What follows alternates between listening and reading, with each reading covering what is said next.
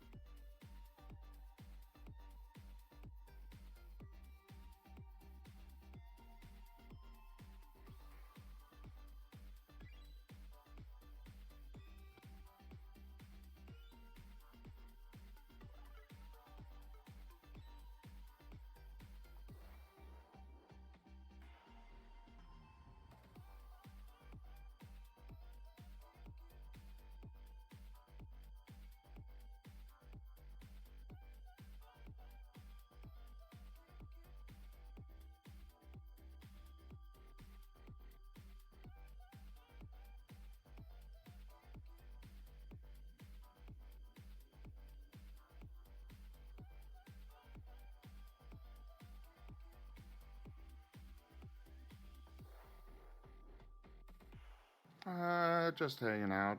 I haven't decided what I'm doing yet today.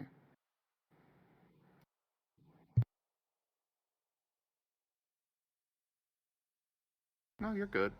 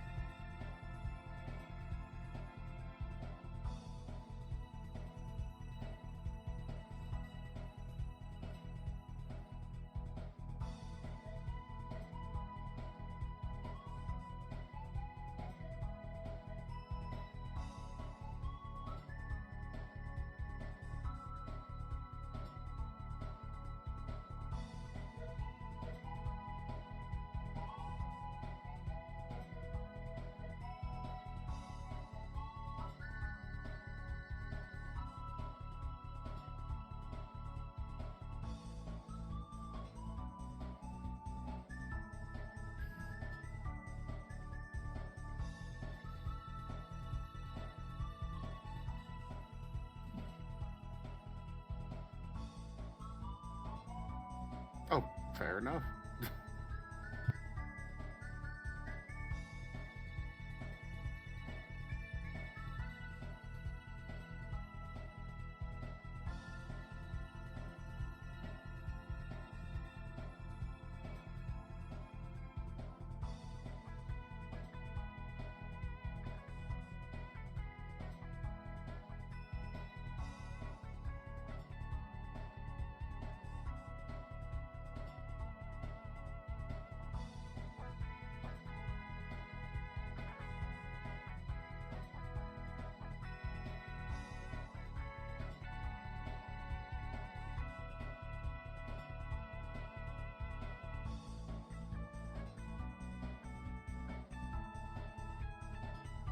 Oh, there are plenty.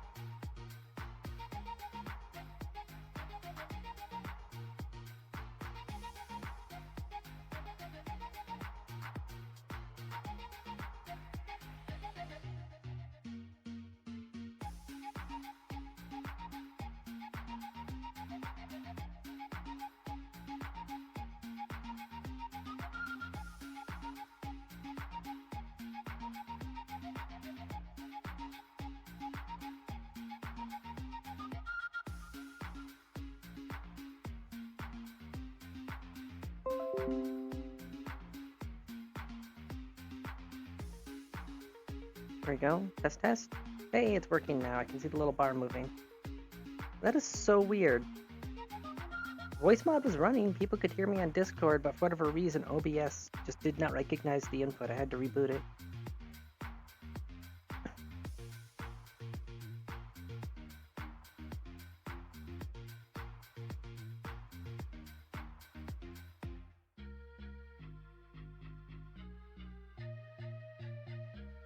One of the many purposes of the 10-minute countdown before actually starting the stream proper.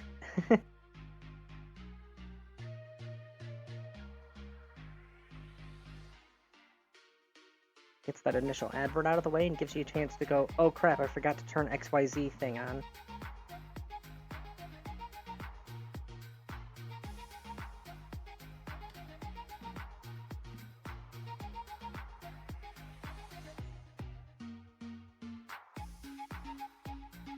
Alright, yay. And yeah, Merle, I did say hi when you showed up. I guess you just couldn't hear me because the mic was messed up.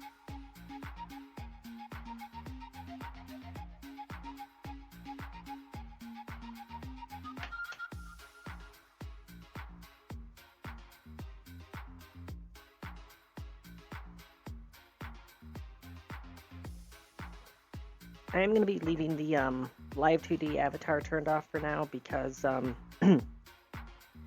with all my graphical enhancements on KSP, it makes the computer run really hot and it kind of kills my frame rates when I have the live 2D avatar running at the same time as the game and the streaming software and the web browser and the little mini stream in Discord. That last little straw on the camel, you know?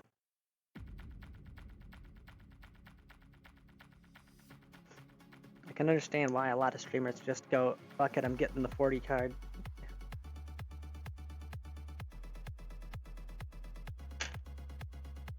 Throw a Ryzen 9 and a 40 series at it just to say, screw you, I'm going to do what I want.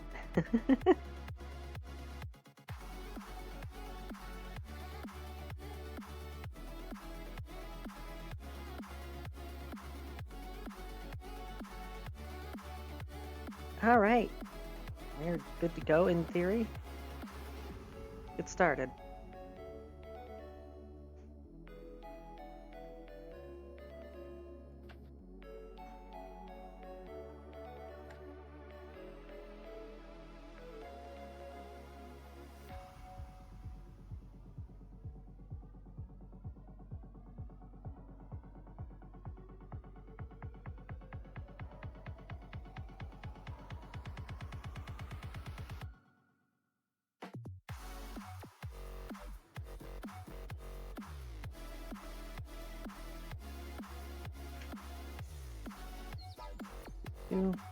Now, there's something that occurred to me that I want to try out, just as a test.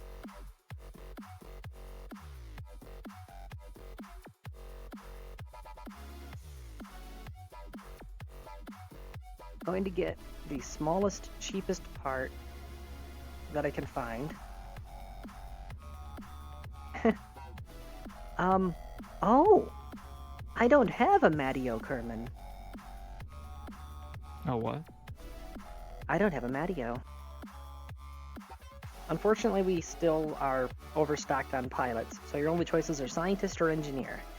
Male or female, and how courageous and how stupid are you?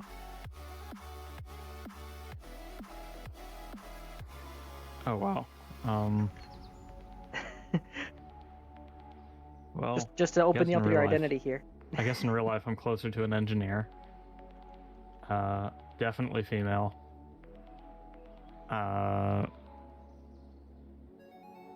3 out of 5 courageous, and 5 out of 5 stupid.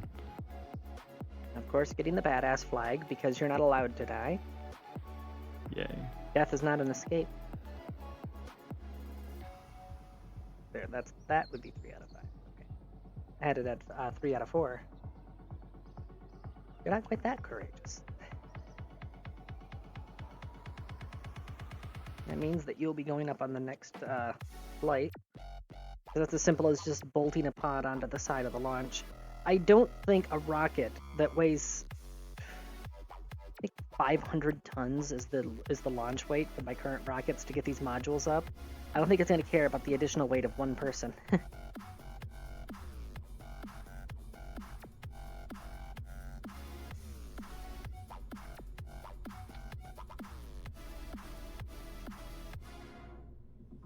There we go. And then a tiny little pod. And a tiny little antenna. There we go. This thing only costs $735. It's got minuscule dimensions. In fact, I'm actually going to shrink it down even further. Oh, hold on. Whoop. And can I rescale the might? I can.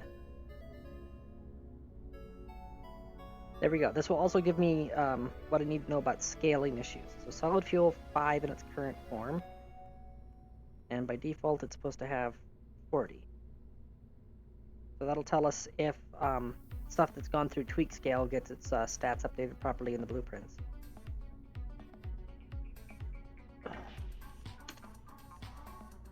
There we go. This is, by technical definition, a sounding rocket. That's what I'm going to name it. It has been saved. It's super tiny, super cheap. I'm going to assemble a module in, because the fabrication facilities on Ozymandias already have a bunch of specialized parts and a bunch of material kits. They just don't have a lot of them. But something super duper tiny, super duper simple shouldn't cost too much.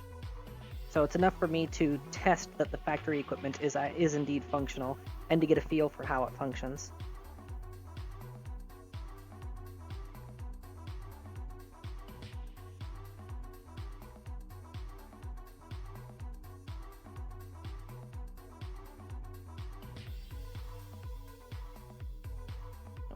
KSP is responding, just be patient with it.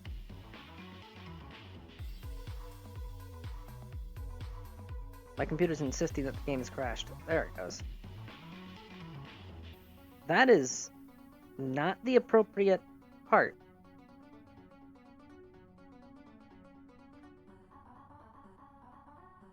That's the module that I discarded. They both have the same name apparently. Oh, and that has the shit suffix on it. Switch to.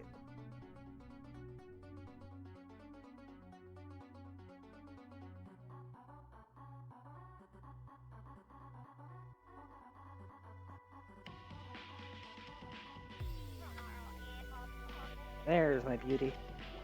Look at him. Alright.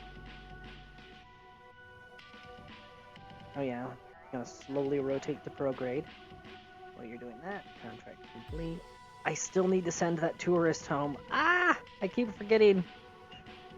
We kidnapped the poor guy. Hey, your contract was marked as complete. It's not my fault you didn't put return me to Kerbal in the contract terms. Going home costs extra. Alright, specialized parts. I got, 10,000 specialized parts, but only 1,400 material kits, and I have no ore to make more. And when you can turn material kits into specialized parts, it doesn't work the other way. I can't turn specialized parts into material kits, which is kind of stupid considering that they're made from material kits. Right, what am I doing? You. Let's go to the utilities window. Start carpenter, start applicator.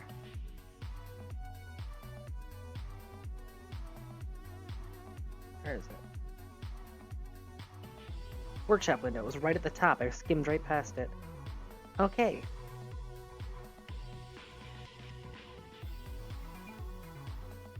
Oh.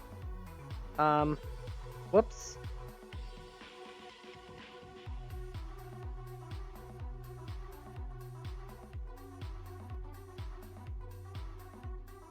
Okay. That was not intentional. Oh.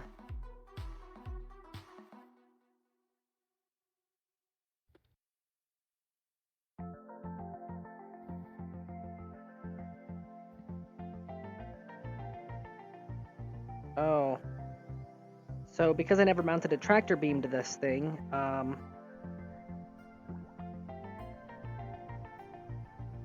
yeah. Alright, add vessel. Well, you can add sub-assemblies. That's nice. Alright, AAA tour busting. Sounding rocket. Cost $669. Perfect. Load. Alright, Bluebird has been loaded into the container. Perfect. Start construction. Time left 13 minutes. That is perfectly fine and reasonable. Alright. Now. Crew hatch. You're at 3 out of 4, which means we can pull engineers from somewhere else. There's no crew in there. No crew in there.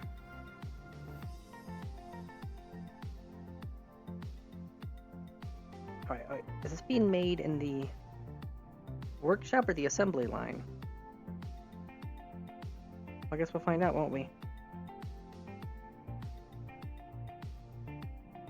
You're at 4 out of 6, so need to move the personnel from there to there. Ah, look, time went up. Okay, so this is indeed where this is being assembled right now. Who's my 5-star? Or no, my 5-star is still on Minmus, that's right. 2-star, 2-star, 1-star, 2-star. Night Pirate has 0 stars. Bill has 0 stars. So I don't want Night Pirate or Bill in there. There's Night Pirate, there's Bill. Perfect. Alright. Transfer Alt Pal. And then transfer Jets. Yeah, see, the ETA is now only 12 minutes. Oh, I can fit one more person. Thunder. Now it's only 9 minutes. Okay, so that is way faster. And it looks like the container's actually docked in the assembly bay, which I was worried about. But it looks like it's fine. Alright, fast forward 9 minutes. Yeah, it is indeed docked, otherwise it would have started drifting as soon as I time warped. Perfect. That alleviates that concern. Alright, finalize. Can I eject it?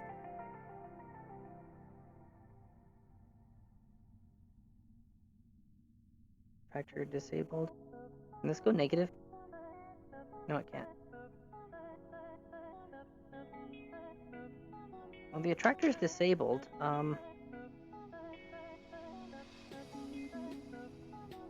Set as target construction.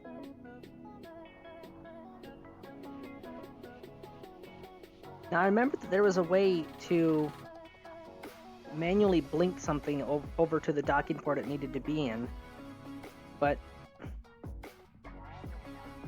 I might have to watch that tutorial video again.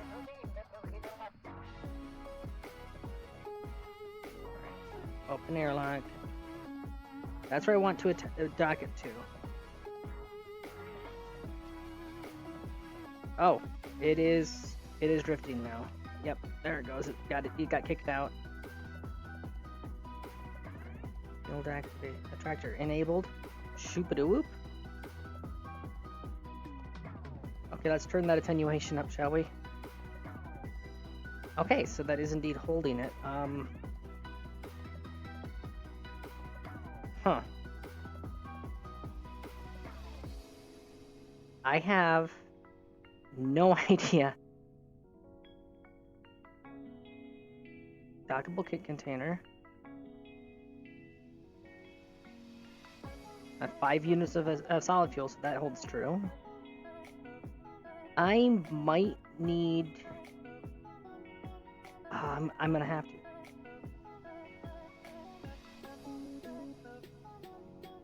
Workshop is out of motion. Okay, there's the... Okay, assembly line. Finalize. Oh my god.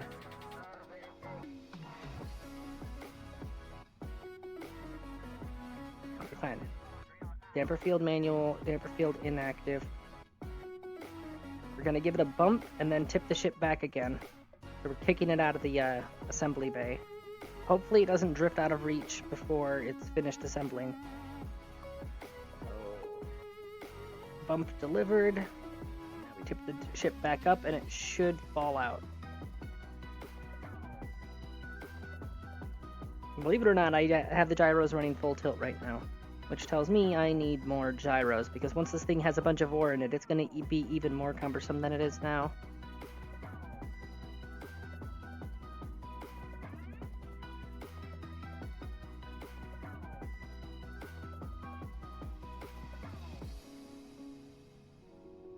And just one final nudge. Perfect.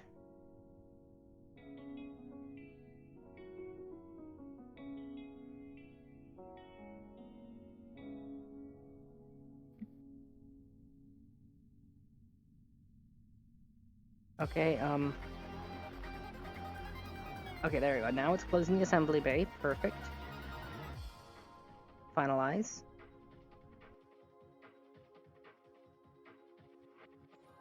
Oh. That's still an empty container. It was making this as a separate thing. Okay, that was a junk container I just kicked out. It needed to be docked before I could load a blueprint into it. It was making an entirely new one for this. I'm a stupid. Oh, dang it. Quit that.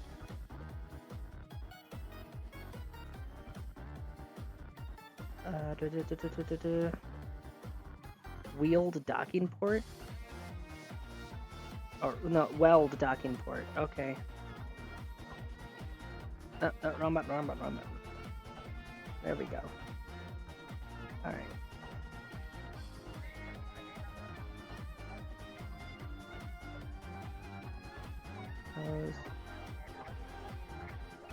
What is target construction?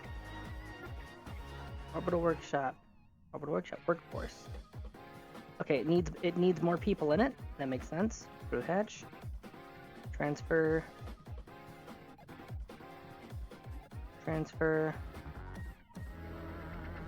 Oh, I can just get crew. There we go. Alright, now the workshop's where the kit actually gets built, so... Workshop window. That is indeed the workshop window.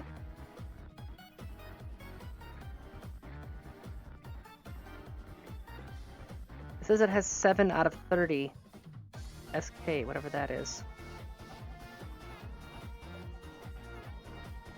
Oh, cool.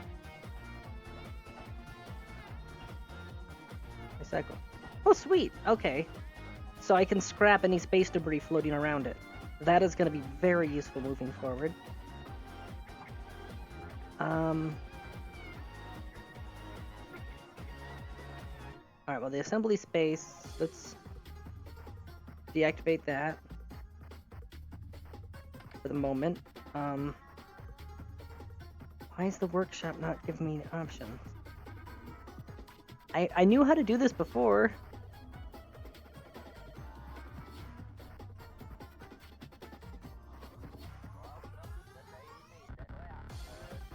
Yeah, it's not either of those. So, orbital workshop, idle.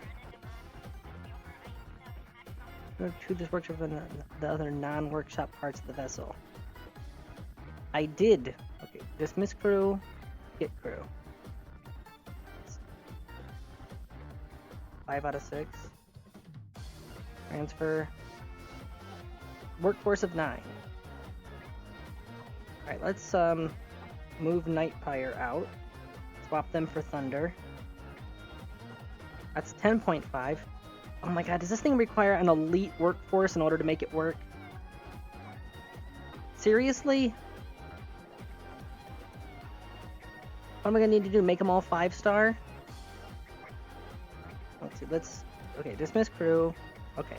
Crew hatch, Nightfire, transfer. An unskilled worker is 0.5. Transfer them back out. And transfer crew. Thunder. He's got 2 stars. Alright, so 1 star probably makes them either 1 or 1.5. 2 stars makes them 2. I'm assuming that means if they're 3-star, that they would then, that they would then have 3, maybe? And 3 times 6 is... I need to have elite astronauts in order to be able to run this thing. Why? Seriously, why? Wait, now it's at 10.5. It was at 9 before. Miss crew, get crew. And Bill is there. Transfer him there. Well, thankfully, I do have a 2-star engineer on the ground. So, let's close that. Oh, wait, no. Actually, I need to get that back open again. Workshop, recycler. Recycle you. Yeah, recycle. Nice to know that it's got a safety button there so you don't accidentally recycle the wrong thing.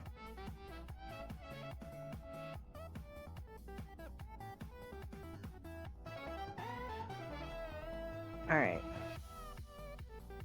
Close that. Close that. I'm not going to be able to actually try the thing out until I get those modules attached, because that's going to bring up... Hey, Beerus! And yes, that is true. Zim is cute. He confessed to it yesterday. We have it on tape.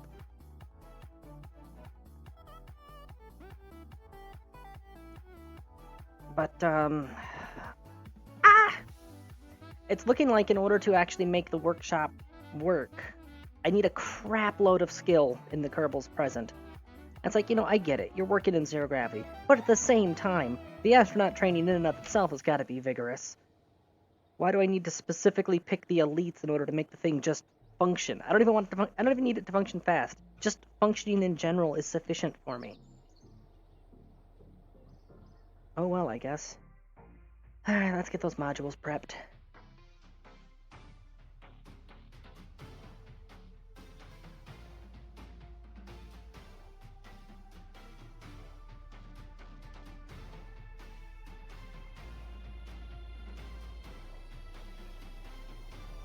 Open. I already figured out how I'm going to do it. It's going to require a few sub-assemblies, but it won't be too hard to do.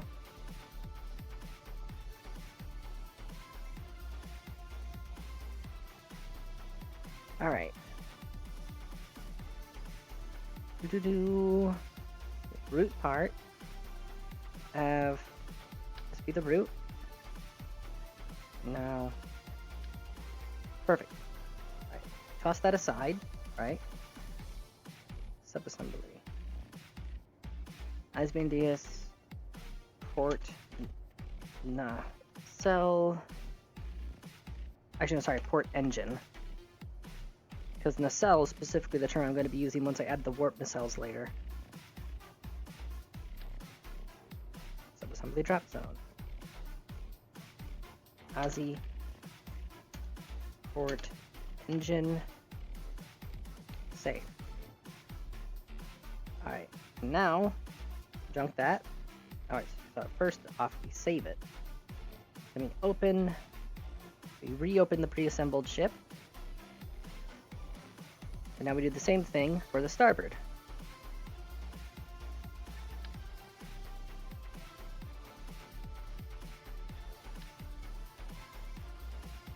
Huh.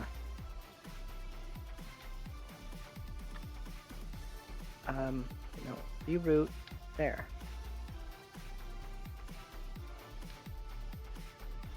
What the hell? Alright, let's cancel, new, don't save. We're gonna exit the hangar and come back. I think it broke with the routing tool.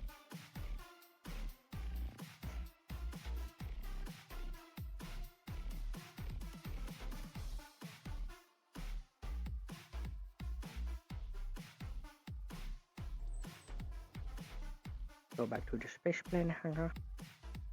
Space. Spalls.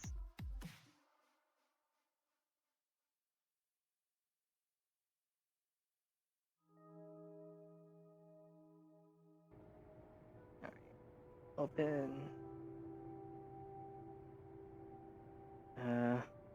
Aussie pre-assembled. Alright. Woopa. Oh, that's why.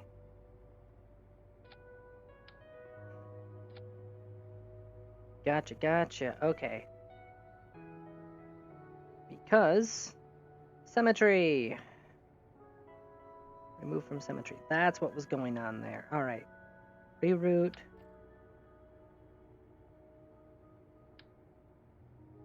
Or not.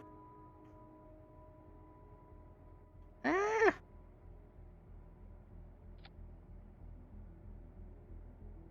there we go. It's its own thing now. No.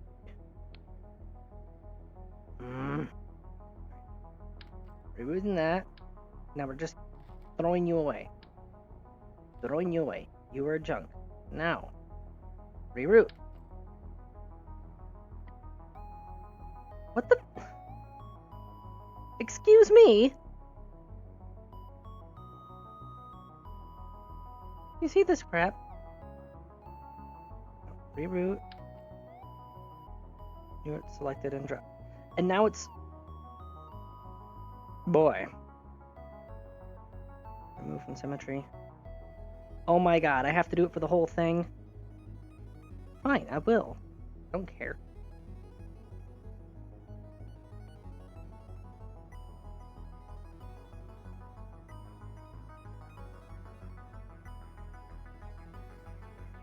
Remove from symmetry.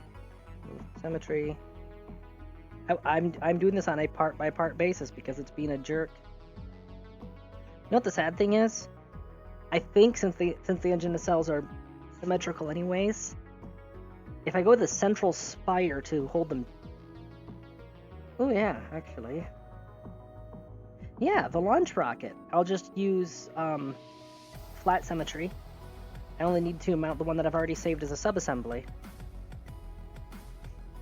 So, actually, I don't even need to dick around with this damn thing. I am fine with that. Alright. Switch editors. And new. Alright.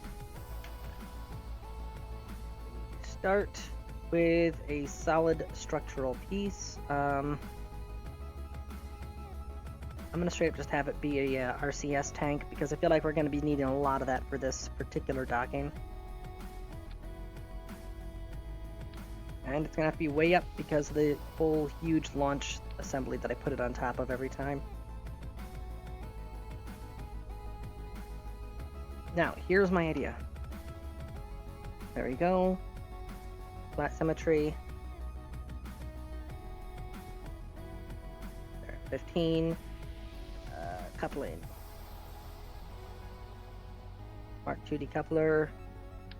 Mark II docking.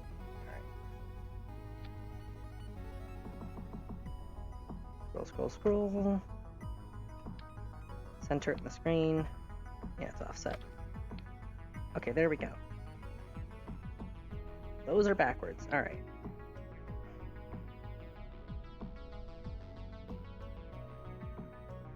Come on. Give me the... Fine, I'll just do it this way. There we go. Now we go into the sub-assemblies. Aussie port engine.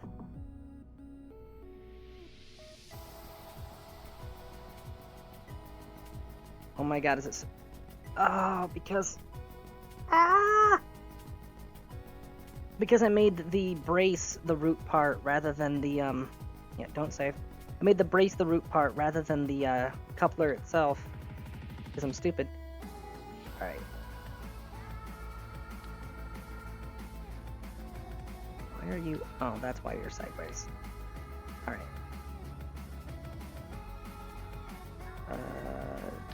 Docking port.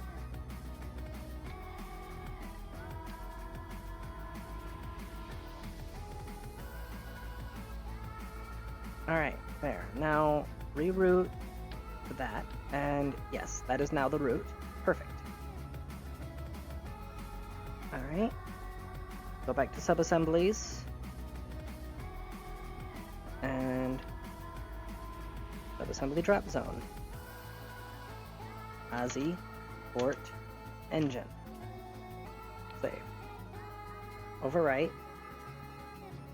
Switch editor.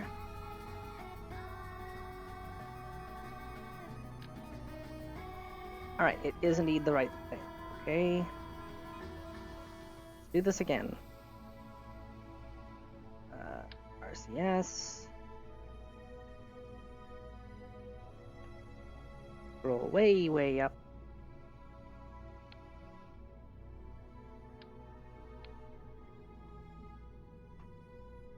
Why are you... Wait. New? Don't save. Oh my god. There. Scroll up again.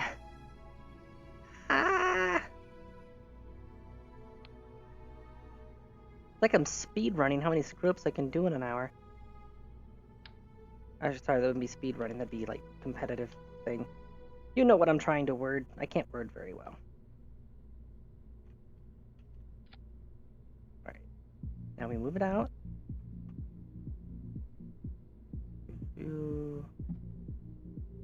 Now we load the subassembly.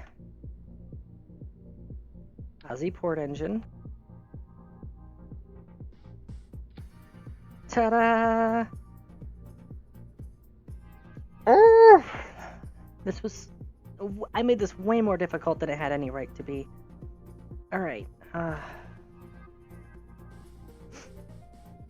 Load it up with a little bit of extra fuel. Actually, no, let me go to the shopping list. Source kits. Yeah, it's gonna need a lot of material kits. I think it's already got plenty of struts, but I can bring a few more. Alright. So I need material kits, and I cannot remember what type of fuel tank I need to store those in. That is too big. You are also too big. It will go down another size. Perfect. Okay. Edit tanks. Components. Machinery. Material kits. Perfect. Can I talk about an unrelated... Oh, sorry, go ahead. Oh, no, that was... you're fine. That was unrelated grunting. Oh, you're fine. Could I talk about an unrelated game that I'm becoming obsessed with? I'm intrigued. Umbriclaw. It's a... Rex was talking about that yesterday. Yeah, it's an adorable little Metroidvania where the gimmick is you are this cat that's been sent to this weird hellish afterlife. Your goal is to escape before losing all 9 of your lives, at which point you become a very powerful but quite irredeemable being. And of course, my first run through, I became bad guy very quickly and got the ending that comes with that. But anyways, that's irrelevant. The game's really good. It's called Umberclaw, and if either of you are ever looking for a cute little action platformer to play, I'd heavy recommend. Sorry, Tanya. Didn't mean to take up your airtime with that. Oh, you're fine. You're very fine. Isn't the main character a rabbit? A cat. Oh, right. A cabot. Although after the full transformation, you really can't tell what they were. Oh yeah, TF, I forgot you're into that. Anyways. You know, here I am. We both are. Here I am seriously sweating out how I'm going to have enough fuel to handle a 200-ton payload. The payload is engines and fuel.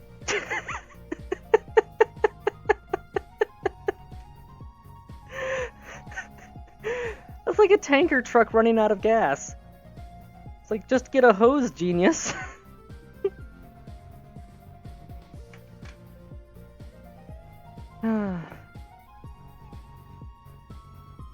All I need is to put a sizable energy bank on this thing. But explain this one to me. These are the two batteries right next to each other. Oh, they're listed by cost, not by size. That might explain it. Alright, that's that one. Okay, no, they're next to each other in both size and cost. One's too big for this, one's too small for it. Oh my god. Scale. 21,000 battery. 42,000 battery.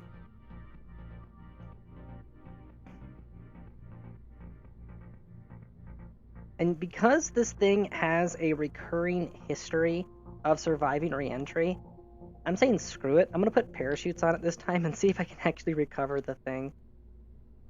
Because that'd be funny.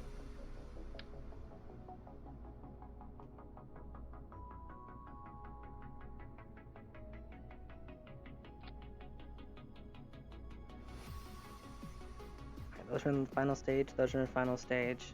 Perfect. Alright, put some aerodynamic caps on this thing and then call it a day.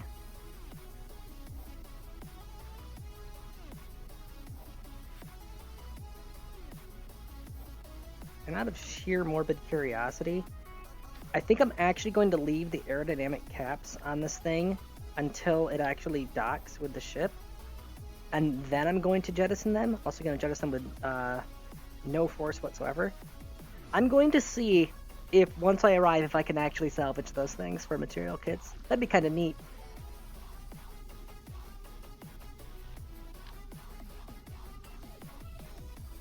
I need one size larger. There we go.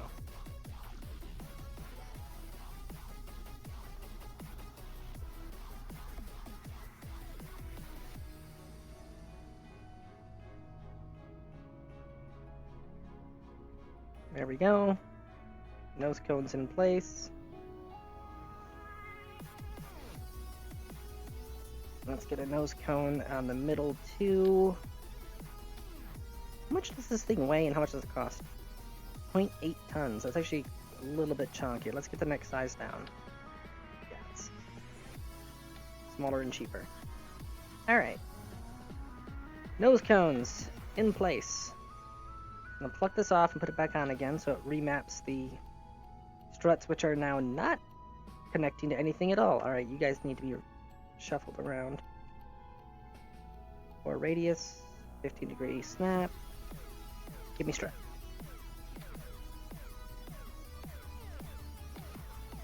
There we go. Perfect. The Delta V is not ideal. Alright, double check staging.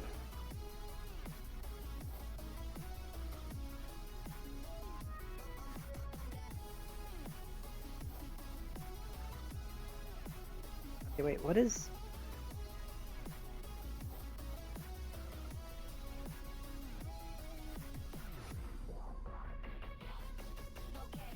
What are you doing in that stage? You go down here.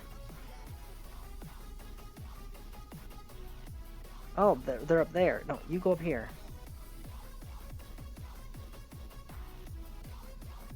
And then you go up here.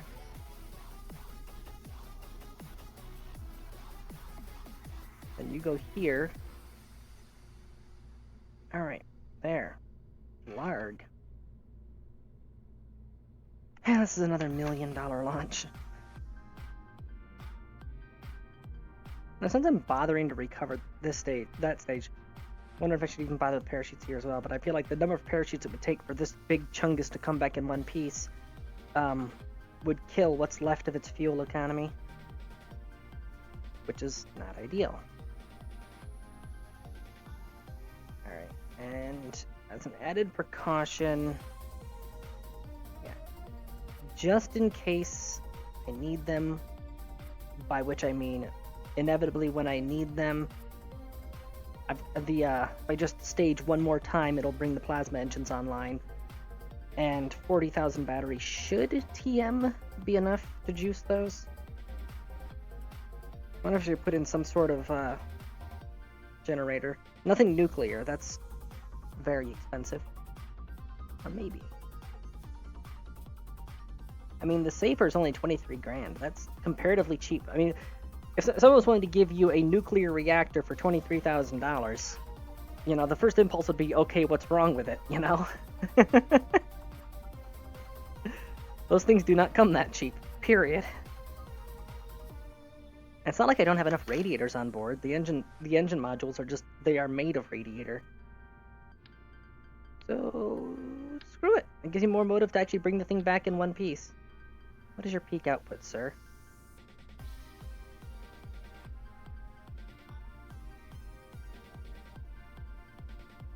Measure charge, 125 a second. Alright, and the engines, which I believe I'm using at their default size. Not 100% on that. I might have scaled them up, in which case I'll need to completely take them out and then replace them again, because tweak scales glitchy like that. Okay, I'm using them at their default size. What do you require at full charge? 1,000 per second. Oh.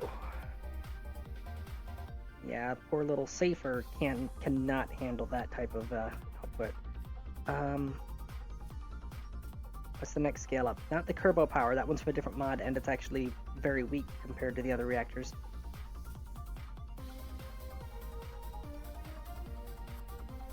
What's your output?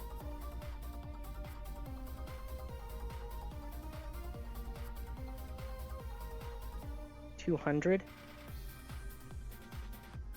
And yours is 125, but is double the output. And the Prometheus just costs 4 times as much, so I mean, oh, it also weighs 8 times as much. So it looks like Garnet might be my go-to here. Because your output, how much do you output? Are you gonna tell me? About 30. Yeah, the output on this thing is a paltry 30. The whole thing with the Kerbal power one is that it's stable and reliable. Well, here's the thing. That costs 100,000. That's 23,000. Sorry, yeah, that's 23,000. I could get 4 of those for the same price, and they are self-contained. They don't even need the external cooling. 1.7 tons, 0.8. Yeah, I'm gonna go that route.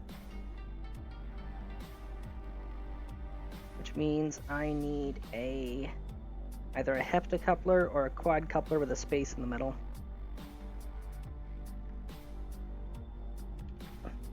Run search from 5, alright, quad.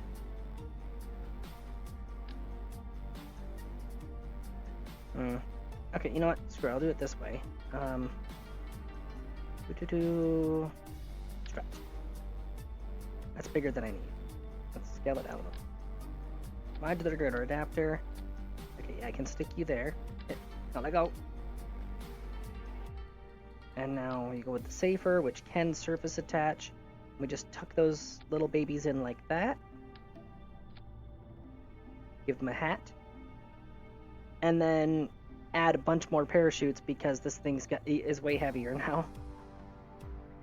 Fun fact, nuclear reactors are not lightweight. Actually, keep strain even. Oh, no, it's already got the drogues on it, so yeah.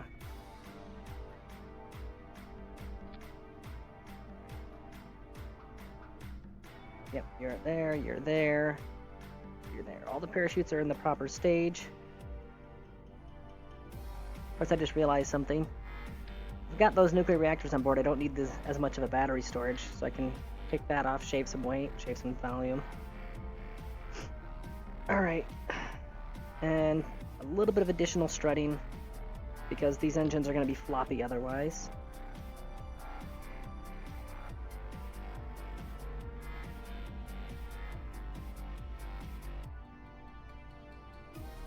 That's my best bet right there. Most straight line.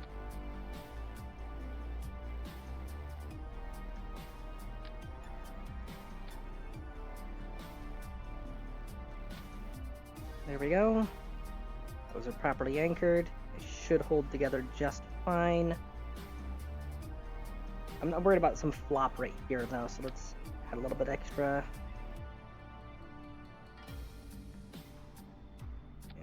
Extra reinforcement. Move over, Delta V.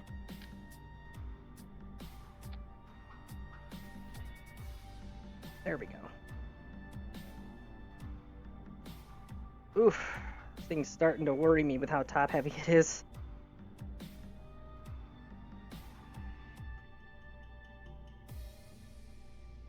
You know what? I'm gonna do something.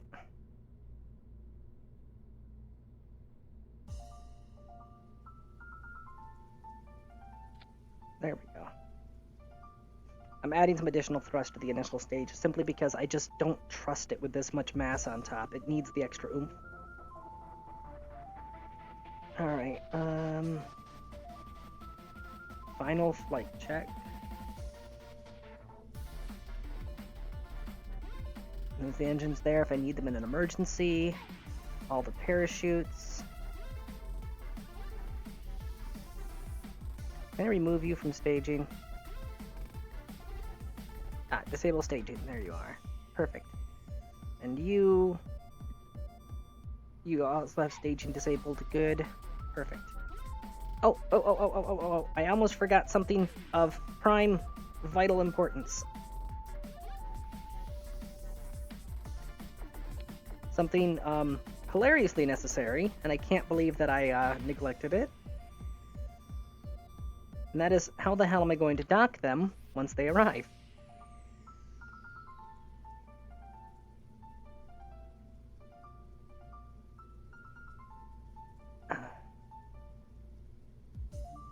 I need to engineer. Okay, good, it does have symmetry. How much touch charge do you have? Oh, 8,000? Holy... Oh, that's a capacitor bank. That's why. There we go. And you have 1,000. That should be more than enough. We need a reaction wheel. Oh, actually, no, it's got a built-in reaction wheel right there. That'll be fine. RCS. Not to be confused with RCS. Alright, now structural.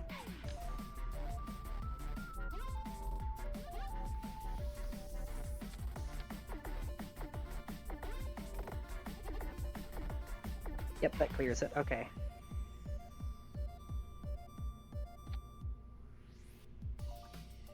Move. Can't believe that after all of this, through all of this, I almost forgot. Actually, what am I doing? I can just use the I-beams. I actually have an excuse to use them here. Can't believe that through all of this, I completely forgot the thing that's required in order to be able to dock the things in the first place. I also forgot a seat for Maddie, but I'm just gonna send Maddie up on the tanker.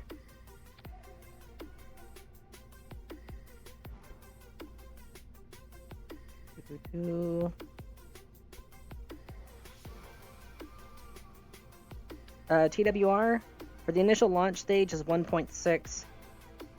While I would prefer it to be a bit higher than that, pushing the TWR any higher is just a null. It's a non-starter. It's a null pursuit because this thing's so freaking fat that in the process of adding more engines and more fuel, I'd be adding too much more weight. I'm hitting that diminishing returns point when it comes to rocket scale.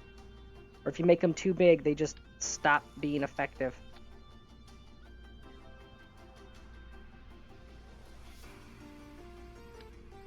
Oh crap. No, add. Unfortunately, this is going to have to go all the way down to the far back end. Here we go.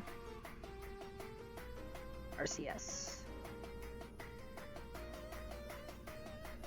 I'm not going to use these ones, these big chonkers, because those are overkill for what I need here.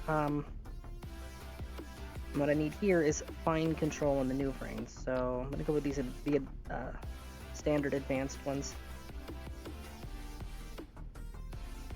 45-degree snap.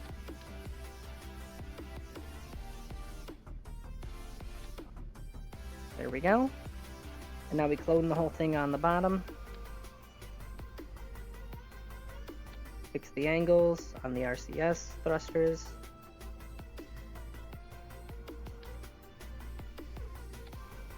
Oh wait, hold on. Don't just fix them, we need to add more of them because it needs to have... Oh, I'm stupid. Hold on. Keep thinking of these things as if they would be docked to each other when they're in transit. There we go, that's all the RCS that it needs. Right there. Okay, get over here, cone. No, bad. There. Alright, drone core, power, RCS, thrusters that are not aligned. Antenna. It needs an antenna. And then it'll be good to go. Actually, I'm not going to go with those. I'm going to go with the 16S's. There we go. So, there. Those nose cones are going to double as tugboats for parking the two engine nacelles in place where they need to be. Then as soon as they're done... Oh, hey, nerd. I didn't even notice you there. You're the one who asked what the TWR was, and I didn't even realize it. Wow, I'm awake. No, see, they're going to act as tugboats. Then I'm going to decouple them. That's why I reduce the decoupler to 0, is because then once they're drifting next to the Aussie, I'm going to attempt to recycle them for parts.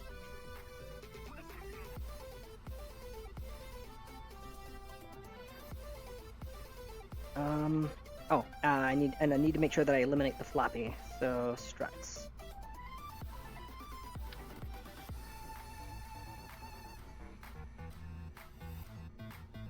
You know what? That's fair.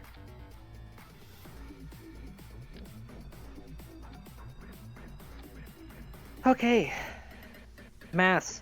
900 tons. This is 0.9 kilotons of high explosive that I am about to send to space. If this were to blow up on the launch pad, it would literally go off with the force of a nuke. Oh, you're welcome, Marka. Yeah, I've been gifting a lot of subs lately. It's better than other things I could be spending the money on, honestly.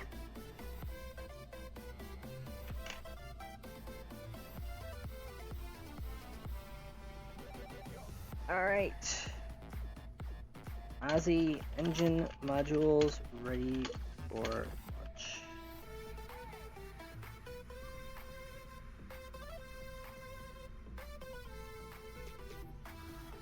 Yeah.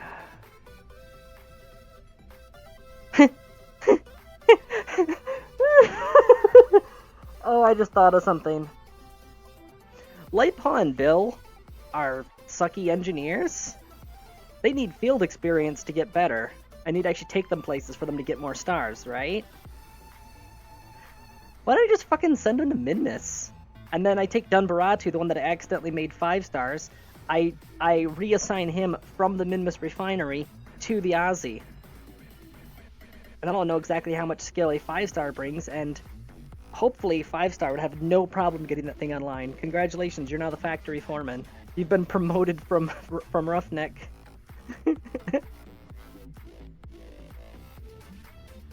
Which means I do need to get Maddie up on this launch then. So that means pods.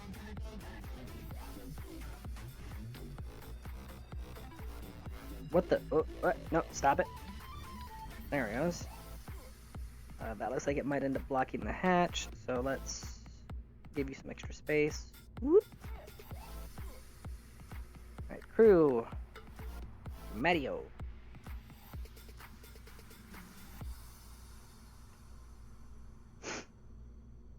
Oh, yeah, it's the start of World War III if it blows. I mean, yeah.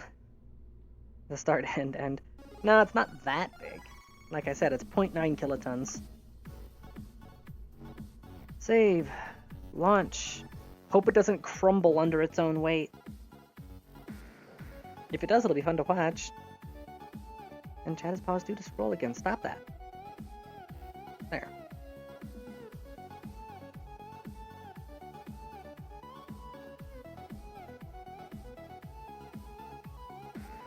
No, computer. KSP is responding. You just have to be patient with it. Stop that.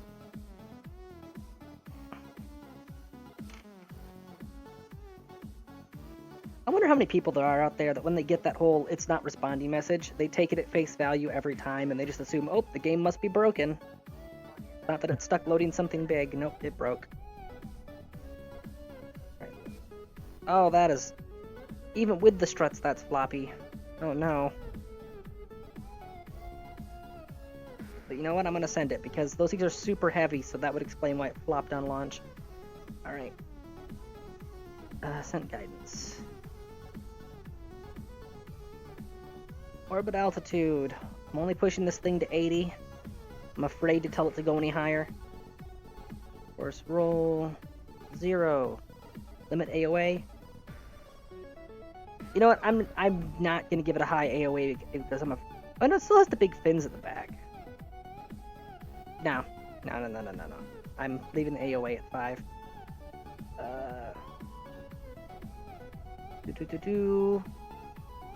Engage. Alright. I forgot to strut the new SRBs that I attached. Just cross our fingers, I guess.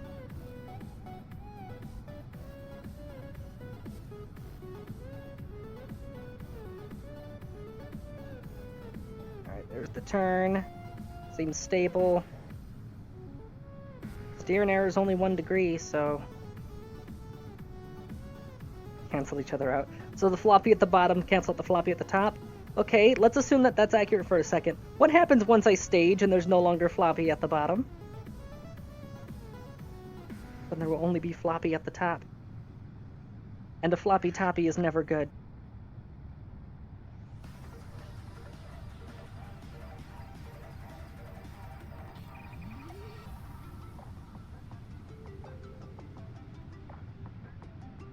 Oh, because the weight of the rocket plus the push of the rocket.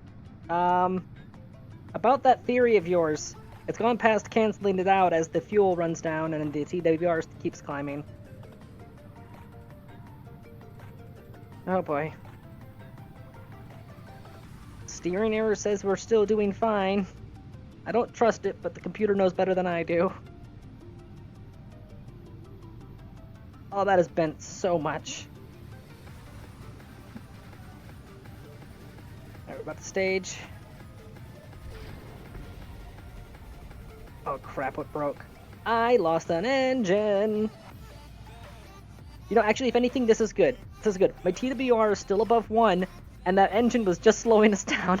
It was just added mass. So we've lost a little bit of mass, but to improve our fuel economy at the cost of thrust. We're fine.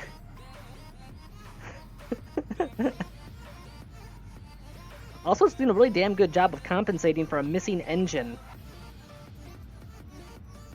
So the rocket's just like, nah, I didn't need it anyway. Oh yeah, the dot's the same. I'm talking about how much they were flexing off-axis. You gotta consider both cosine losses and the chance of, oh, I don't know, smacking an engine when they jettison. Oh, that steering error almost hit 10 degrees for a second there. But I think it's good. I think we're good. Alright, stage burn in 3 seconds. And it double staged, but you know what? It can handle it. Until it, uses up all of the charge because I forgot to bring the freaking reactors online.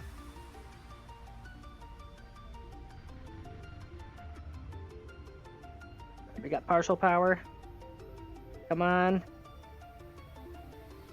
Reactors online.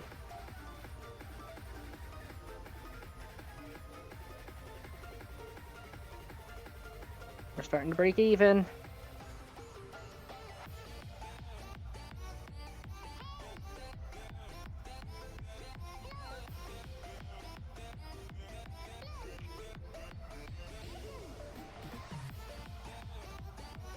Disengage. Okay, what the hell's going on here? Hurry up. So we are still hurting here. The engines are on. Orbit. Prograde.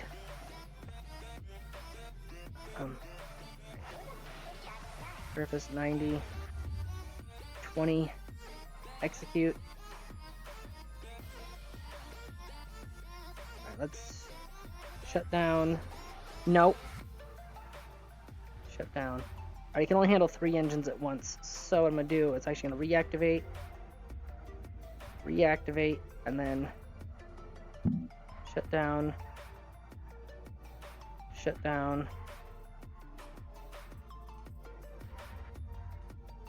and then shut down. And electric charge is now stable. Where they sent guidance, you're no good to us anymore. First limiter.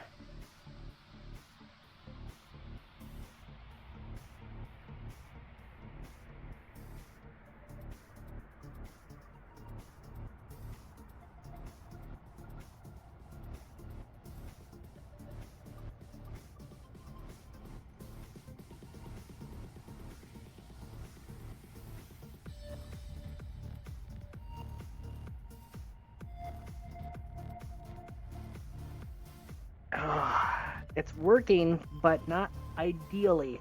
I've spent way too much time trying to get those engines functional.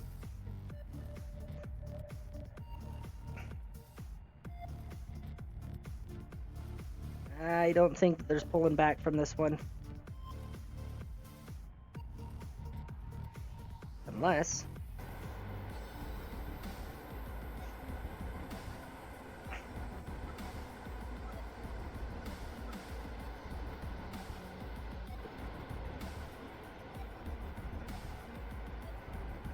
It is getting up to speed. It is fighting for its life right now. Oh no, electric charge is starting to bleed. Ramp it down a little bit. Are the reactors overheating because the engines are running too? They are. Alright, I think we're high enough in the atmosphere that I can safely activate the radiators here. And here. Yeah, they're stable. Power's good. We're getting power back. Alright.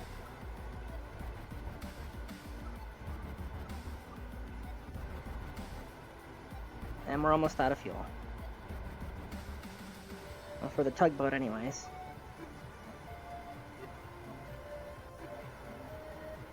Well, that's not good.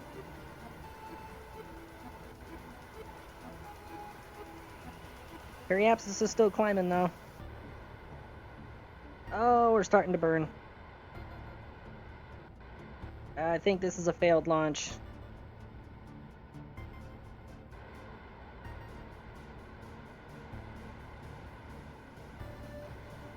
Alright, so if I think I'm gonna need a much more vertical trajectory.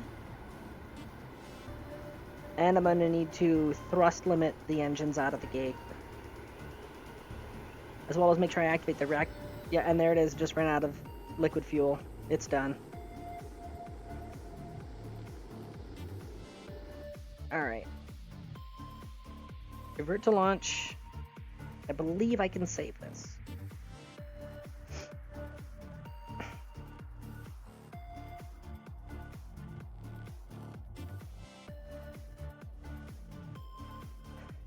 I mean, actually, there is something I can do, because I did suffer some cosine losses because those rockets were flopping around at the bottom.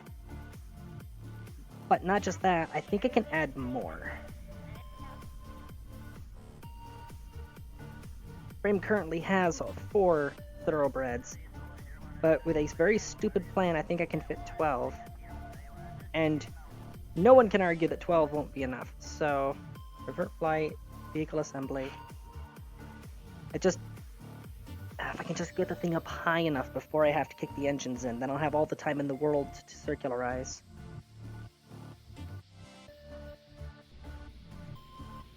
Alright, first and foremost, I figured out what happened here with the floppy, is that this isn't cross-braced to this.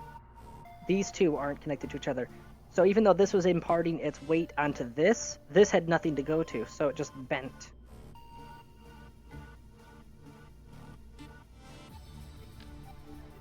So,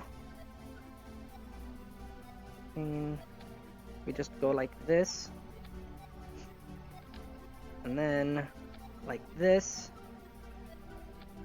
Those struts should hold just fine. Now if we go down here,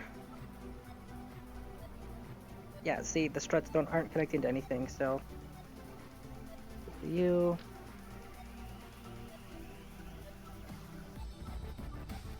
For symmetry, those are now properly braced, but I don't trust just one strut to do the job, so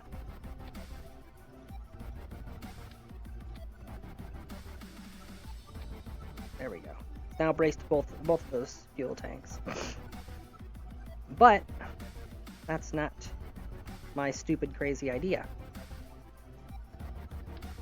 This is.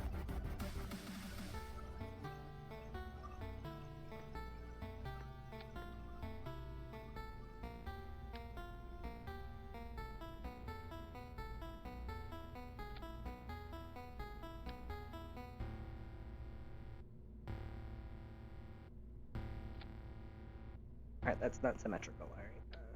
Need to go up one more notch.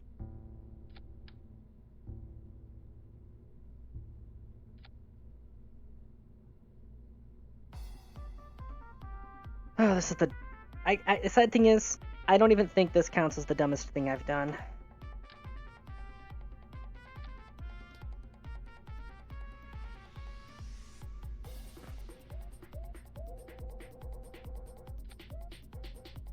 I need a lot of bracing.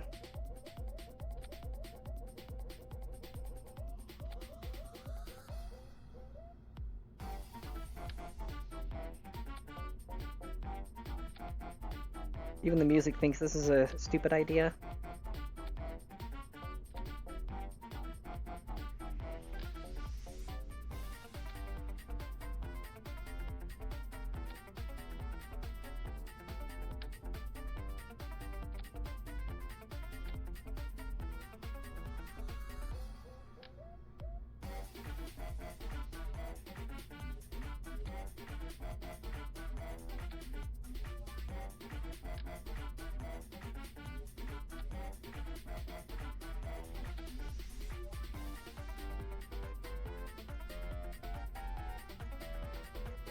What are you and why? Oh. Oh. Well, you're not doing anything anymore, so come over here.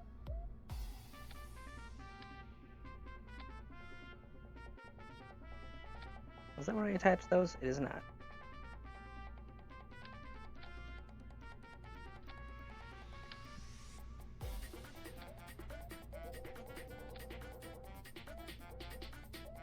Oh my god. Thing just got a whole lot fatter. But the TWR is almost 2 now, and the initial stage delta V is 2000. I don't think it'll have difficulty getting out of the atmosphere this time. And we just gotta drop the thrust limiters down to something sane. Up it right to the Li for lithium.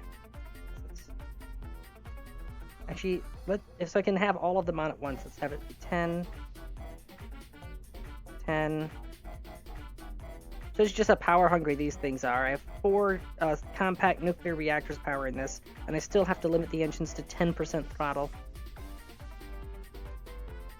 Alright, should be good. Now let's pre-activate these reactors so I don't end up out of power at a critical moment.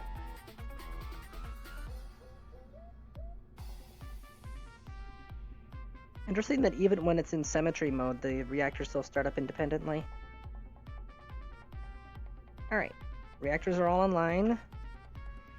Also, just realized since I'm sending up an engineer, I can take this opportunity to send up EPA items. Cargo? Yeah, there it is. Fuel cylinders. Yeah, sorry, it goes in a different spot. So, fuel cylinders for there, and then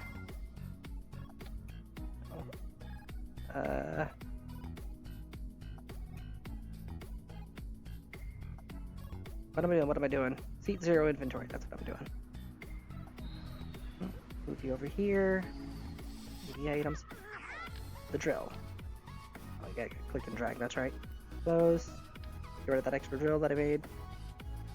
Alright. You're attached.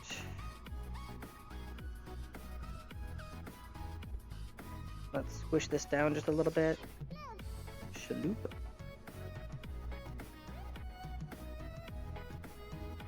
I think we may be good. I'm gonna update these braces just to be on the safe side.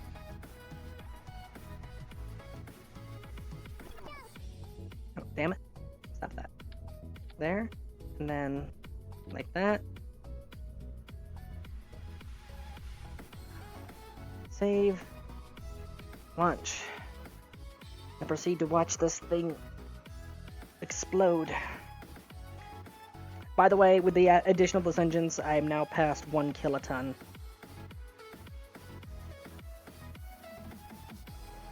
This is an absolutely monumental feat of engineering right now, just because I'm like, fuck it, I'm gonna launch both engines at once.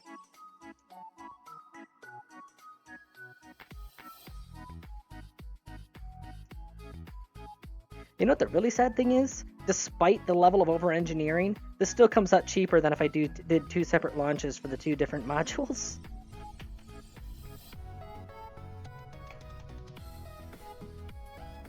Still floppy. Alright. But not as floppy. Silver linings. Let's go with a 100-kilometer orbital to target. And a descent path. Do something a bit more rounded. Higher velocity for my turn. Higher altitude for my turn. Engage. Send it. Said send it. Are you...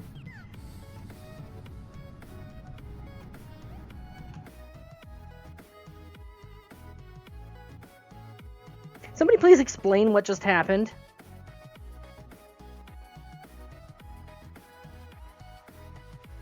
How did... What?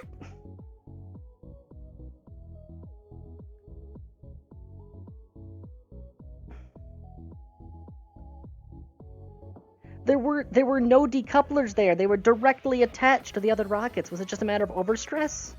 Did they snap loose under their own weight? What the hell?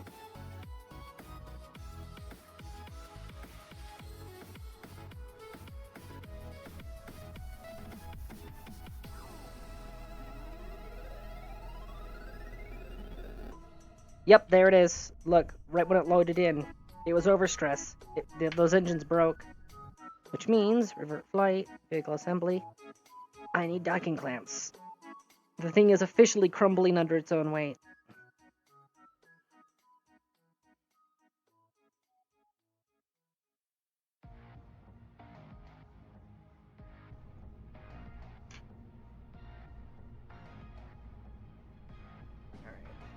First and foremost, additional struts on those outer engines. When in doubt, strut the hell out of it, right?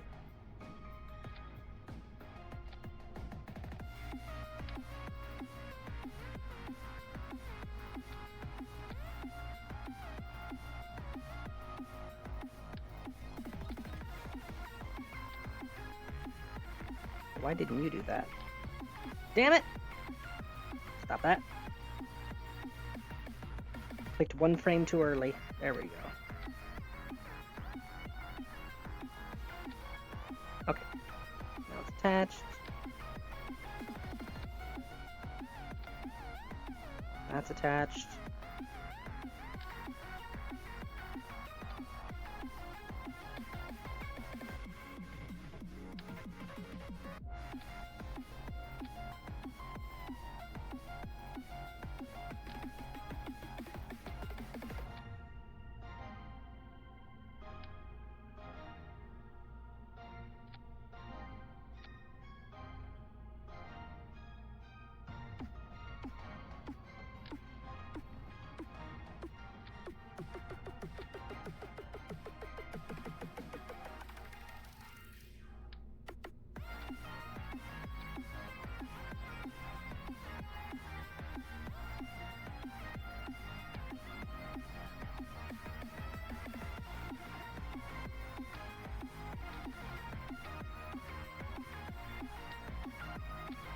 Apparently I screwed up on the symmetry somehow.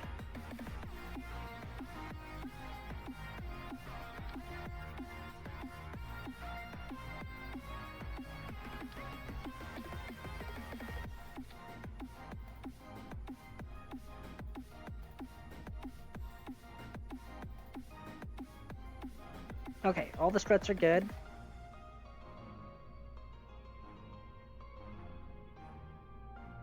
There's the stability enhancer.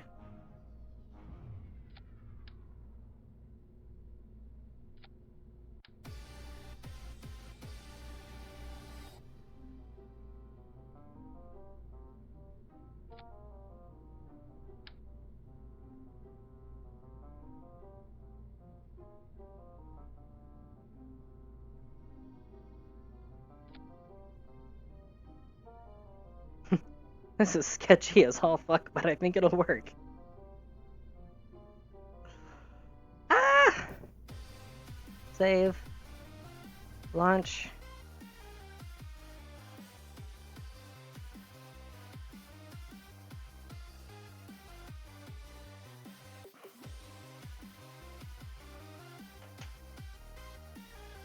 Need some coffee.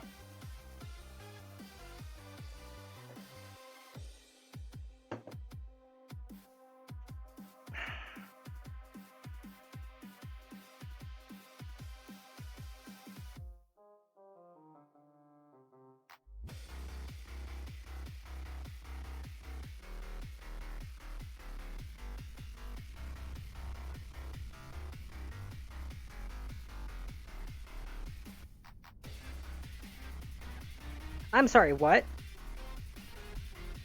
That wasn't a matter of stress. They simply fell off. You see that?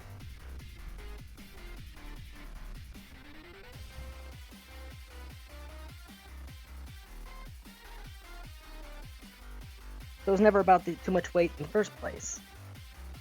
For whatever reason, they've decided they don't like directly attaching to themselves. So I'm gonna have radial decouplers, and then just not have them be part of staging, I guess? I don't fucking understand.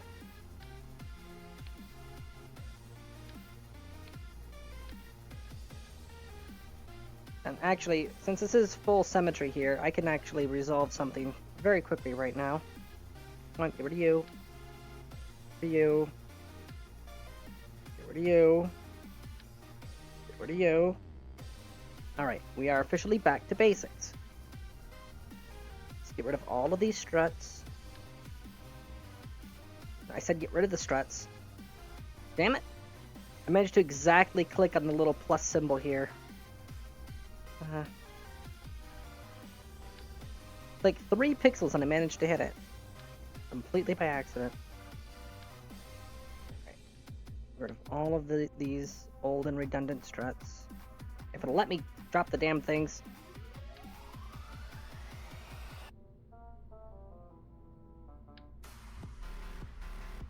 Alright, rockets have been cleaned and polished.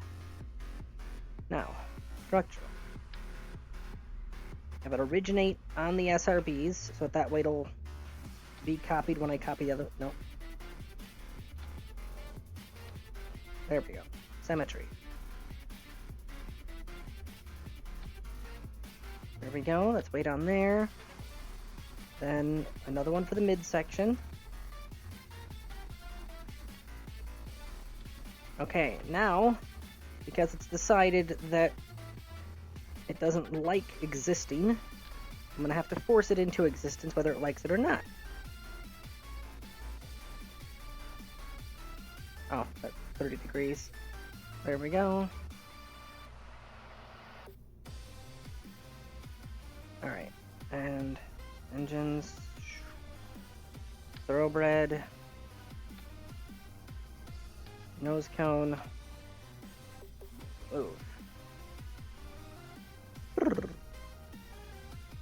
looks like one of the snap points is not perfectly level, okay? There, now it's perfectly level.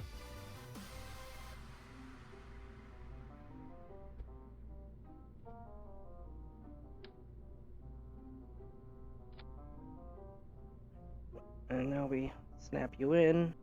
There we go. And now, absolute.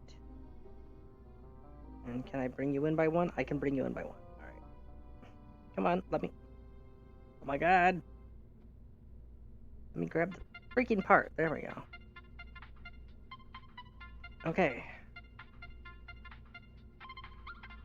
Okay. You go in the launch stage. You go in the launch stage. And then you guys will be there. Immediately followed by that. So that'll break up on it. Rather than launching as one great big chunk, it'll shed the outer layer, then the inner layer. Which means there will be a little bit of dead weight time there, but that's the safest way that I can do this.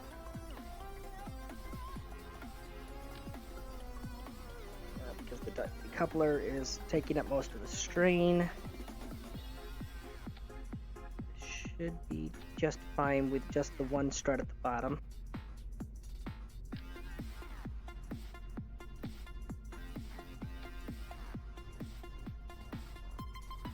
And now, for the genius part. There we go. You can drop those down just a little bit lower, actually. Gives it just that little bit more stability. Double check, make sure the struts don't still connect everywhere. Alright, we have to raise it back up again. Alright, those connect, those connect, those connect, those connect. Double checking all of the struts right now. Alright, all the struts are good. Staging is good. Ah! And to prevent radial floppy, I'm going to go like this. That's too close to the wing. It runs risks that it won't be able to path the braces properly after launch. And I'm going to add additional struts here. Make sure all of them are good. Okay, all of them are good. Are you going to behave this time, you unruly beast? Save. Launch. Only had to completely redesign the SRBs. Nerd. Don't you put that evil on me. Don't you put that evil on me, Nerdy Bobby.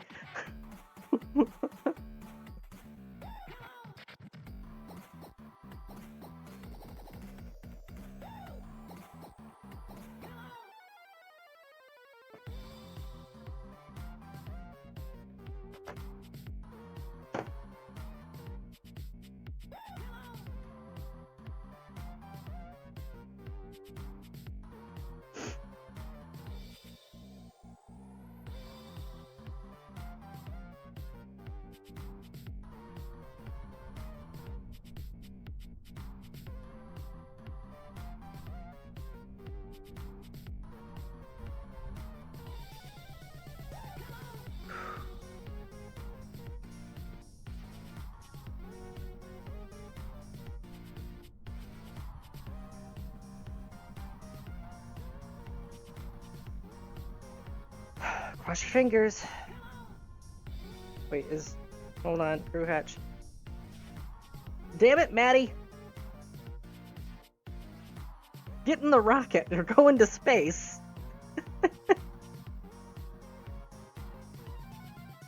I choose to believe that Maddie has to be dragged kicking and screaming onto this thing. Leaving claw marks on the floor. She, not he, nerd. Cargo. Reset their backpack. No, you will not be needing a parachute on this mission. Trust me, if it starts coming apart in the atmosphere, a parachute won't save you.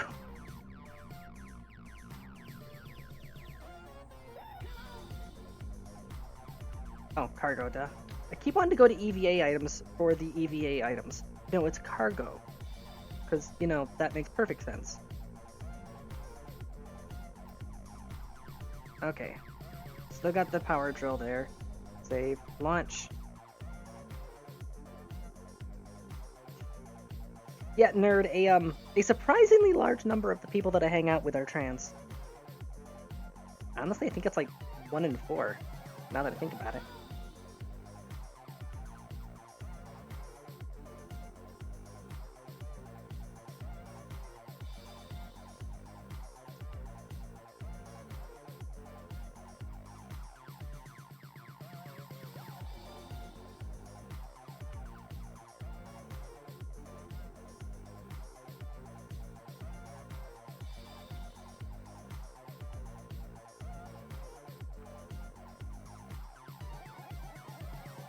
Oh, you can make their inventory persistent?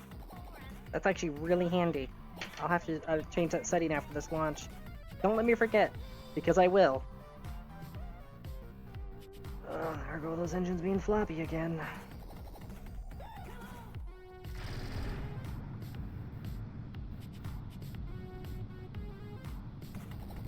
Looks good so far. Ah!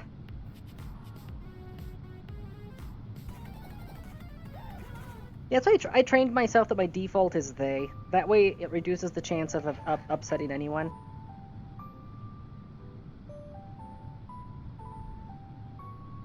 Of course, there are the grammatical purists who are like, technically they is supposed to refer to a plural unless it's a very specific situation. Like, well, guess what? Language evolves. That's why we speak American rather than Old English. Because if you were to look at Old English like they spoke back in the 14th century, you wouldn't even recognize it.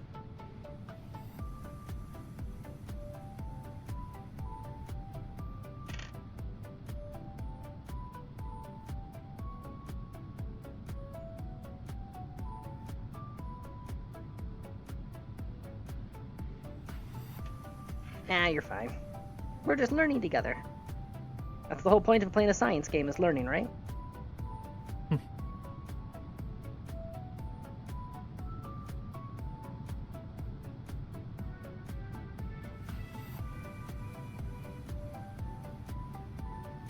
Engines are starting to cook. I know that's what they're designed to do, but they're really starting to cook. They are starting to glow. Let them cook. I have no choice but to let them cook. They're full of rocket fuel.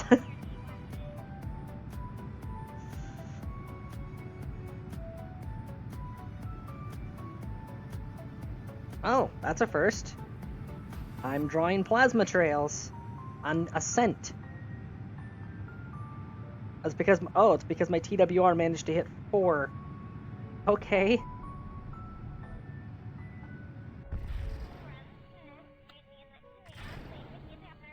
Oh, that is a delicate ballet of rockets.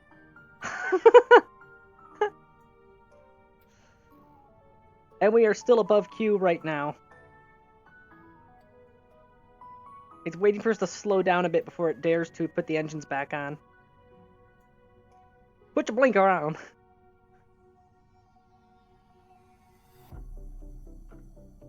Oh, coasting to edge. Oh, wow, it actually overshot 100 kilometer altitude slightly. It's coasting right now. Which I just realized is actually bad. Oh no. Bring the nose down. Because we're damn near vertical, which means once we hit that point, we would be way, way too steep to pull out of it in time. 45. Execute. Come on. There we go. Full send, full send. Now is not the time to flop. Gimbal limit, gimbal limit. There you are. Gimbal limit. Gimbal limit. Gimbal limit. Alright. Okay. 20. Execute.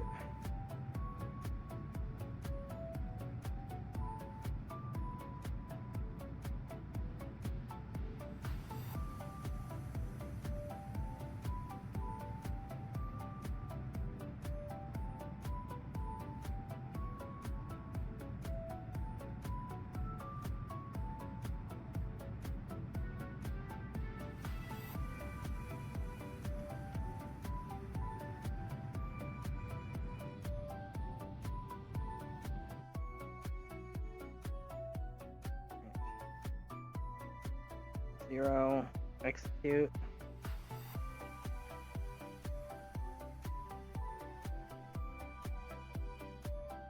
Alright, sent guidance is done. Let me get rid of that. Utilities done. Let me get rid of that.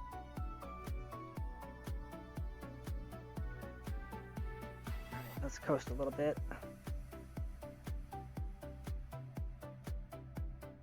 Alright, we're starting to level off. Now is the time to hit the engines. Oh, the whole... Wow, I don't even have fizz warp on, and the whole thing just got a little bit shorter from the recoil of those engines.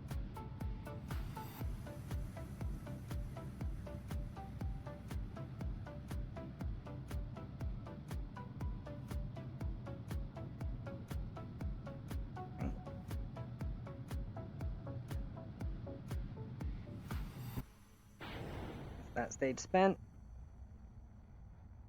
Gonna take a risk and fire up those. We are indeed hemorrhaging power, but not super fast, so I'm just going to keep an eye on it. Because we need every bit of thrust we can get right now.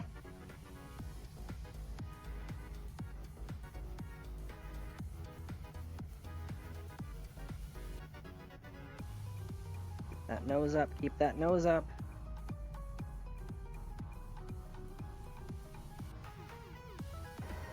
Activate all the boost.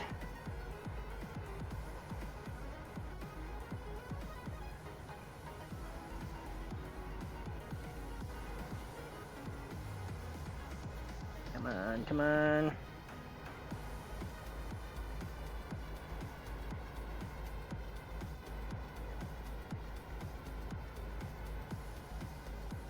Alright, let's save some of that liquid fuel. We need it. Emitter.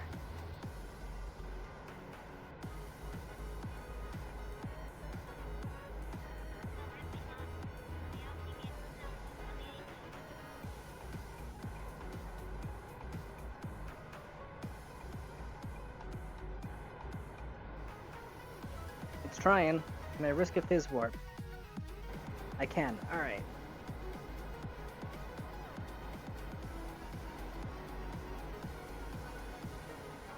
I need a vertical speed here.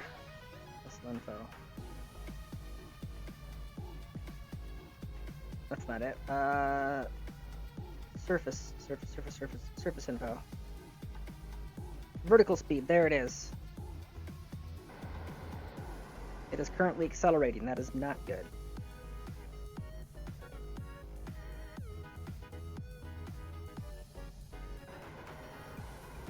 There we go. Vertical speed is declining.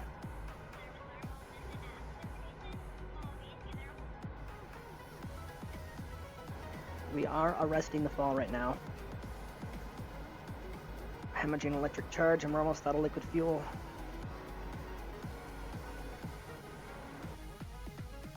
Do I dare use more monoprop? Now we're at our monoprop burn limit. Ah! Ease up the throttle, make the, damn. Aha!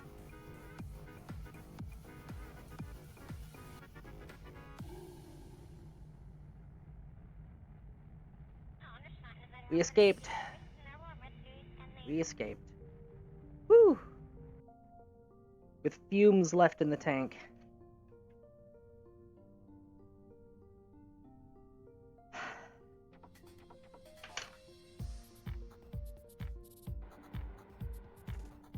Whoa, whoa, whoa, okay, don't use the RCS for that. We've got plenty of reaction wheel.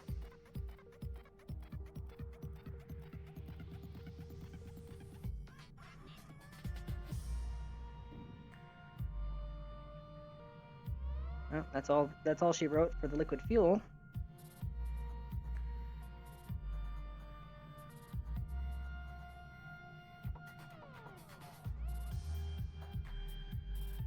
Alright, then I need to be willing to be more aggressive with the burns if I want this thing to actually succeed, so double the thrust limiters. Let's put a 20% throttle limit. 20%. 20%.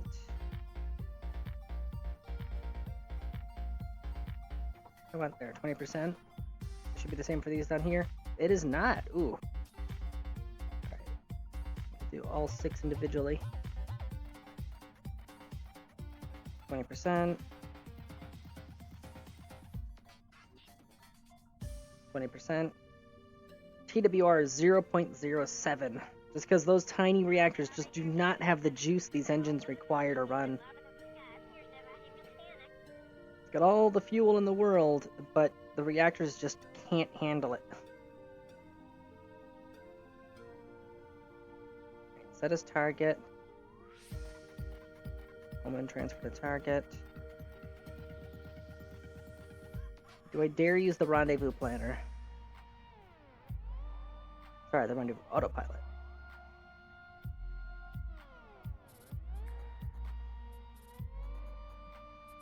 Well, it's proposing a burn that will be very soon and will only take 10 meters per second.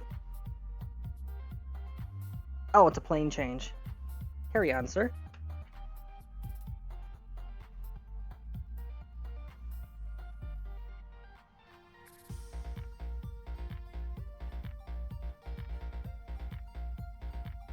Actually, wait, hold on. Disengage autopilot.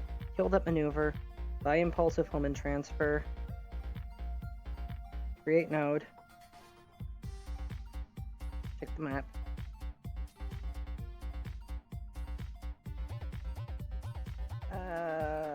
Burn time 4 minutes. Oof. Yeah, see, we are crippled currently. It's all this thing can do to limp itself around because it just does not have the energy. That's fine, I should be able to use the monoprop to assist the maneuver slightly.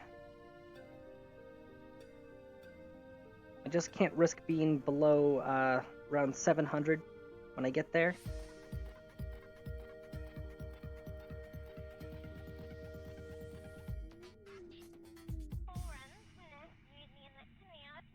Alright, let's get rid of the rendezvous autopilot. I'll be doing this stage by stage on manual. Well, semi-manual. Ooh, hydrate! I could use a glass of water right now.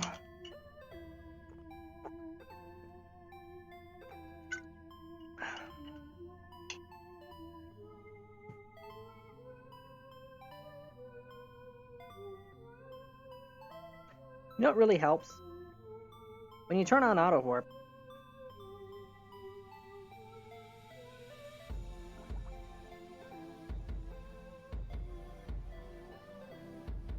just realized these things were only filled to half capacity, and it still weighed that much.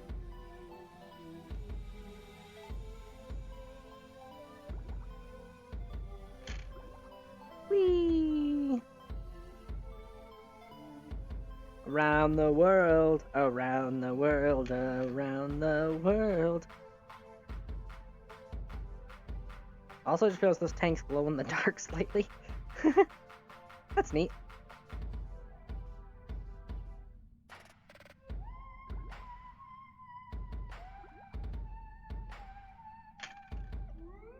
And we're just speeding through 2 hours of wait time right now, doing a phasing orbit.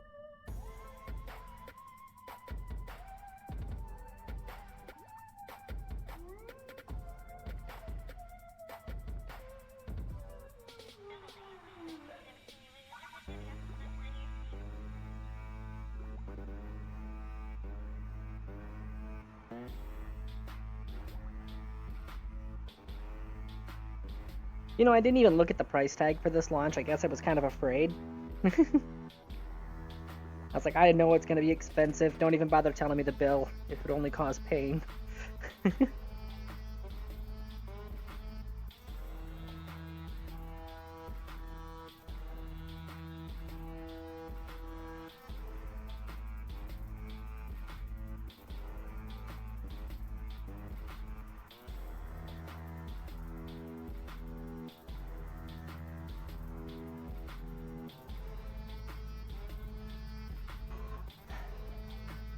Oh, that charge is depleting. Oh, crap. Come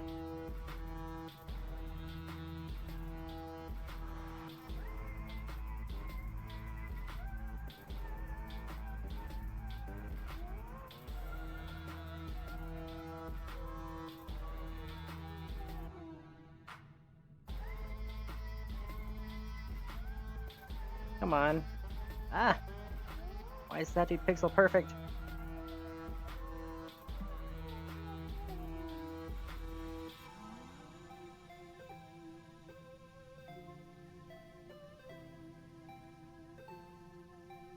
Crap. It's still not gonna quite make it. It's gonna start having engines fail in a second here.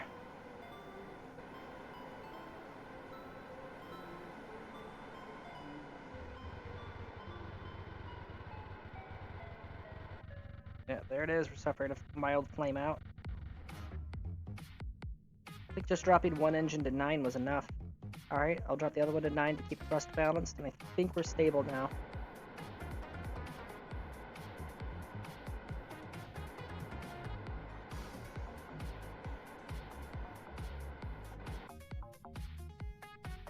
Oh, good to know, nerd.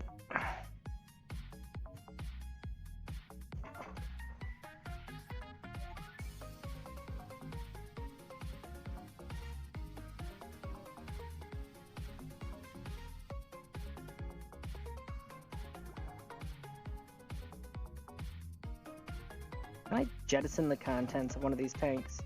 Because that would really help. Right now, it's the weight of all that lithium that's causing the main problem here. I mean, obviously the power grids is an issue too, but oh, speaking of which. Oh yeah, because the engines are running so low, cooling isn't an issue.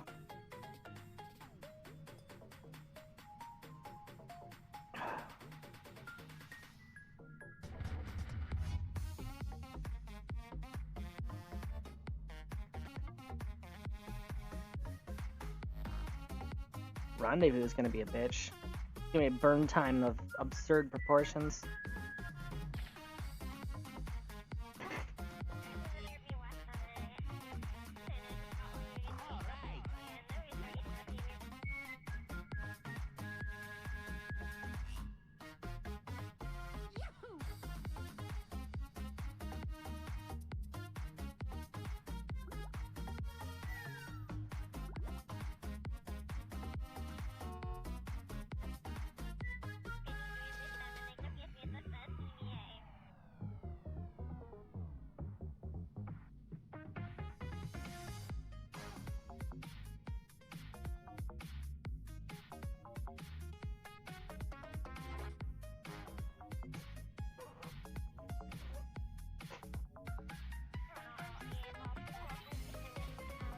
You know something I haven't used in ages, but I just realized might actually be very useful? Target orbit info.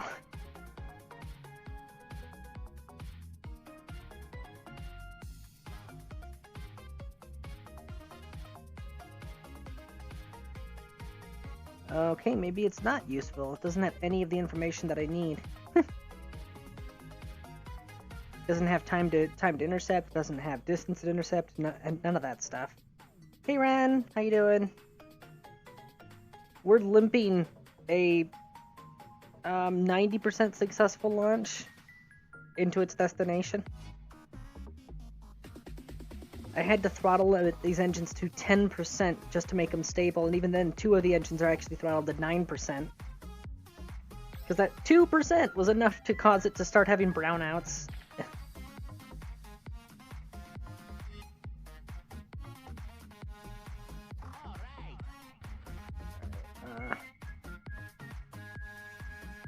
Fine-tune closest approach.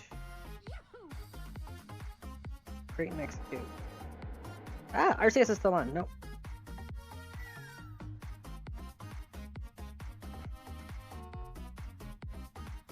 At least they can properly calibrate its burn time now. Because it had actually begun the burn.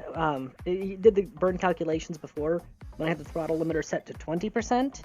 I didn't realize just how quickly it was going to consume the batteries. Hopefully at this new power level it'll actually be stable.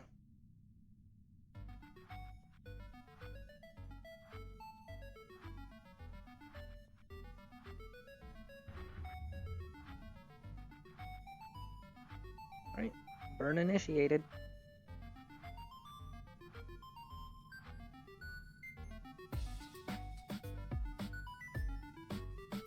Your UPS? Oh, your uninterrupted power supply? Yeah. You're lucky that you're on one then.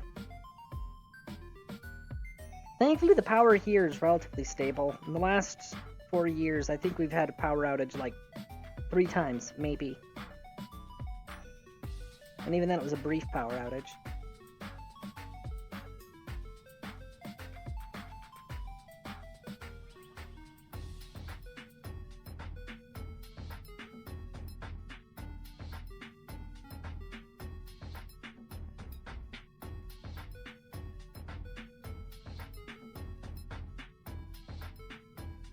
Look at that, styling it right in. Alright. Hydrate, you bastard! Hydrate! Ah. Ooh, a double hydrate. Ah.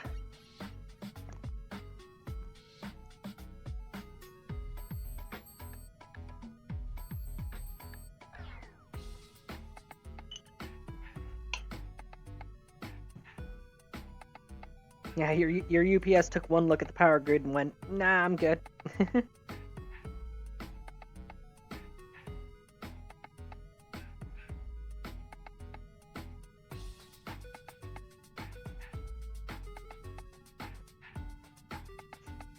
Can't see anything except your pants and shirt.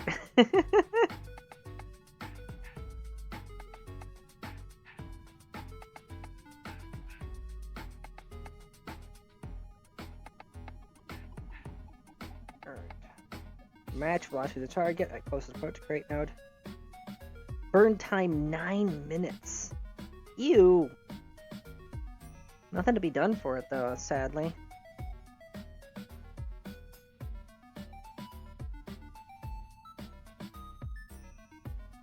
This is one of the most difficult maneuvers I've done.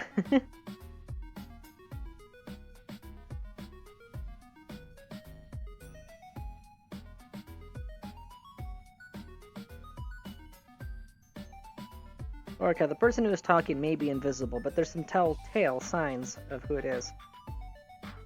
What the hell? Execute next node. Hey, I'm gonna be heading out. I've got Alright. some stuff I need to get done, and I'm gonna be I'm canceling the stream tonight. Alright. Not doing tabletop today? No, I'm canceling that as well. Okay. Have yourself a nice evening. You as well. See y'all later. Bye.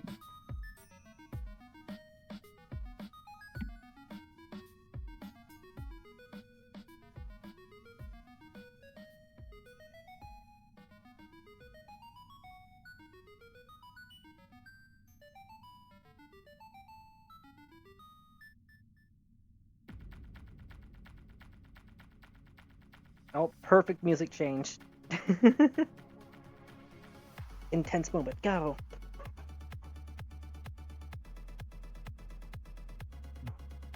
Well, And it's done.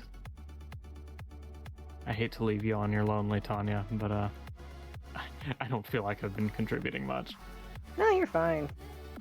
I see that you got the whole neurodivergence thing kicking in. It's nice just knowing the person's there, even if they're silent. All right. Well, if that's how you feel, I guess I don't have to leave. I just Yeah, you're fine.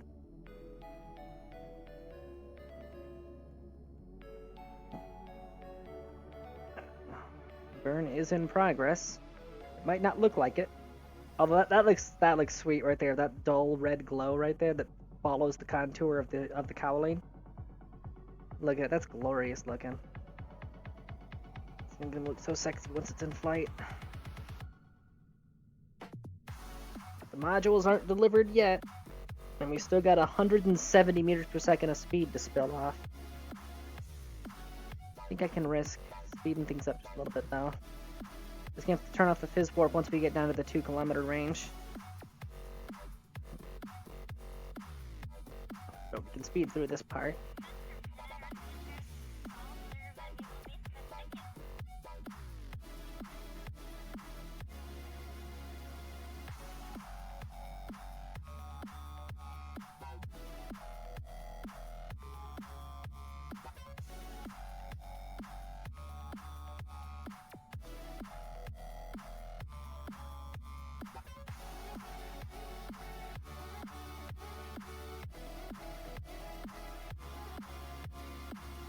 I wonder how much monopropellant do these hold? 100? Oof. Alright.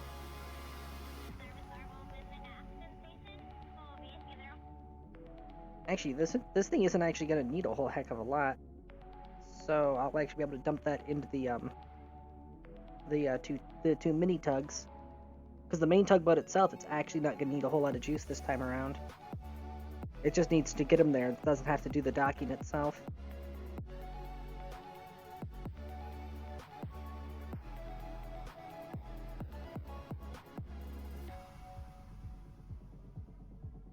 Six kilometers. 5 kilometers. 4 kilometers.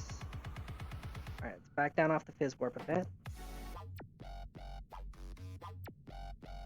Back down entirely. It's about to render in. And there it goes. Yep, there's the hiccup.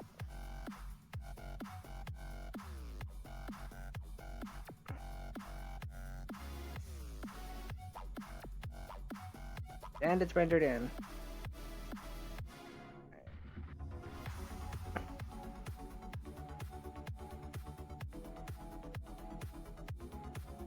The hell? For a second I thought it was tumbling. Idiot, that's the habitation ring.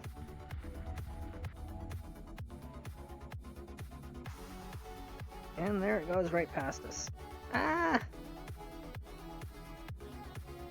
Bye! Have a wonderful time!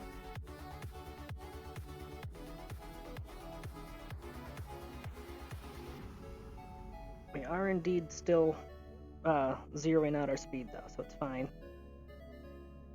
Just overshot a little.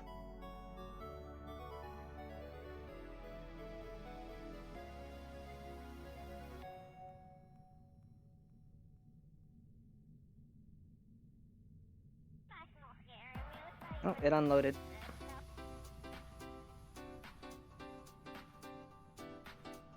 So we overshot by 3 kilometers, but in the scale of space, 3 kilometers isn't that bad. Yeah. Alright, that's good. Target plus.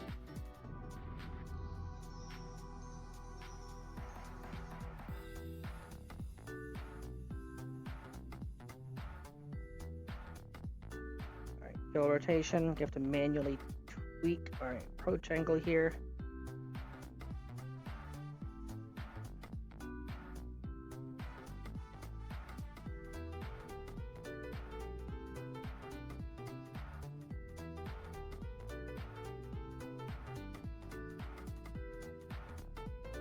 Approach angle good, approach velocity good. Relative velocity negative. Let's speed things up.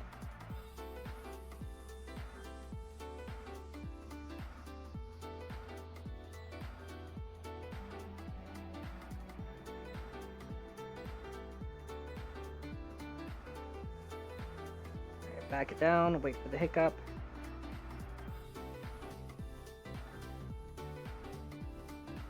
Come on. There's the hiccup.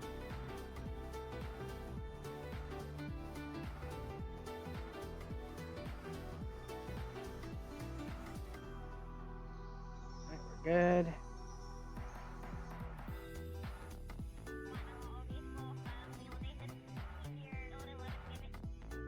Alright, RCS.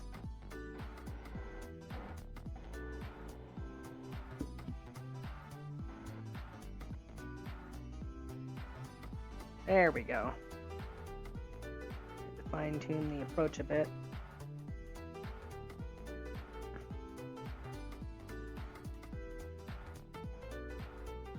Again.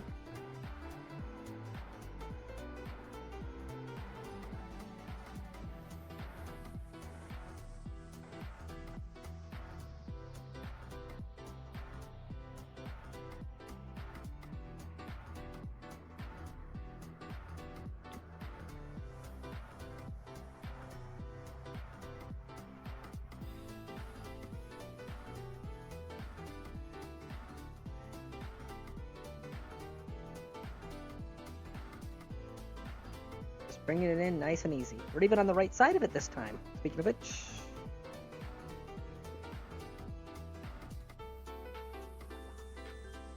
Just gonna have you set to kill rotation. Nothing special, nothing fancy.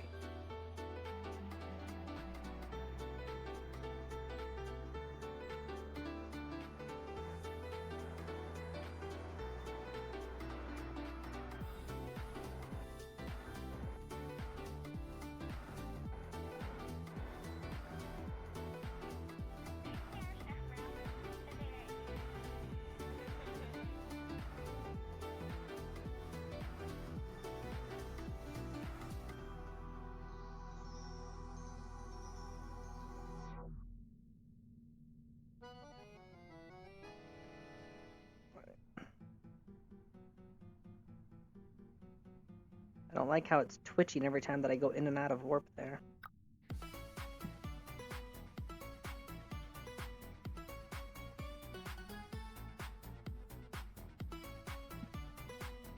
Alright, where is Docket Autopilot, Smart RCS?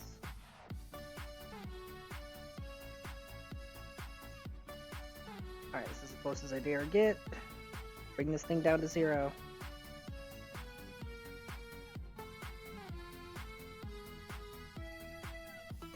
Switch from RVAL to Killrot. There we go. 0 val. Off. Save. Ah! Alright. Monoprop. What do we got? Out.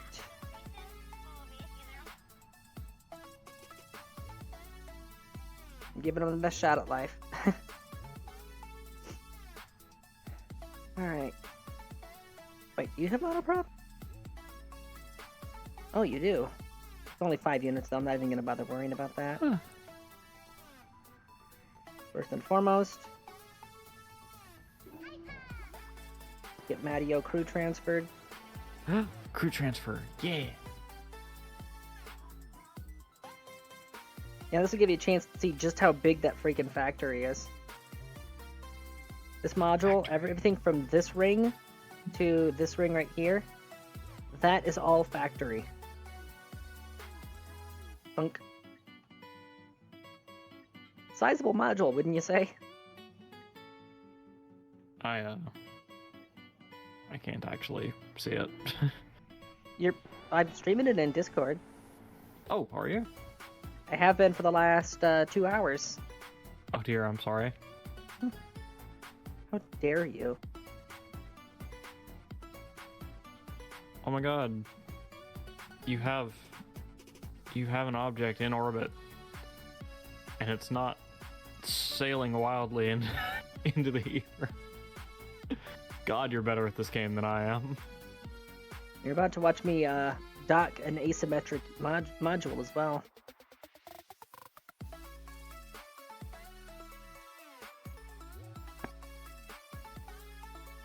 Oh man.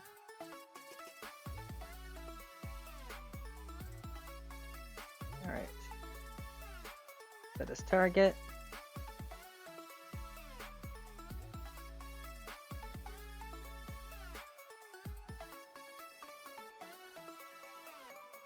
Now we maneuver rocket gentle like hamburger.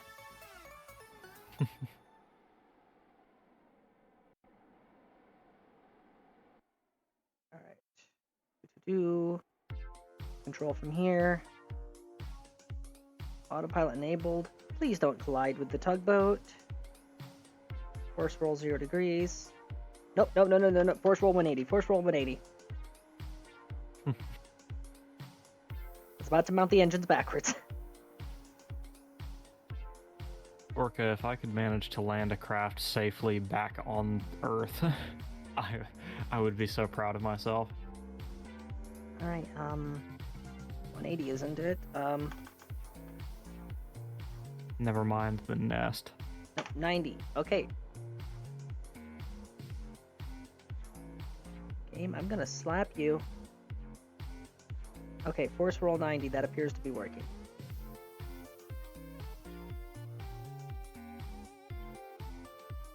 Alright, it's aligned.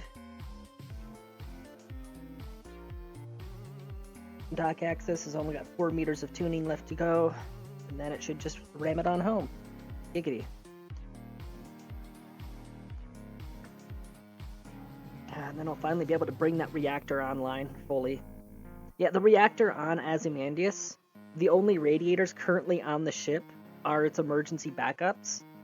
So I can only run it at 25% without risk of melting down the reactor.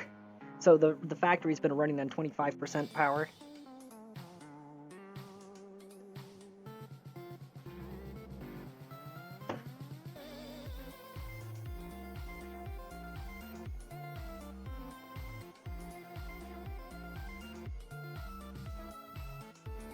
You know, that's fine, just so long as you don't plan on roasting those marshmallows. Then I might have an issue with it. Which his next post is going to be slowly sets down flamethrower. Adds gumdrops. Oh my god, why? I am not candy. Just because I'm soft like marshmallow does not mean I taste like one. Oh, wait, no. Okay, it was Orca that said adds gumdrops. And, yep, of course, Lobron lowers a gun. Knew it. Called it.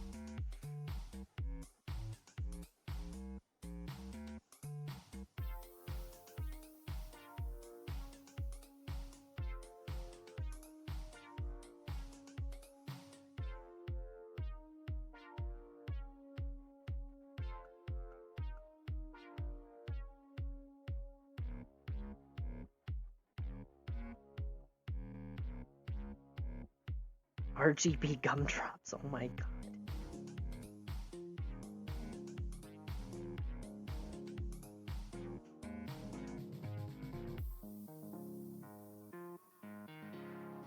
I don't know why, but it's decided that it's going to be super cautious about the docking speed on this thing. I think it's because its TWR is so absurdly low that it just wants to be careful. Which, you know, that's fair.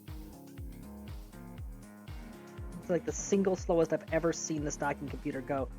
And now it's getting cold feet at the last second. What are you doing? Alright.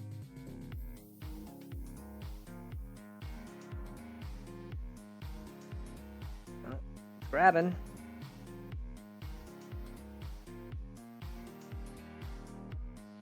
There it goes.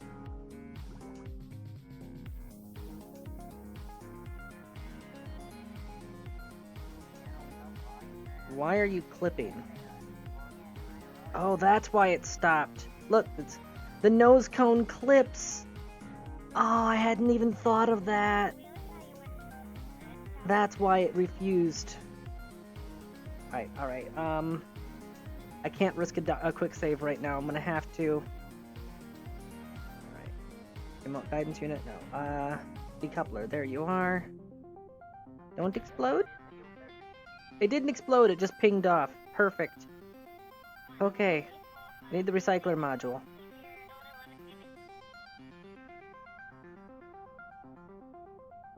Recycler.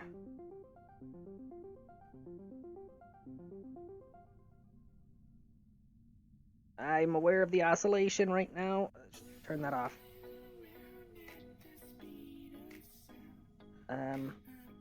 It's yeah, given it's smaller than the others, and it's considered a probe. Yep, there it is. It's recycling it. Look at it go.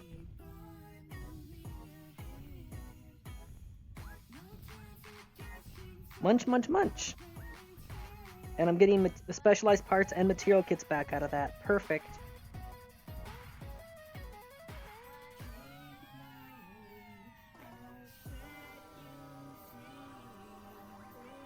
Clean and righteous. Alright. Wow, you're way over here now.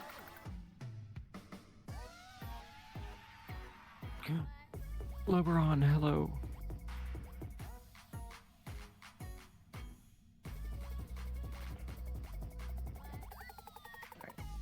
F5. Let's quick save that real quick. And we're going to risk using the RCS.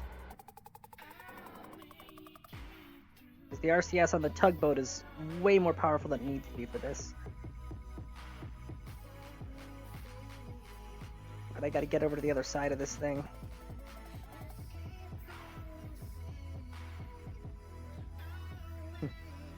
How's the pander? Well, I haven't talked to any politicians lately. There isn't a lot of pandering going on.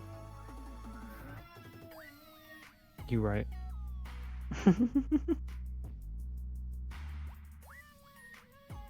Yeah, I'm doing good. Being good pander. Waiting for my. I just realized something. Oh yeah. Something stupid. Something What's up? very vitally important. Something hilarious. I put all the extra effort into making sure that the tugboat would be able to return. Due to events regarding the trip, it doesn't have enough fuel to return. I can't terminate its orbit. It doesn't have fuel on board. So I've got no choice but to scrap it. At least those nuclear reactors will be worth quite a bit. I was worried about restocking the Aussie. Well, that's how I'm going to restock the Aussie, I guess. Means I'll only need to supply it with fuels and won't need to supply it with parts.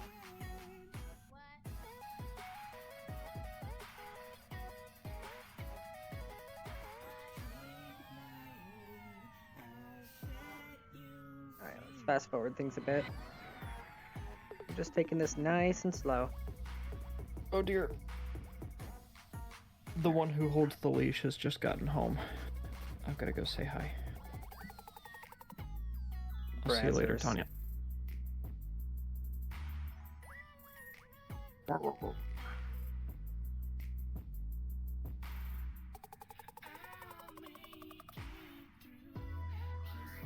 This music is too slow for me.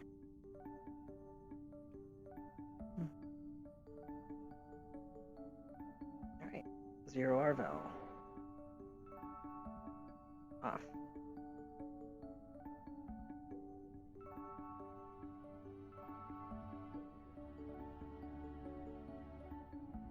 Undock.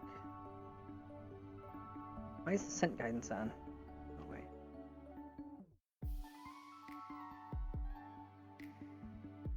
That is target.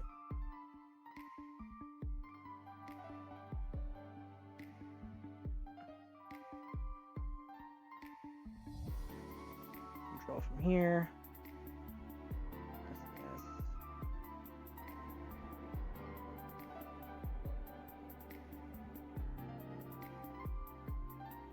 clean separation.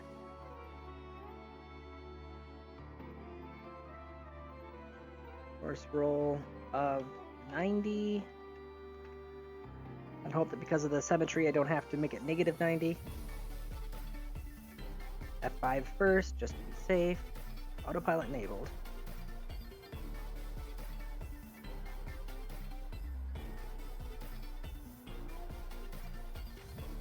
Let's increase your acquire force because you're going to need it.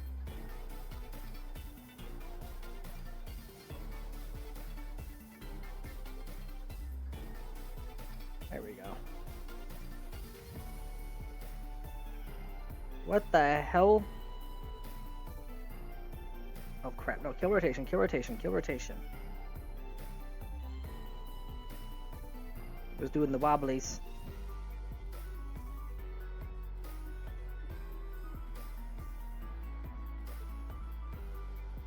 Yep, it is indeed backwards. Alright.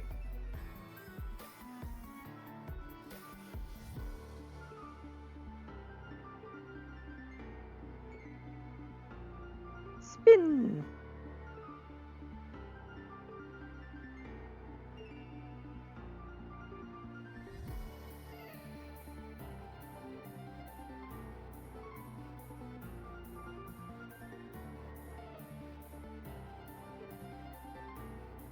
Oh. This thing's gonna need so many struts. Once this stuff gets so huge, it wants to be floppy. There's a certain point at which you reach the structural limits of your building materials, you know?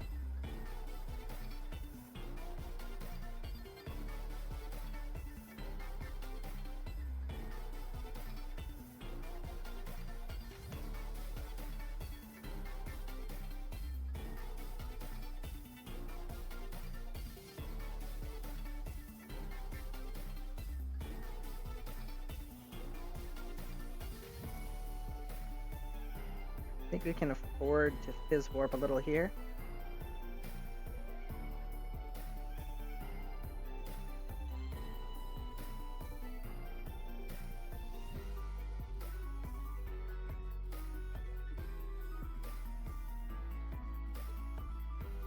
Careful and meticulous assembly.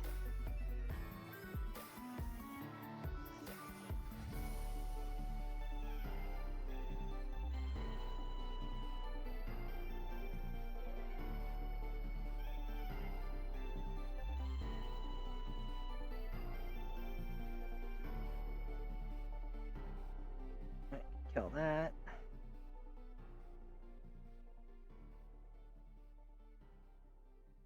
Ooh, actually, yeah. Good idea. It's on its terminal approach right now. So, what if at the very last second, because it won't have RCS once I decouple the nose cone. That's part of it. So, what if at the last second, wait for it, and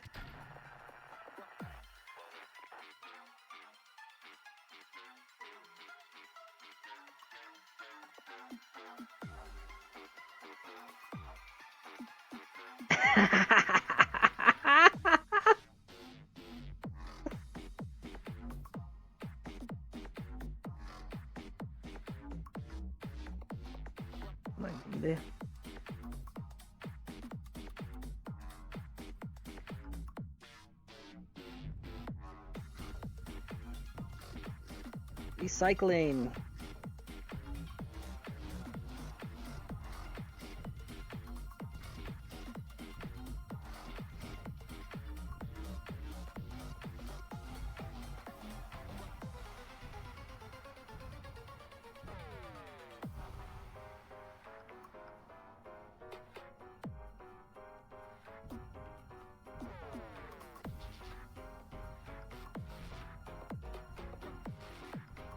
Oh, I just saw monopropellant jump up by 4, so it means it is actually getting the resource containers, which means in a second material kits is going to jump up.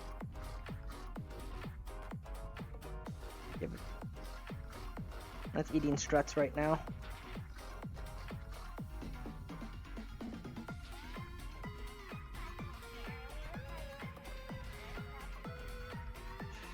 it's eating everything except for the fuel tank. For the material kit storage.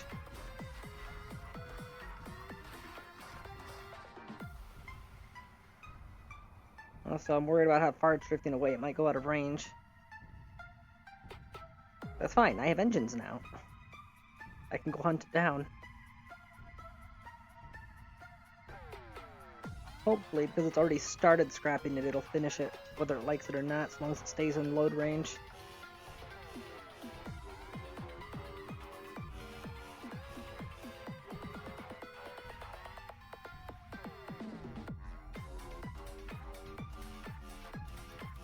Getting a lot of resources out of it, though, at least. Come on, just finish already.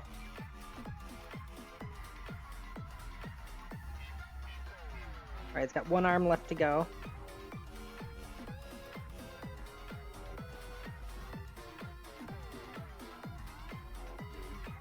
There it goes. That was 10,000 material kits. And we're good.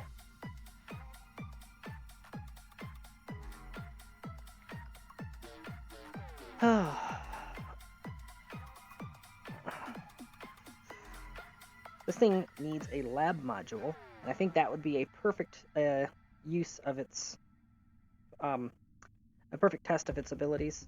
Well, I mean, after the sounding rocket. But I need enough freaking manpower to actually operate the lab in order to run that test, unfortunately. Sorry, the, not the lab, the, you know the word I'm looking for. Ah! Anyways, where's Thunder? He's been a reliable engineer thus far. Actually, no. Board. Close these. Prograde.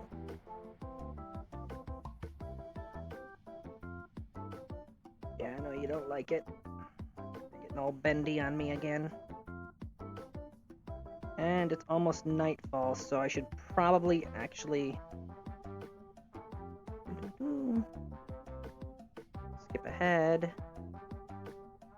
I should check on the lab. It's probably full of science now. There we go. Hey lab, what you got? Oh, it's only got 10.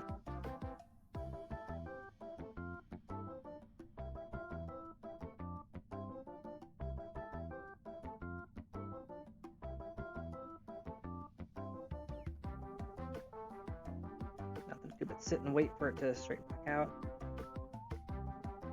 And, suffer the wobbling.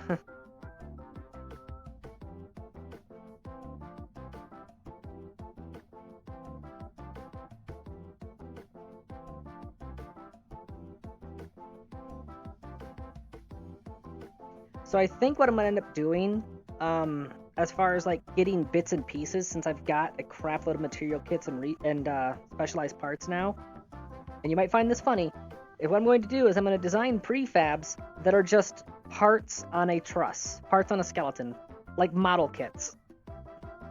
I'll spawn those in and then use the builder mode in order to pluck them off and put them where I need them, and then I'll just scrap the struts that it came in on. Alright, off. Alright. There we go. Stable as it's going to get for the time being. Don't need to worry about Delta V for the time being. Don't need to worry about orbit or dock or maneuvering.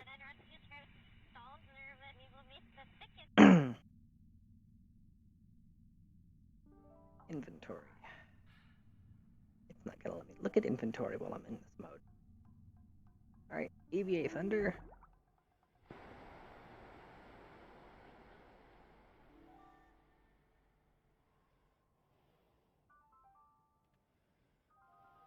Whee!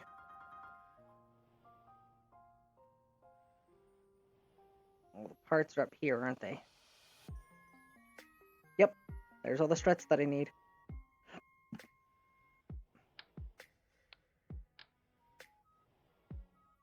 Of course. Because why not?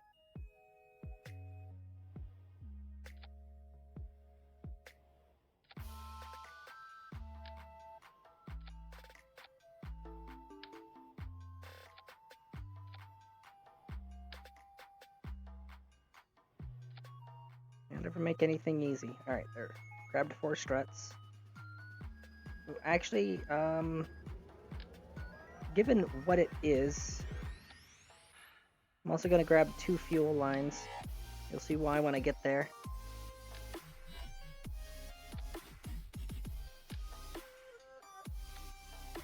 Alright. Totally curious if this thing actually has a bounding box. Aha! That just passed clean through me. And these... Nope. Okay, those are solid. Good to know.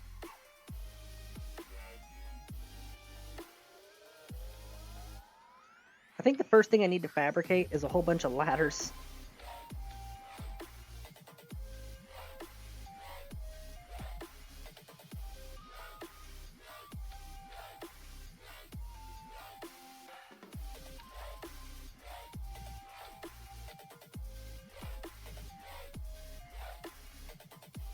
Because ladders would make the working on this thing so much easier. Because it's the slow drift of the camera that's a problem.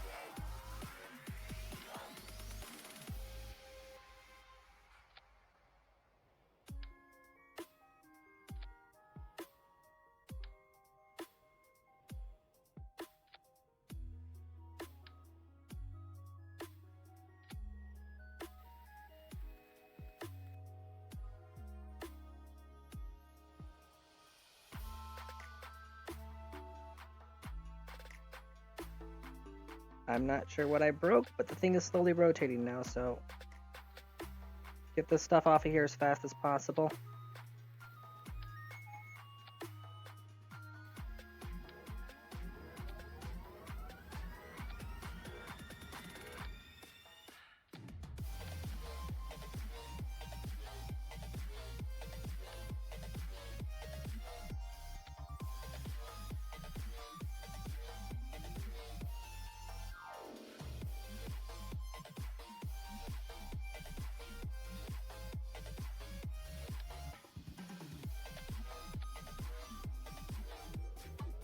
Alright.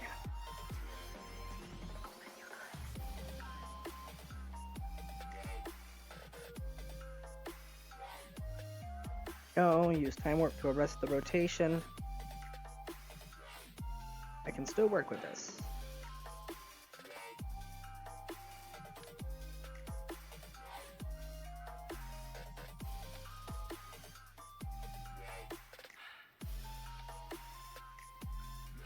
I wish there's gotta be a way to disable that fucking laser animation because he can't use his jetpack and you can't interrupt it. So if he's drifting into something stupid and dangerous, all you can do is sit there and sigh and wait for him to die.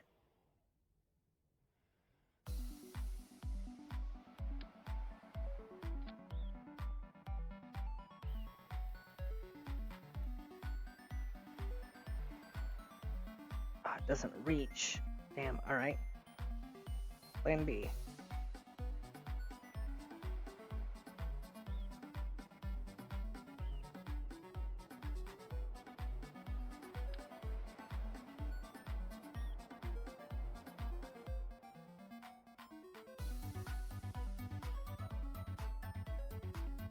Are you being stupid? Yes, yes, enough with the laser. Yes, you have a laser gun. Congratulations.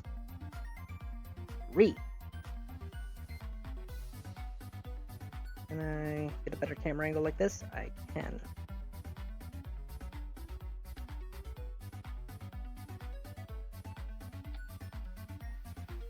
Yeah, see that slow drift? It just went slightly off center because of it.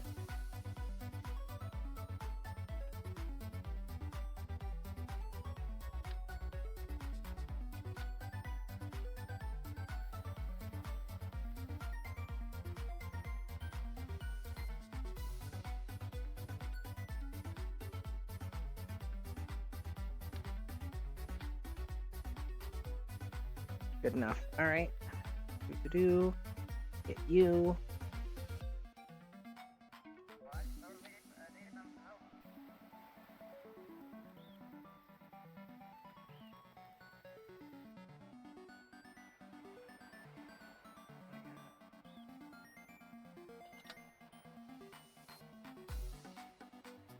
There we go. Now that will make sure that engine's nice and secured because those pipes are stronger than the struts. Okay.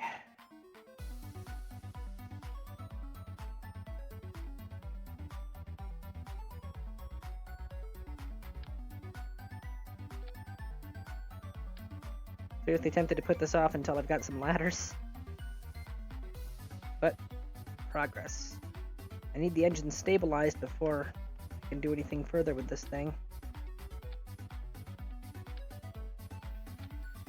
Oh, crap, grabbing that thing again is going to be painful. Doo-doo-doo.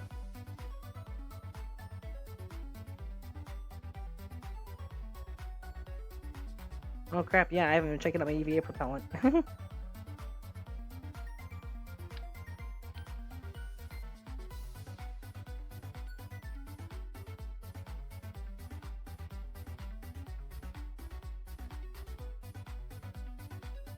Oh, okay, there we go. I've got a bunch more now. Perfect.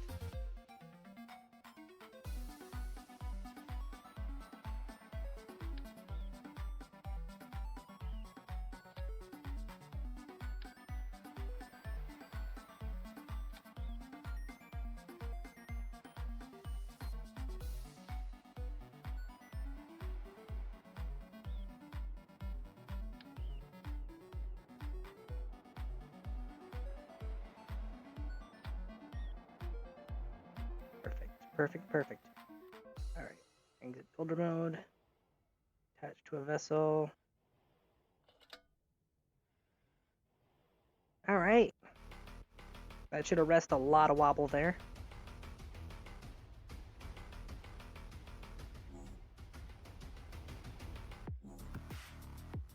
How far away can it be before those things turn green? That far. Alright.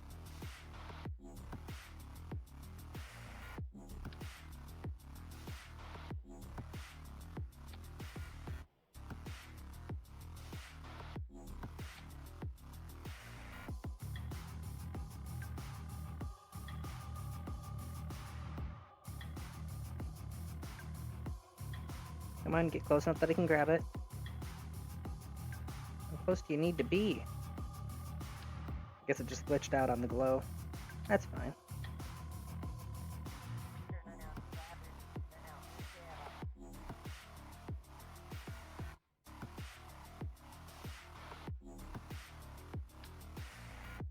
It's most stable when you get that.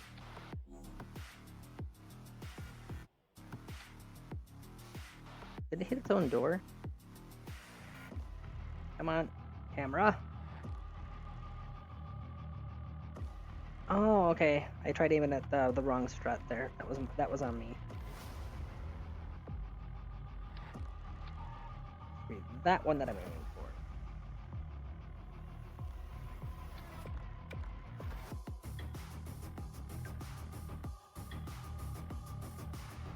This feels like shipwreck. This feels like a rigging, you know, ye old sailing ship right now. Getting all these lines put in.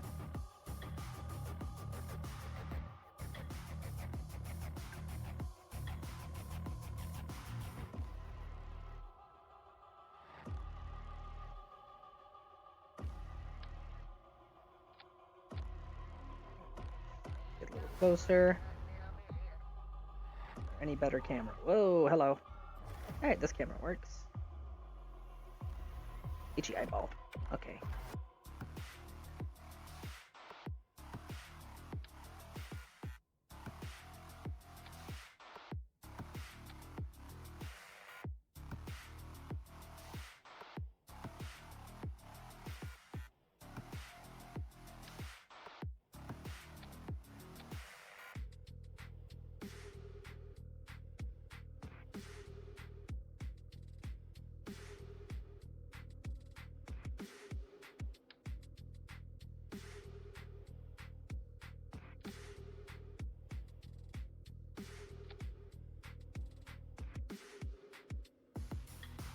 Alright.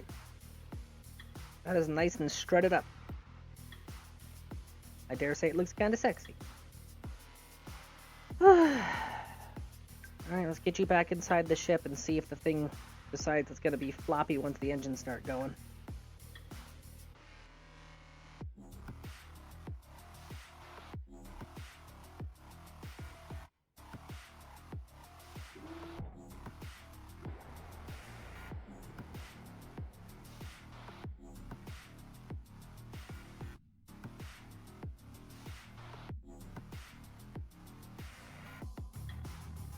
Completing the maneuver.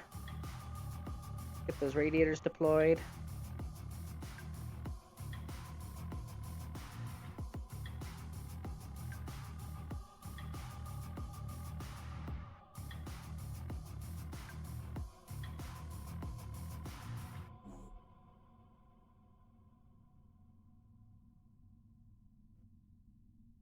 Keeping an eye open for oscillation, and it seems like it's actually pretty stable at the moment. And turns at a respectable rate. But it is worth noting it has no ore on board, and it's very scant on material kit, specialized parts, and it's only at half a tank of gas. Basically, this thing currently weighs about a third of what it does when fully laden. Which means it might be a good idea down the road to install a little bit of RCS or some additional reaction control wheels. But if I do that, I'll have to install more struts, because it would no longer be structurally stable. It would be very wobbly.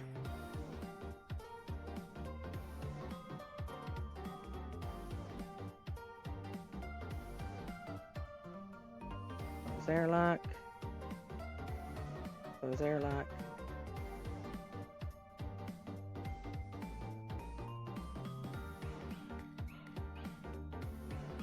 Is there just no button to close you?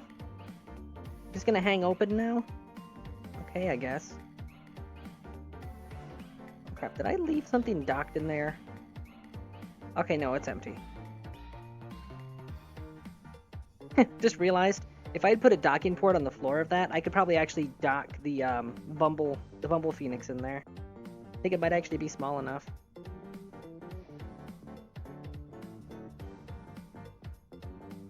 Oh yeah, quick save. Alright, first and foremost, power setting. Shoot. Runs butter smooth. Okay, Delta V. Restats. PWR is currently 0.01. Let's start cranking the engines up. Come on.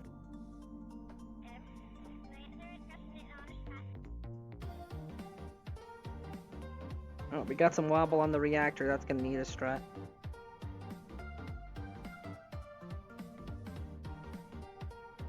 That's a strutting. Alright. According to the calculator, TWR is 0.15. Which, honestly, for a deep space vessel, isn't actually all that bad. Doesn't need to be super speedy.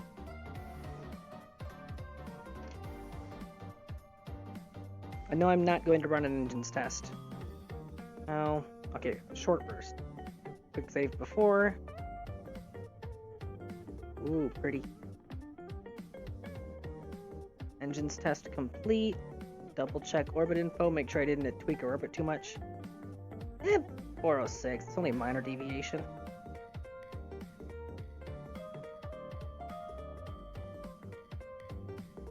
Yeah, there's almost no frame bending there at all under full throttle, so I think that's good to go.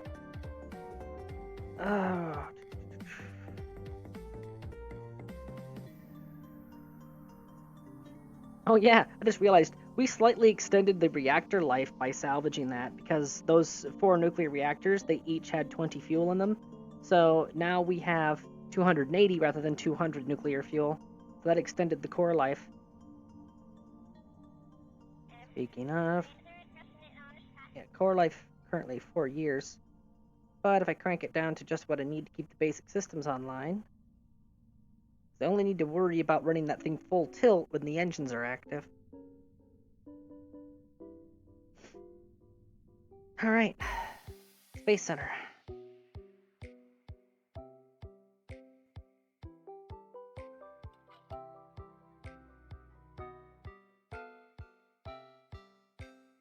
I need to design a...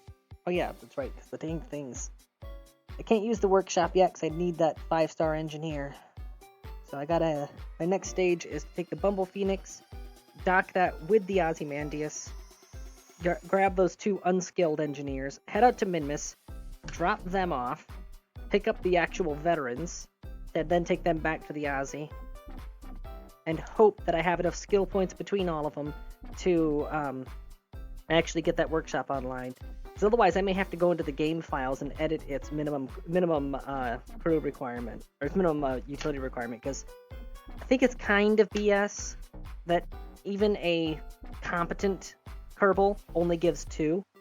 Like, they have 2 stars, they only give 2 points of work power.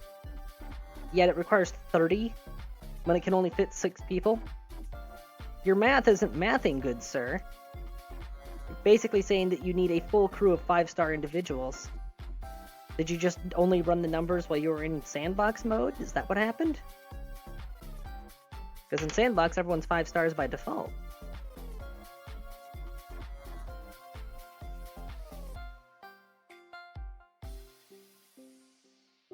Alright.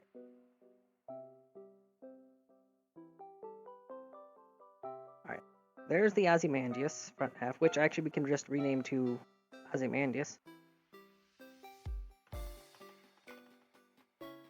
And change its icon to plane, because it technically is capable of self-power now.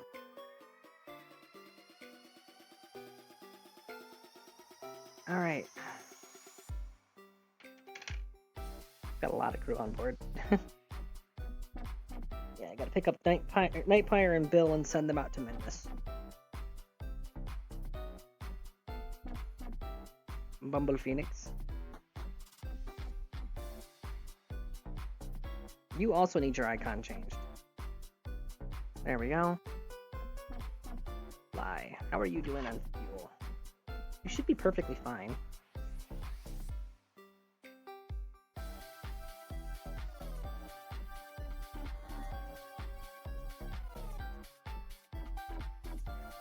And since it's ahead of the Aussie, I'm going to boost its orbit up, so that way it'll slow down.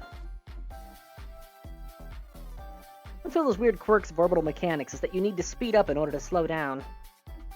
Because the higher orbit is technically slower, even though you have to speed up to get into it.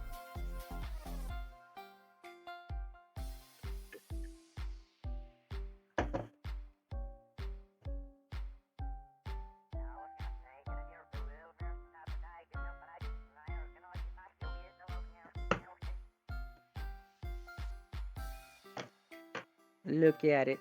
It's so cute. Whoop. What's it doing on fuel? Oh, it's fine.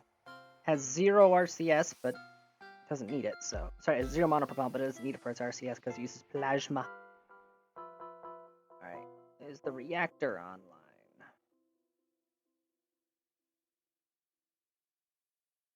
Okay, reactor is online.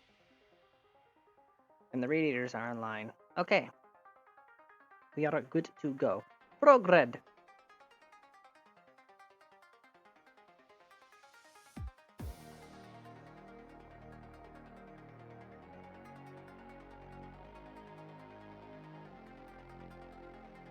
There we go.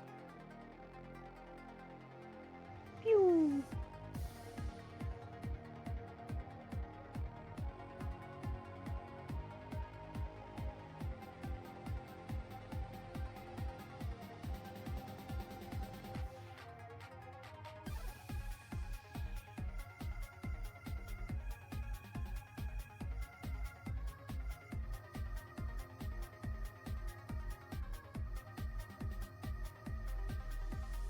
Oh, would you look at that?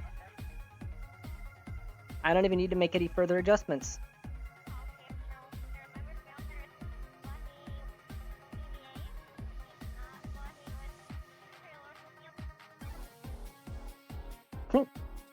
Okay.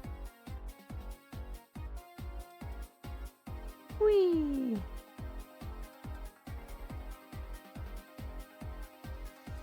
Alright. Maneuver planner. Maneuver planner. Whoop. Fine tune closest approach to the target. 100 meters. Red node. Oh. Remove all nodes. Create and execute. Go! Alright. Remove all nodes. Create and execute. Just want to get this as precise as possible. Just a little.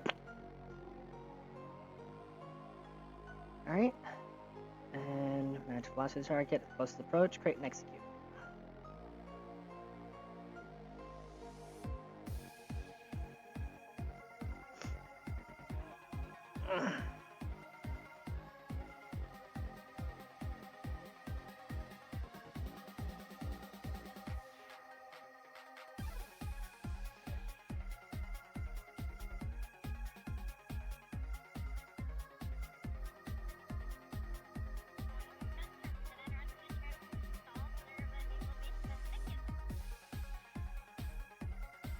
That's KerbNet access. I never even use KerbNet, honestly. KerbNet's just the bargain bin version of ScanSat, if I'm being perfectly honest.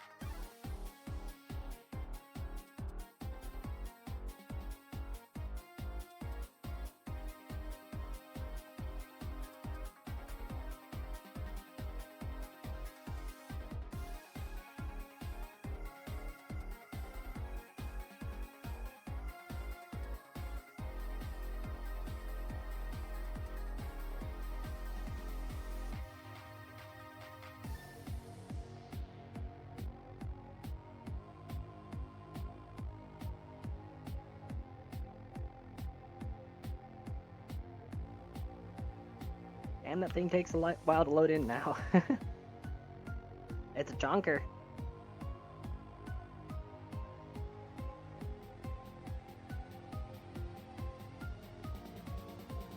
Alright, I'll stop the virtual camera. Maybe that will help.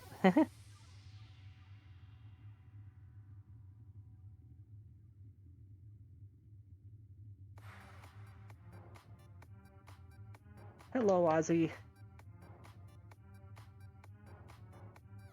Think about how you can tell the same person made both ships. They both follow very similar design philosophies in terms of engine, power, fuel, and radiator layout.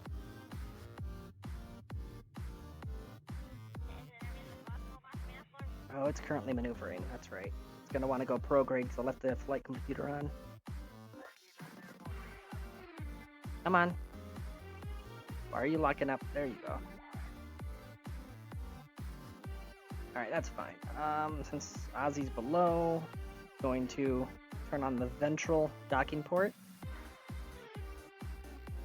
Alright, we're good there. Whoop. I just realized something. Freaking amazing. There's enough storage capacity on the Ozymandias and enough nuclear fuel on board. I could build a Bumble Phoenix out in orbit of Joule once it gets there. Alright. Open, control from here, lights on. Set as target. Docking.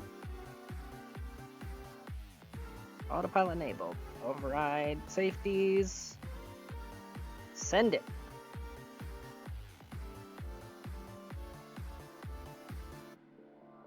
Alright, what is it saying is 0? That's what's saying is 0? Okay. Okay. 180. Go. And retract the radiators. Don't need them right now.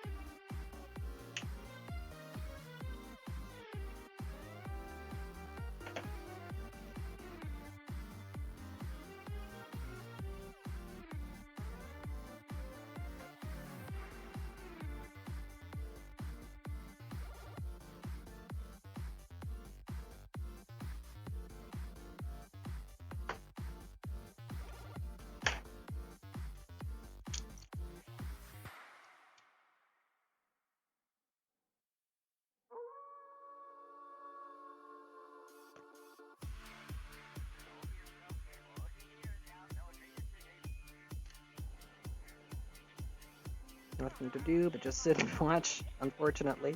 I wish I had more commentary right now, but this is it, you're watching it.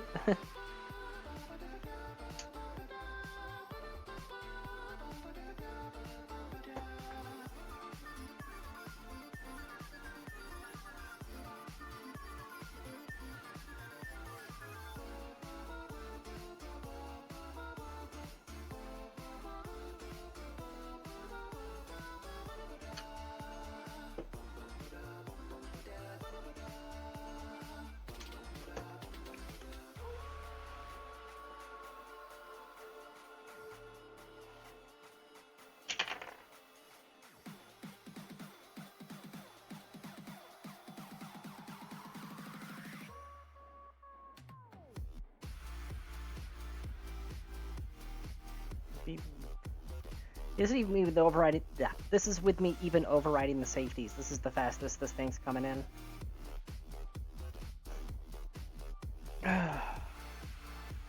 This actually make me reassess. Where the hell am I gonna mount that laboratory? Like, the easiest place to mount it would be directly on top of the Convertitron right there. But unfortunately, that means that the ventral docking port would then only be able to be used by small craft or craft that have a docking port on the nose, because there'll only be clearance on one side. But I mean, it's got these, which have plenty of clearance, so it's not like it wouldn't be the end of the world, you know? Yeah, I think that's gonna be the only option. Alternatively, I could remove this from Symmetry, and then move it down here to this radiator. I think that's what I'll do. Why are you doing this again?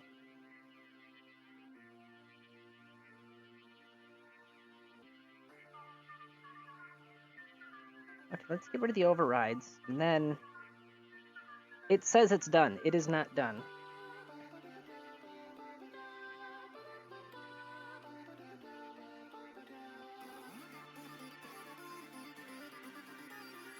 Okay, what's your deal?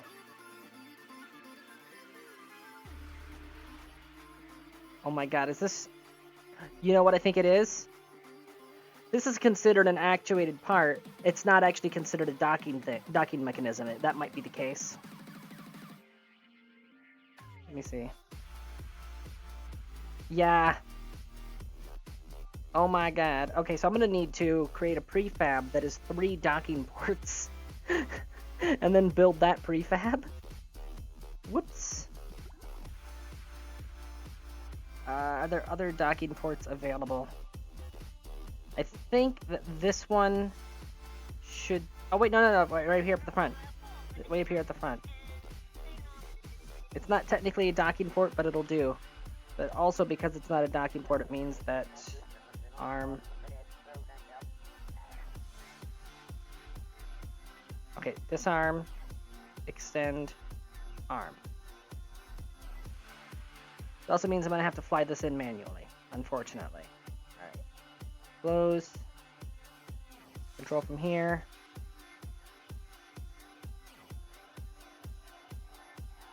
Clear this ring. Whoa, hello. Oh, this is what Tanya sees. Wow, this is like Elite Dangerous levels of cockpit visibility.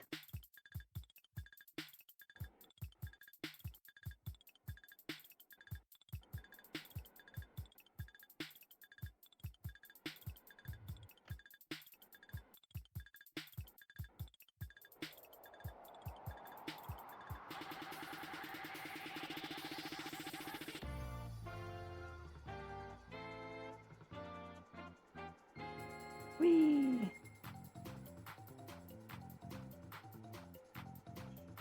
Got like 5 different keys pressed on the keyboard right now to perform this maneuver. Come on, come on, come on. Alright. We're coming into alignment. Alright. Whee! Spin!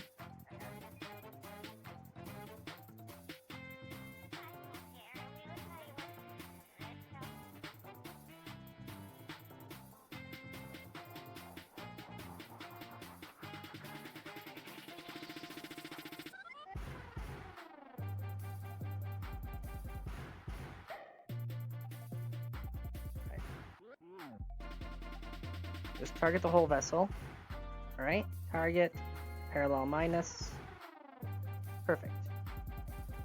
No, no, no, no. Force roll 0, you twat. Actually, hold on. Yeah, there we go. Perfect.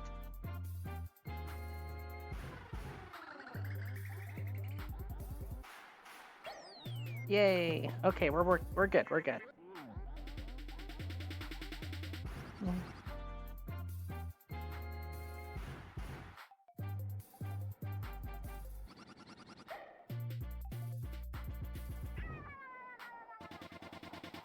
I'm so glad this thing has fuel for days, weeks, and months.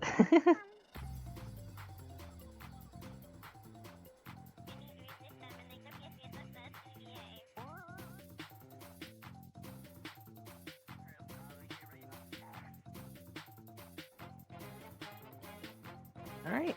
I think this is just a case of let the chips fall. Maybe I'll help that out along a little bit. Come on. And... what the hell? I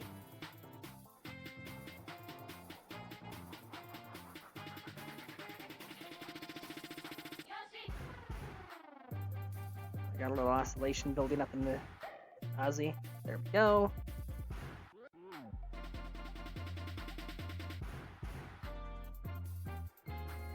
Come on. Alright, Smart RCS, where are you? 0 Arvel.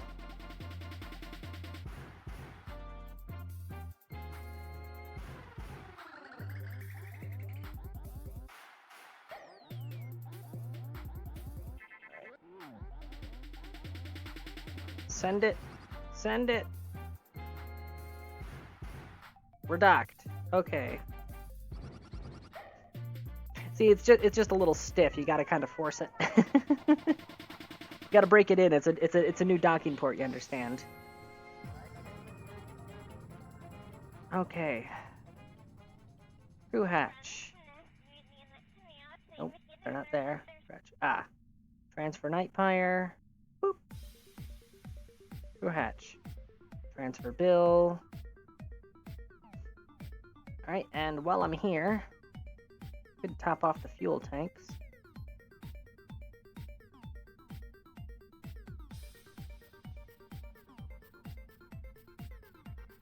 Oh my god. Oh my god. Oh my god. I forgot how many individual tiny tanks this thing has on it. Schloop.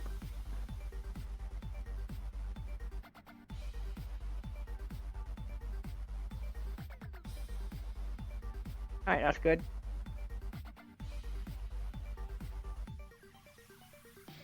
Alright. Of course, you gotta realize that getting liquid lithium from these tanks way back here to this ship way up here means that there are superheated pipes traveling the entire length of the ship. I'm sure that's safe.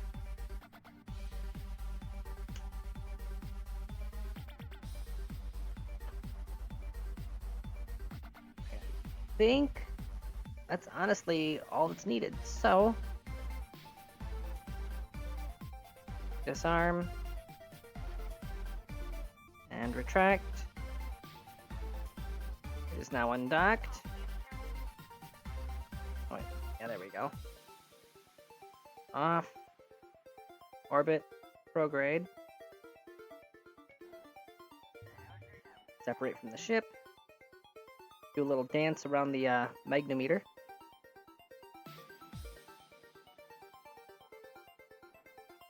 Alright. Scroll, scroll, scroll, scroll, scroll, scroll, scroll. Set as target. Go to docking, go to Smart RCS. Home transfer.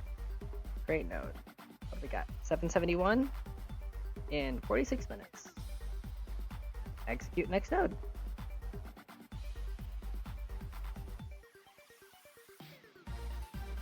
Bye, Ozzy. That thing just looks so majestic. In fact, actually, does the time warp?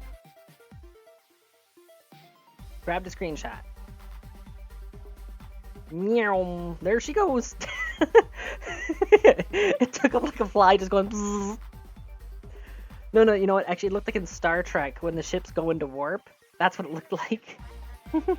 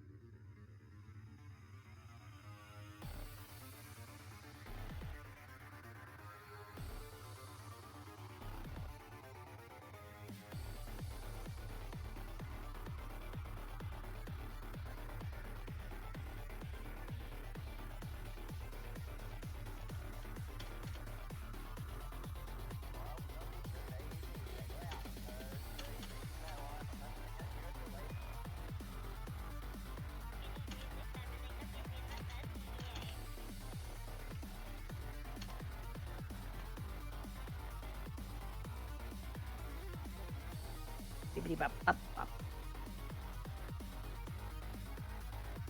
I'm sort of short on commentary right now. Spin out of protest.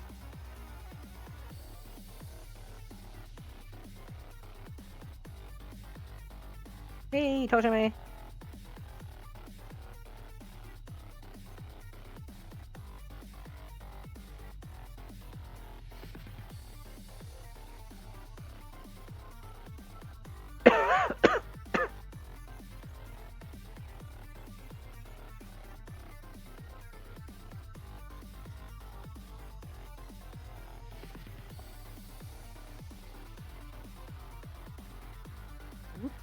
Whoop.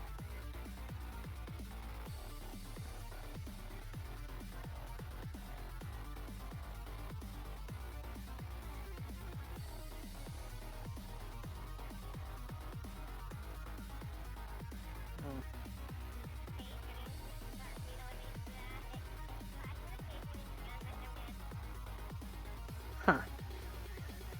Interesting.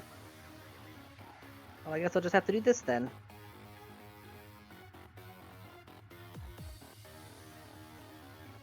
Look at them. They're happy in there.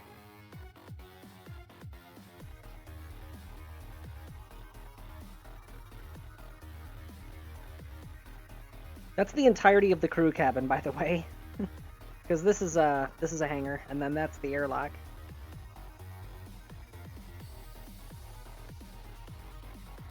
Grim determination. Oh, the lighting makes it look like she's got one blind eye. And it's the smaller of the two, so she's like bug-eyed here.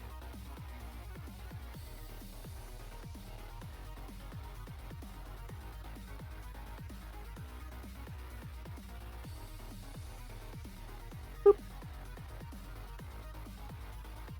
Pressure eye. No, she's got those chihuahua bug eyes going on. That's what that is.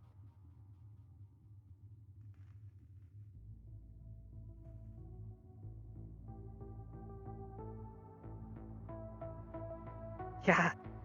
Well, I mean, in zero gravity, you don't really have to worry about cushions all that much. Also, we don't know how Kerbal butt anatomy is. I'm sure Rule 34's got some ideas, but we don't know. For all we know, they can handle whatever surface they're sitting on. You can put them on a bed of spikes and they wouldn't give a damn. Okay, you're good enough. You're good enough. Rotation, and let me check our orbit. I think we're good. It's not the best approach, but it doesn't need to be, because the orbital speed around Minmus is like walking pace. Woo!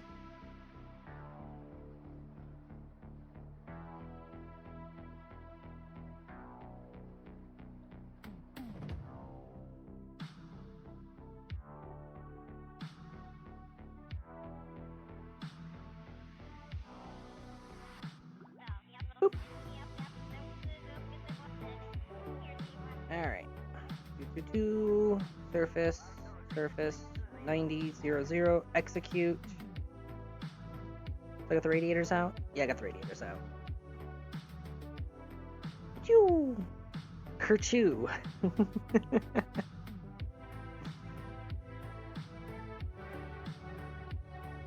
Alright, I'll stop there. Heading of 50, execute.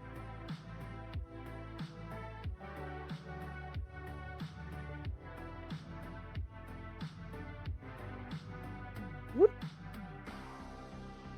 I am a genius. Circularize. Next, periapsis. Great, execute.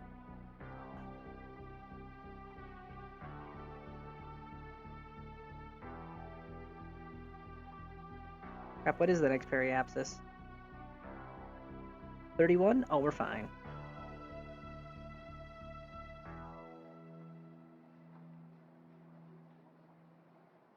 Whee!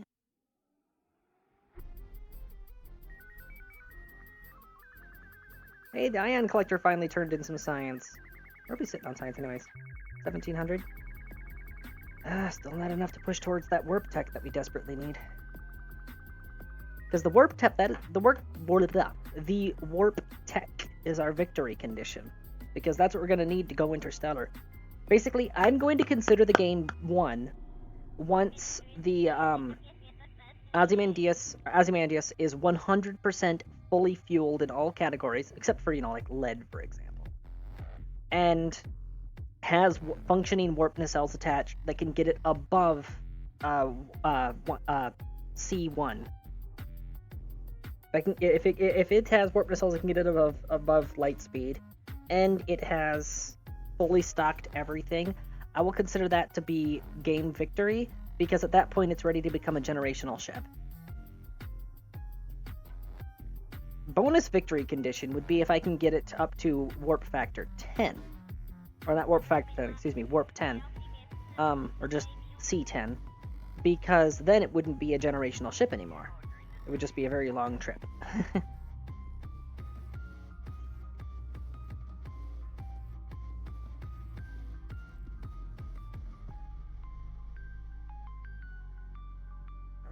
Actually, let me double check something. How far away is Proxima Centauri?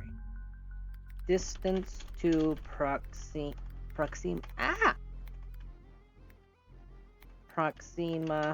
Centauri. 4.2 light years. So yeah, moving at the speed of light, that's 4 years, but if you can get up to 10 times the speed of light, then suddenly that trip is only like 5 months. So, yeah. Distance to Kepler 22b. Yeah, see, that's a little bit further away. Kepler 22b is 587 light years. So crunching that down to 58 years, see, that's a bit of a difference, you know?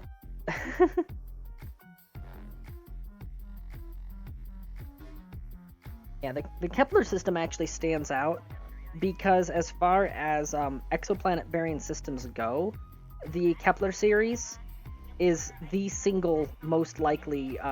It has multiple exoplanets, all within the Goldilocks range. And if you were an interstellar observer, let me set as target. If you were an interstellar observer looking at our solar system, you would see it the same way we are currently seeing the Kepler system. Is that we have 3 planets that are theoretically within the Goldilocks zone: Venus, Earth, and Mars. It's just that on Venus and Mars, their magnetic fields shut down, and that's why they're, completely lifeless now. In Mars's case, there's actually lots of evidence that it once supported a geosphere, which, if that was a biosphere, that is a huge chunk of information in the search for extraterrestrial life. If it was always a lifeless world, but not necessarily a dead world, that is also a lot of information.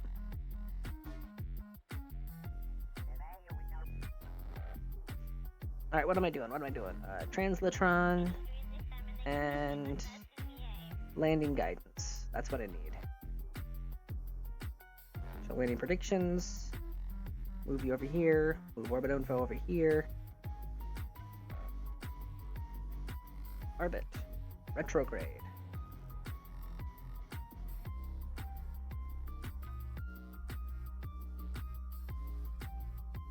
Oh, quick save first.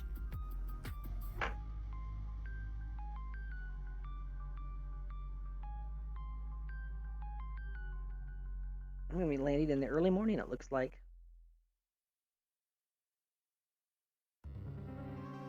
Oh, yuck. I'm going to be landing in the pre-dawn morning.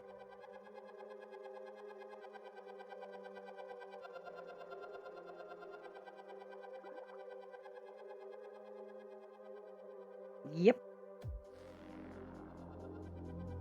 And actually, a fun fact, it's believed that if it were possible to get Venus spinning faster again, that its magnetic field would reactivate, because it is very volcanically active, and the only reason why its volcanic activity is the way it is because when the magnetic field shut down, its magnetosphere wasn't able to protect the moisture content from being wicked away by stellar wind.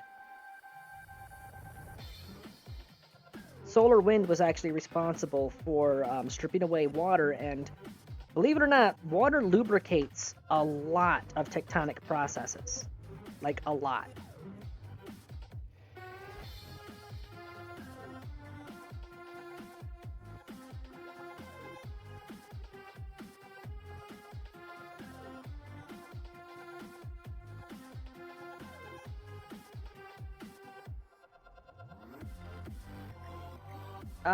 I'm currently flying the Bumble Phoenix, and I'm on approach. But if you remind me in just a minute, yeah, I can do that.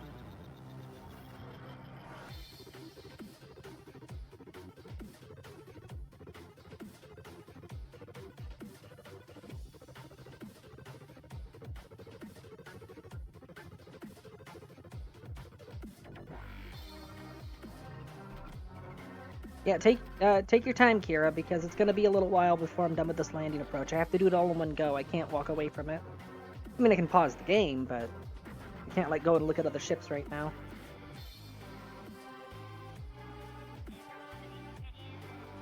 Alright, let's get those radiators tucked in. I said get the radiators tucked in. What the hell?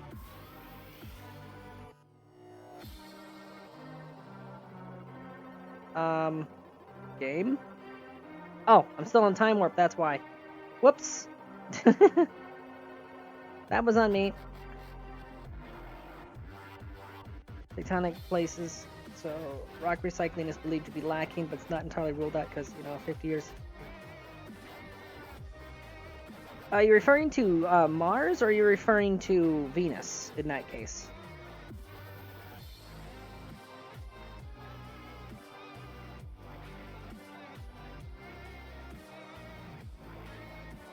Yeah.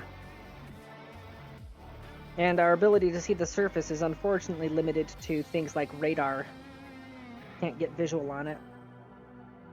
I think what it is the only methods we really have at our disposal for mapping Venus are radar and gravity fields.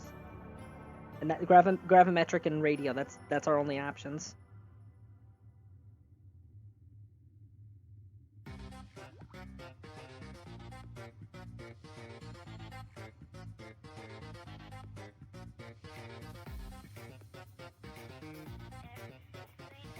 Yep. If you could find a way to reheat the core of Mars and find a way to get Venus spinning again, you could theoretically terraform them.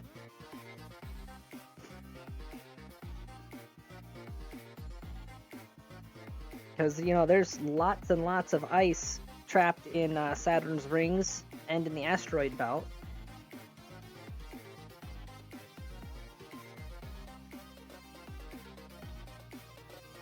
Hey. Here's an idea. Just take all the ice from Saturn's rings, right? And line it up so that when it hits Venus, it always hits it off center, like right on the edge. And then as it slows down in the atmosphere, that drag imparts the tiniest bit of rotational force. So by the time you've dropped several trillion gigatons, you know, it's actually sped it up a little.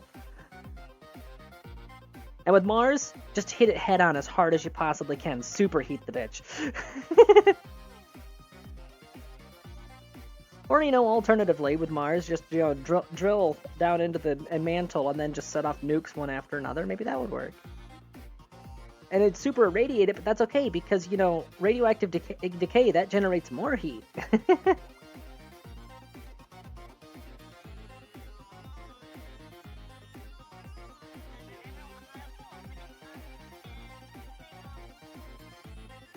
What's our suicide burn countdown? 1 minute? Alright, we got time.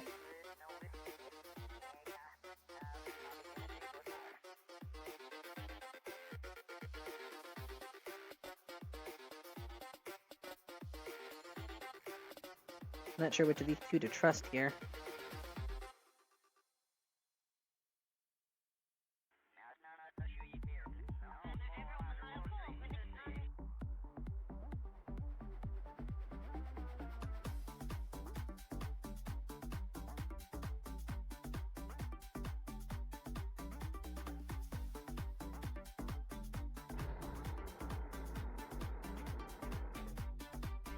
Oh crap. Go from here.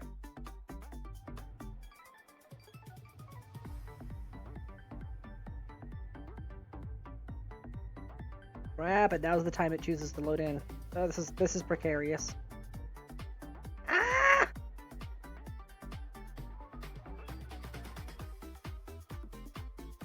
Was it 75 or 70? I can't remember.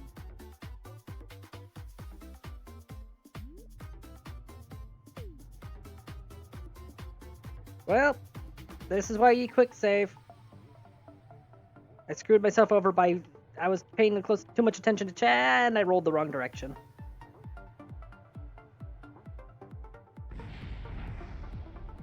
Wow. It generated science from that.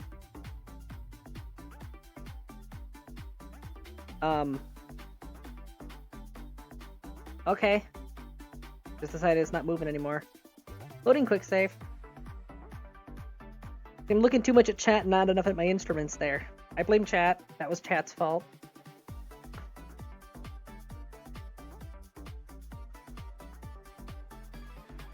Also, Lobron, I actually did watch the core, and I found it ridiculous for many reasons.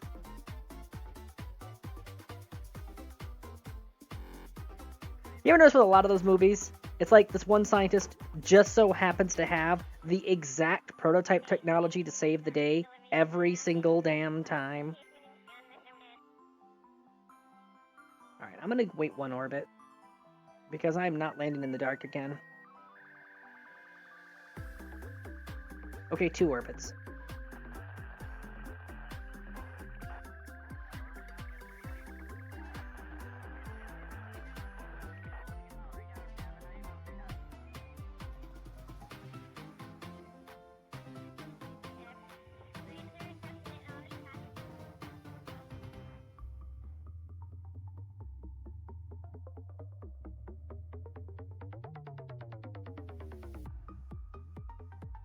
Okay, I want world trajectory turned off. Kill rotation. Alright, fuck it, we're doing it manual.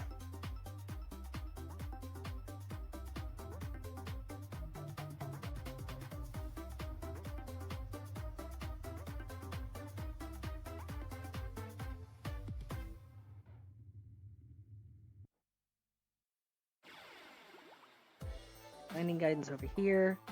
What am I looking for? Ah, utilities. Differential throttle. There you are.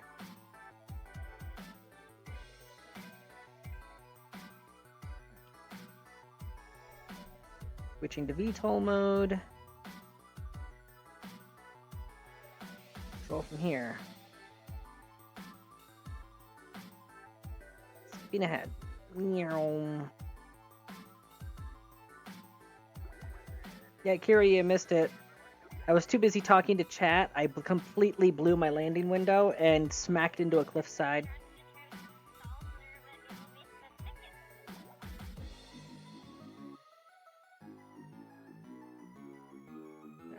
Negative 30. Execute.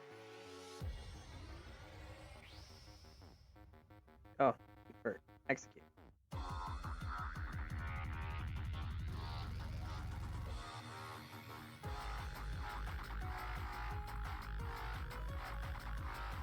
Look at that, rock steady.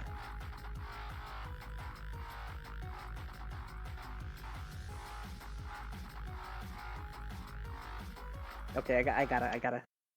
Oh hey, there's an asteroid the size of Texas heading right for us. Let's send a crack team of oil drill is and a nuke to blow yip. Or hey, the core died, but this just so happens to have a laser that can bore into it. Then we can nuke it active gin.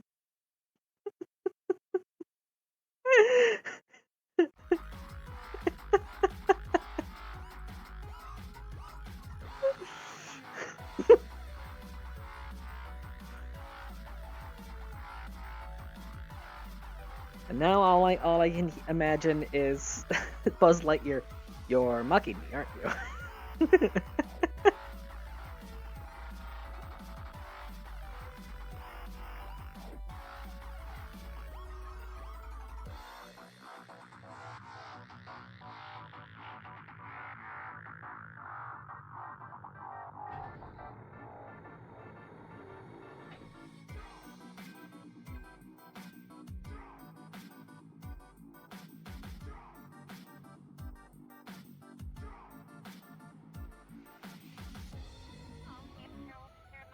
That's why I prefer mechanical keyboards. The tactile feedback is underappreciated.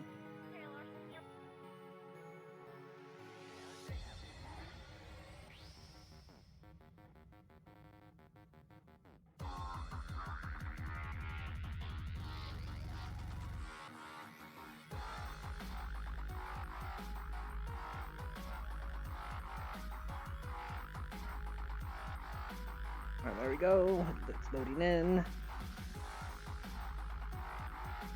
Come on, finish loading in. There it goes.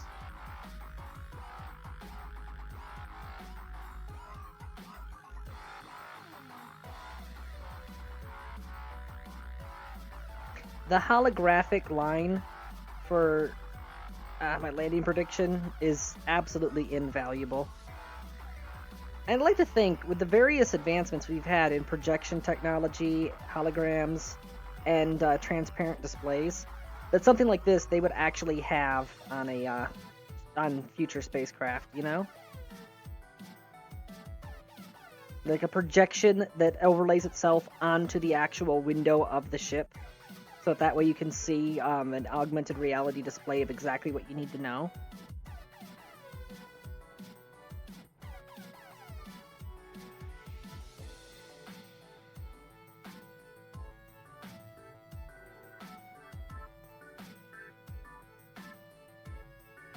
That's literally what I just said.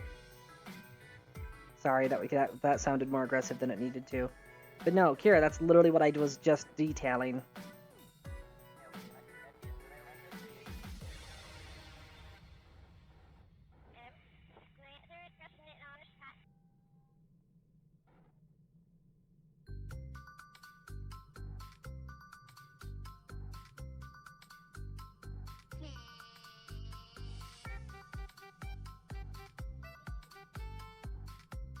Yeah, no, not, that's why I specified holographic projections and transparent displays. That's why I specified that.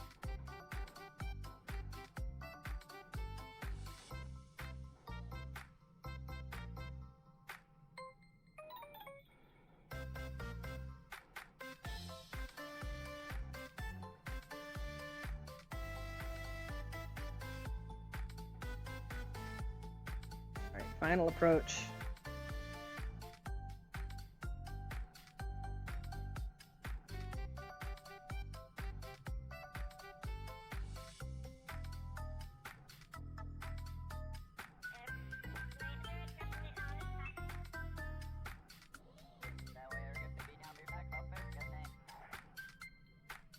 Why do you guys have holograms turned on?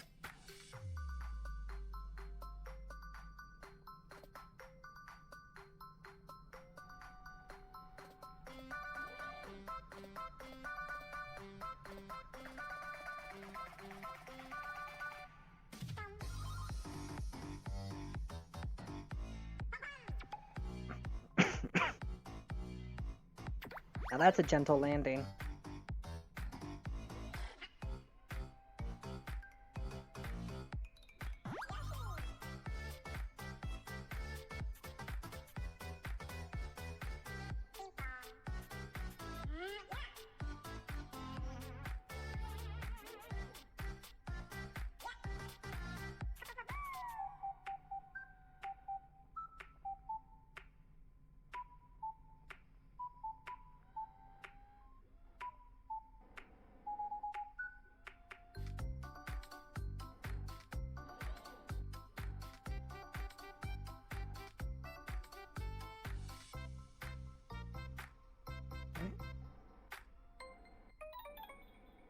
And, uh-oh, I'm gonna bump into the gas pump. Ah! Bonk. And that is why the canopy is ballistic glass. Doesn't just keep out micrometeoroids, it keeps out bad driving.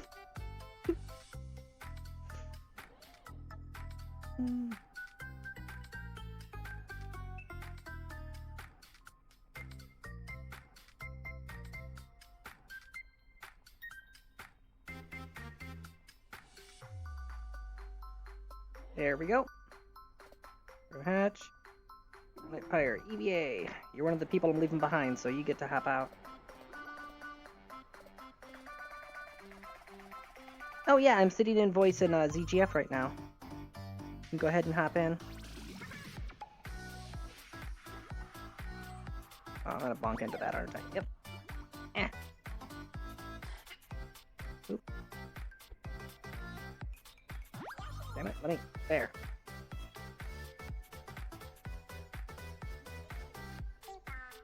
Those freaking giant holograms are getting in the way.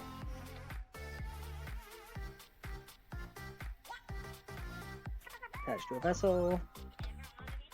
Alright, we are docked.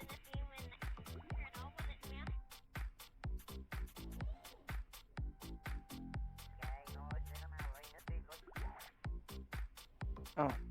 They already made glass with circuitry inside complex enough to display live images and use touch controls. We just need to make a computer that won't fry in a month due to the sun's radiation outside the Earth's magnetic field. That's a big issue in the ISS. Well, I'd like to believe that in that particular situation, since, you know, if you're going to be having actual, true, fully functional spaceships, they would need some form of radiation protection better than just, you know, sheets of lead, you know? So I'd like to think the case there is that, like, the ship has its own personal magnetosphere, you know? Alright, done Baratu. Yay. You 5-star bastard. Alright. Whee! Actually, hold on. Get back in there. I can actually preview just how much you're going to contribute. Oh, that's right, you can't hop in directly. Hold on a sec. And... whoop. Hello. Bibbidi bobbidi. But I have to say, I have to agree. I was thinking some sort of magnetic field generator that would protect the ship, you know? Yeah. Just makes sense.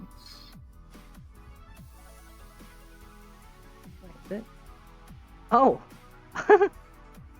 So apparently Also, the workshop menu is actually global.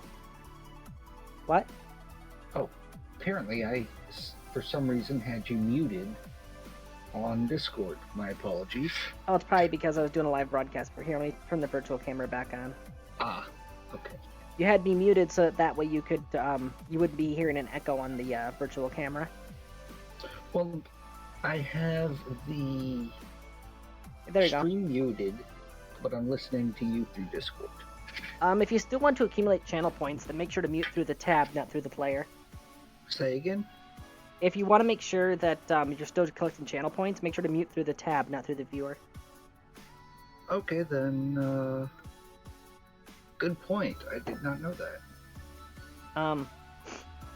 Yeah. And also, if you're watching through the camera, then you theoretically should be getting the music too. Okay, well, I will be joining the camera shortly. I am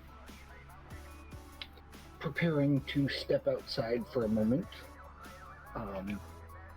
But I have to agree, I think a magnetic field generator would be probably the ideal sort of radiation shield for future spacecraft.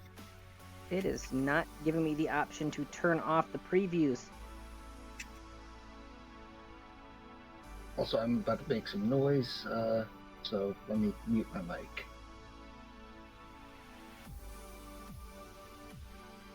Yeah, it's not giving me the option to turn off the previews on these. Well, that's annoying.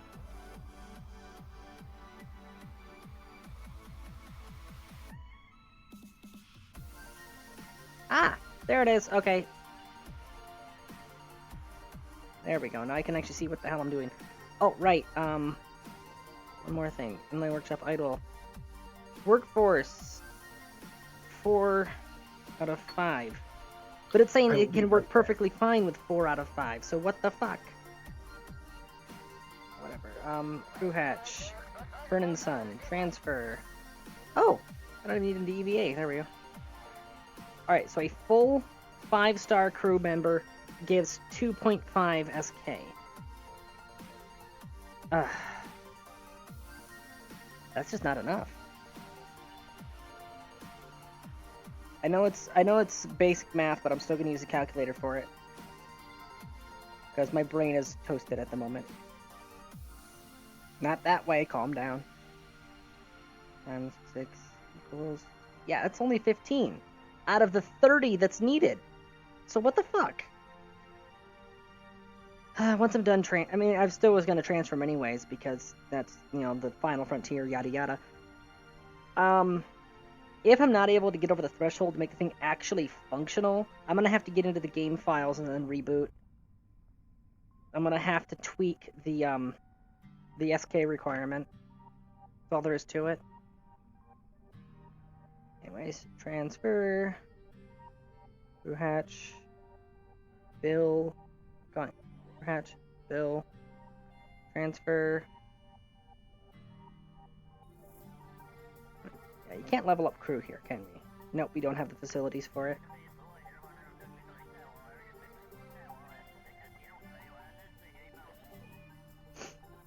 Alright, so crew hatch, Shino and Nightfire.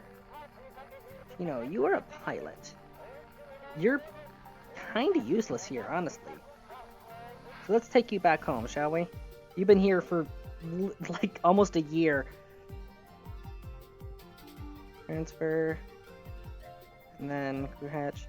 Bill and Nightfire. Alright. They are taking over the vigil here on Minmus. Alright, oh, nope. Bad.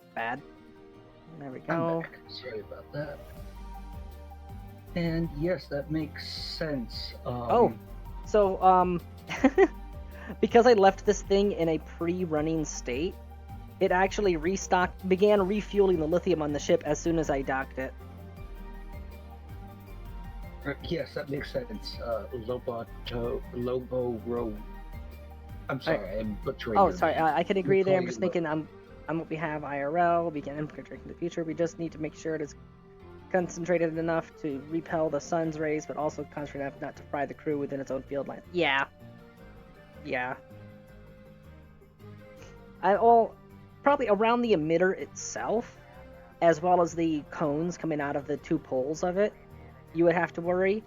But if you're not like directly at the poles and not at the edges or center of the field, you should be fine because there's a torus-shaped gap in the middle. Lobo? Bobo bobo bo. Bobo lobo. What is that? Oh, that's the land claim flag. Alright. I think we're good to go. Let's quick save before I take off and detach that fuel line. I guess Dumbaratu can do it. I just realized One last one for old muted times. myself. Yep, you did. Dumbaratu doing one last EVA here before leaving. We can say goodbye to the place. Yes, it makes sense, Lobo. And also, it would make sense that such a device was contained like a nuclear reactor where, you know, personnel would not directly interact with the device but control it from a control room that is properly shielded and distant enough. Though the interference might have to be like a manual control line, considering potential magnetic interference on electrical signals. So,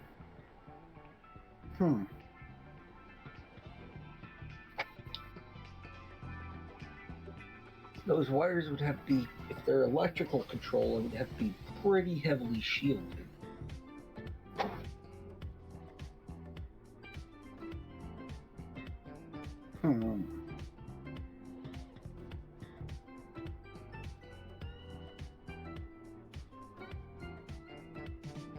All I know is that I really, really appreciate the Bumble Phoenix. This thing has outperformed my wildest expectations for it.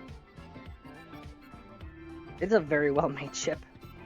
Oh, well, Tanya, you made it. I've made worse. I've made much Yeah. worse ships. They're not Yeah, all I know winners, that. you know. I know that.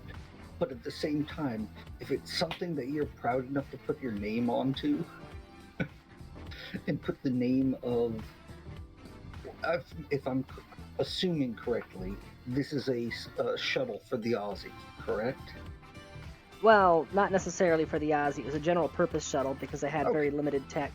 However, well, not limited tech, limited resources. I may end up actually installing one of these in the Aussie because it does have a hangar bay, and I think this just barely fits in it. I haven't actually run a comparison yet, so I'm not sure. Well, all I'm saying is, yeah, everybody makes their mistakes, but damn girl, if you can't build a good craft.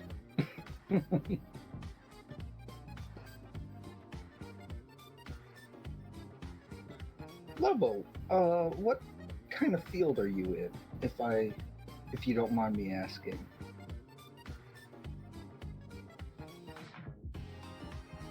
Your knowledge of of magnetic systems and whatnot is intriguing to me. Basically, I'm asking, how do you know so much about these things? You know, it's possible that they're just a nerd. Well, yeah, but too much Star Trek. That explains it. Okay. Should clarify. Are you taking how Star Trek handles tech with about a spoonful of salt? I would take it with a. Actually, you know what? Hold on. I don't care if I get a bowlful. copyright strike for this. Sorry, not strike. Copyright claim for this. It's not a strike. Strikes are different than claims. I gotta clarify that one. I don't care if I get a copyright claim for this. I gotta remember the name of the song now.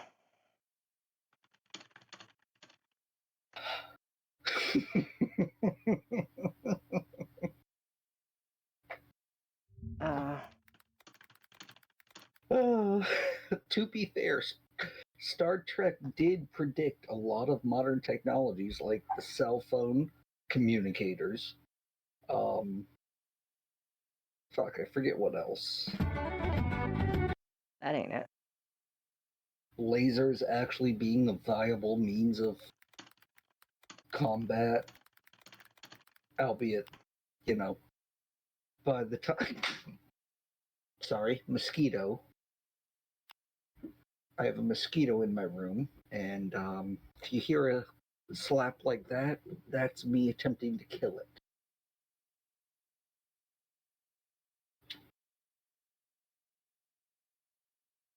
I did Okay, not manage to kill it.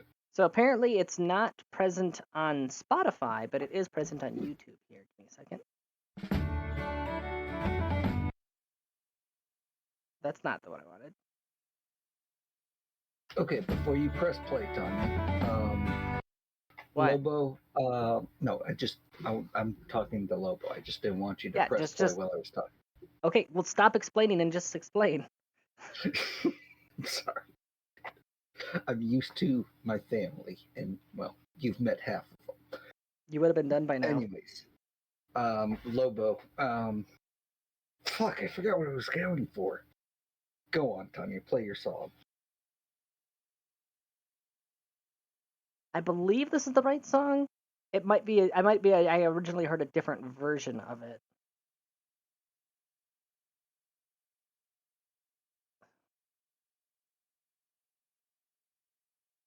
Hold on. Okay. Star Trek song. I'm looking up by lyrics to make sure I got the right one. Do I have enough time to go grab another beer? I guess.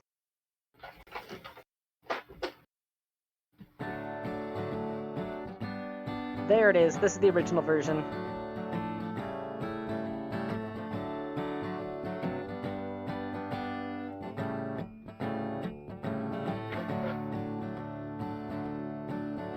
I was stranded on a planet, just me and Spock. We met a nasty Nazi alien, he locked our asses up. We found a hunk of I'm crystal back. and a metal piece of bed. We made a laser phaser gun, shot him in the head. Bust a move, dog. I was standing I have to on say- the bridge when Sulu came to me. His eyes were full of tears. Yes, what do you have to say? Yeah, no, I'm not going there because I forgot we're on stream. It had to do with stairs and Okay. the I'm gonna pause this now. He said, Captain, can't you see? The ship is gonna blow to something I beseech. I grabbed a treble and some chewing gum and stopped the warp core breach. And I say, bounce a graviton particle beam off the main deflector dish. That's the way we do things, lad. We're making shit up as we wish. The Klingons and the Romulans pose no threat to us. 'Cause if we find we're in a bind, we just make some shit up. Lum, da-da-da, da-da-da, da-da-da-da. Though he's just a child, and some think him a twit, Wesley is the master when it comes to making up some shit. He's the guy you want with you when you go out in space. Now if only he could beam those pimples off his face. And if you're at a party on the Starship Enterprise and the karaoke player just plain old up and dies, set up a neutrino field inside a can of peas, hold on to Geordie's visor and sing into Data's knee. And I say, bounce a graviton particle beam off the main deflector dish. That's the way we do things, lad. We're making shit up as we wish. The Klingons and the Romulans pose no threat to us. 'Cause if we find we're in a bind, we just make some shit up. Cisco's on a mission to go no bloody place. He loiters on a space station above Bajoran space. The wormhole opened up and now they come from near and far. We'll keep the booze but please send back the fucking Jem'Hadar. What is with the Klingons? Remember in the day, they looked like Puerto Ricans and they dressed in gold lame. Now they look like heavy metal rockers from the dead, with leather pants and frizzy hair and lobsters on their heads. And I say, bounce a graviton particle beam off the main deflector dish. That's the way we do things, lad. We're making shit up as we wish. The Klingons and the Romulans, they pose no threat to us. 'Cause if we find we're in a bind, we just make some shit up. Well, I was stuck on Voyager, pounding on the door, when suddenly it dawned on me I've seen this show before. Perhaps I'm in a warp bubble and slightly out of phase, 'cause it was way back in the 60s when they called it Lost in Space. We were looking for a way to make the ratings soar, so we orchestrated an encounter with the Borg. Normally you think that that would get us into shit, but this one has a smashing ass and a lovely set of tits. And I say, bounce a graviton particle beam off the main deflector dish. That's the way we do things, lad. We're making shit up as we wish. The Klingons and the Romulans pose no threat to us, 'cause if we find we're in a bind, we're totally screwed, but never mind. We'll pull something out of our behind. We just made some shit up.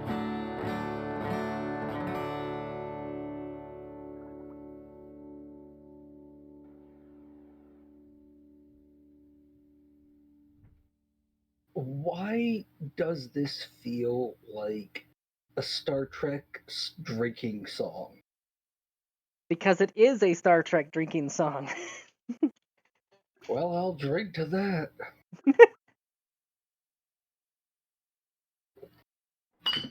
Ugh. Sorry if that came off too loud. I Nah, should you're have fine. lowered it a little bit further. On a side note, I just got confirmation that one of my friends from the UK finally touched down and is now, for the first time, met his girlfriend Whoa. in reality. And they're driving home now. Well, they're driving around LA now. And happy for him.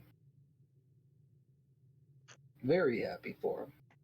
I may not sound it, but that's because I'm trying to not be too loud, because I have people sleeping in my house. Yeah. But dude flew from They're gonna get home, spend a fun evening together, and then, you know, when it gets late at night. yeah. I think their plan is to spend, because they don't.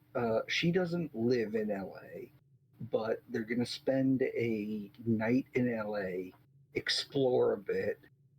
You know, I recommended me being, me, and he knows me. I think I've known him longer than I've known you, actually. Okay, what the hell is it doing? Long and the short of it, I'm gonna there's have an to do a Iowa major course class. correction. Sorry. Once I get outside of Mrs. Orbit, I'm gonna have to do a major course correction. Look at this. Ooh. Disable your auto warp for now. Okay, you know, you're screwing things up. So let's just. I'm gonna do this on manual.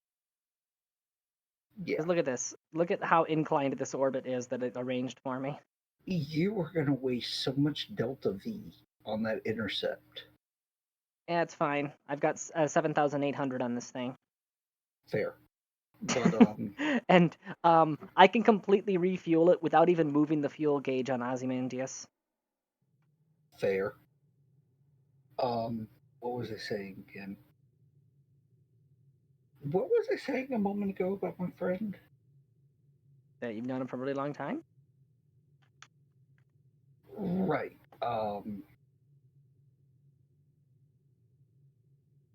Shoot, I think I. Mosquito, if you fucking come in front of me, please come in front of me and taunt me. I want you to taunt me so I can kill you. I love Florida, but I hate Florida at the same time. Okay, what the hell's going on with the instrumentation here? Oh. Whoops. Hold on. There we go. I wasn't quite outside of Minmus's SOI. So the flight computer was very confused.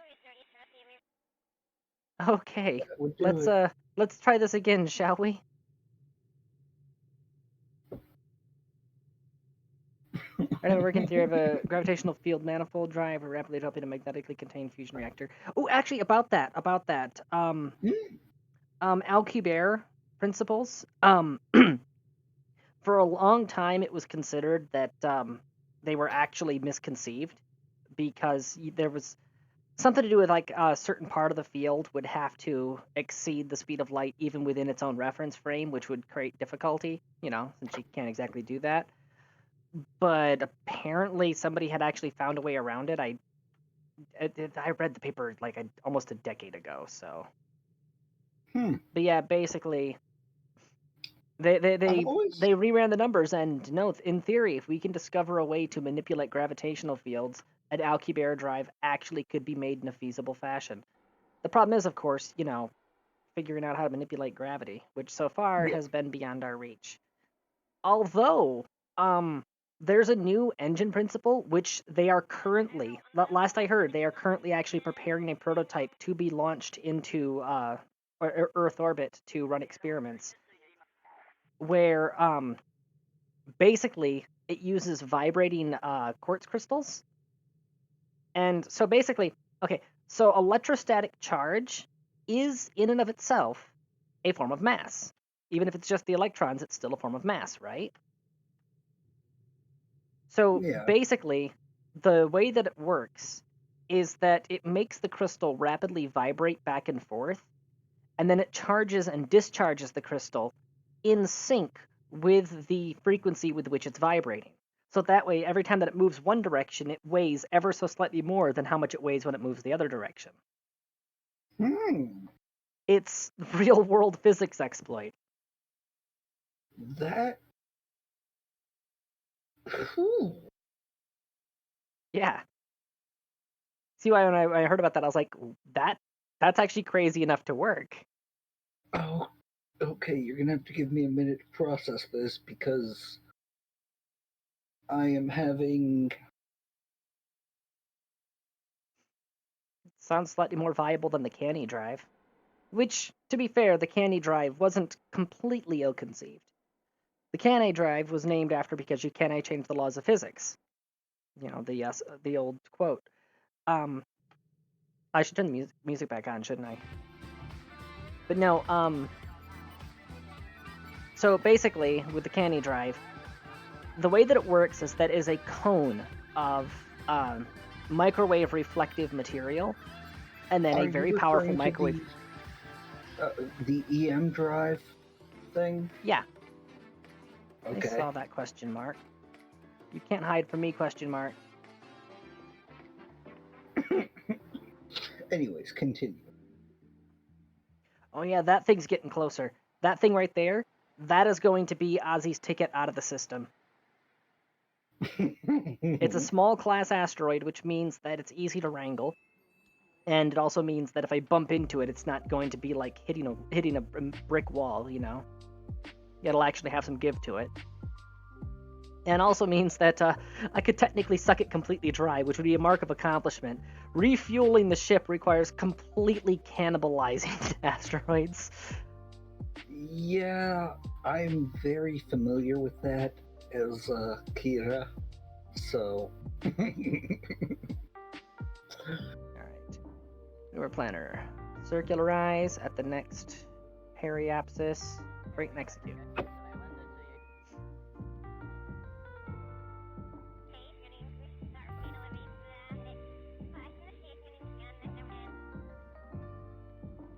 Oh, I think I remember. Ooh, excuse me. Remember what I was gonna say? Me being me, apparently there's a Iowa class battleship museum in LA. So I told his girlfriend to drag his ass to it. Because he may be a sword person, but he can appreciate a good cannon. And Get that bitch a cannon. Bitches love cannons. Bitches love cannons. But, I mean, it's a fucking Iowa class. The Iowa, if I read correctly. First of its line. I want to go see it. Apparently, there's a pretty good hot dogs place on the forecastle, which, for everybody who does not know, is essentially the back end top of the ship. That's the The back forecastle? top deck. From what I remember, yeah. Forecastle goes in front of the ship. Hold on, let me.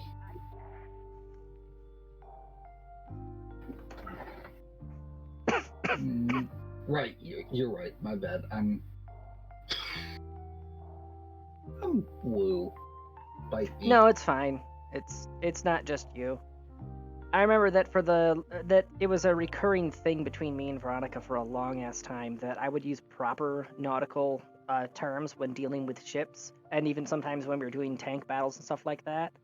Yeah. And she hated it. She wanted me to just say left, right, and then clock numbers. And it's like, my brain doesn't work like that. Maybe that's why we Port, me and her starboard, used to fore, be so- aft, ventral, and dorsal. Those are the 6 faces of the ship. Yeah, I just used common terms because that's easier to type when you're not in voice. It's left, right, and I'll be like, look, torpedoes incoming. Well, left. we were always in voice, so. Yeah. Exactly, Lucy. The left, right is too relative. It is, but usually I would give a heading along with it. What was what was actually faster for me? Because of the way that my brain is wired, it was a simpler calculation to see the orientation of my teammate and just say, you're left, you're right. And I had to drill myself into saying left and right rather than port and starboard. I don't get it, but everybody has their own sort of thing. And for me, nowadays, it really depends on who I'm playing. If I'm playing with somebody that I know has that bearing where I can give them a heading, I'm not going to do port starboard. I'm still going to do left, right, or whatever. But if I know somebody has the knowledge of how to look for the bearing, have a good night, Lobo. But essentially, if I know somebody has the knowledge and bearing to handle whatever instruction, I'm going to use that. Also, Tanya, Lobo's heading out. Yep. See ya, Lobo. Good night. I was just waiting for you to finish.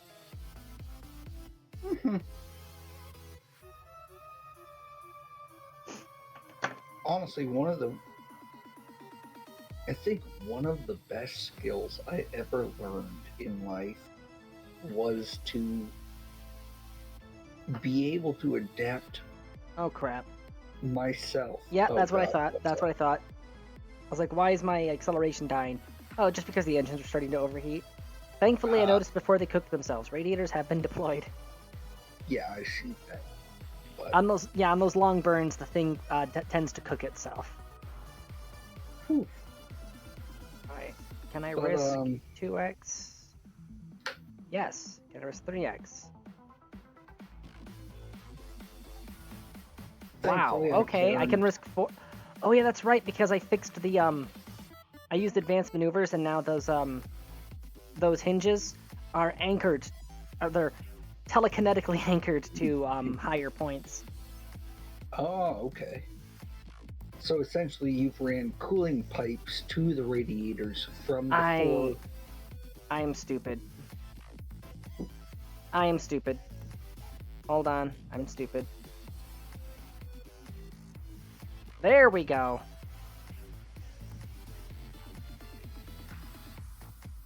I may or may not have had differential throttle still turned on, so it was limiting me to 50% throttle.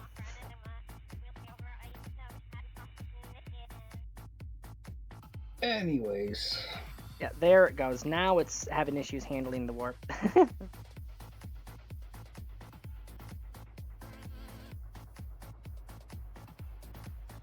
I'm just damn glad for my friend. You know? Yeah. Oh, yeah. Same joy I felt for you.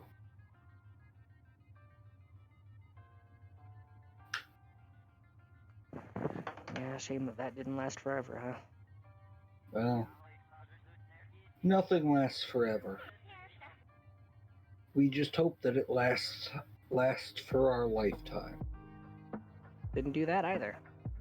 No? But he brought you happiness, and I'm grateful for that. Because you deserve it.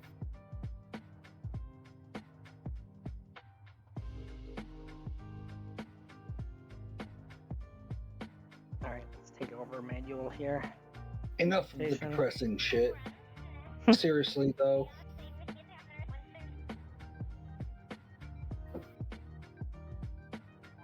I'm glad that, you know, Yeah, I get what you're saying. yeah.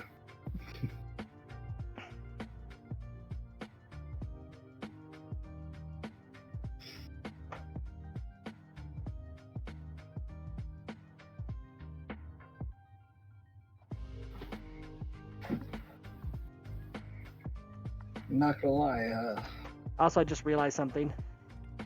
Having What's up? differential throttle on probably actually saved me there. That's why the engines hadn't fully overheated. If it was running at full throttle, those things would have melted down before I noticed. And then I'd have a new and exciting problem. yeah, rapid unplanned disassembly. Always fun. Oh, yeah. Also, I notice your comms network seems a bit sparse. Are you using high power things? Antennas? Sparse, huh? Or... Sparse, huh? Oh, never mind. And yes, I am using high power antennas.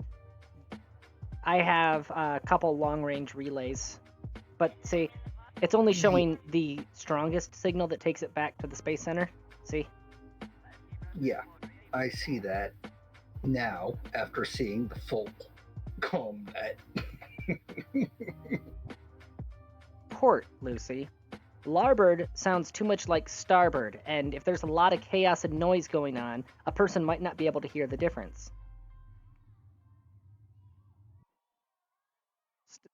I still say left or right. Because you got. Just Because let's do a little test here. I'm gonna muffle my speech here. Starboard, port, fore, aft, ventral, dorsal. See, you could still hear exactly what I said, even though it was heavily muffled. yeah. All right. Do. I mean, you can still hear left, right, forward, backwards, up, down. Even though I didn't muffle them, but you know what I mean. They each have a distinct sound. If the comms link is clear enough, you should be able to hear it. Bring that periapsis way down, and then create a node. See, rather than waiting 3 hours, we only have to wait 28 minutes. Let's get mixed up. Why is it not displaying? Hold on, did I accidentally turn off? Version. What the hell?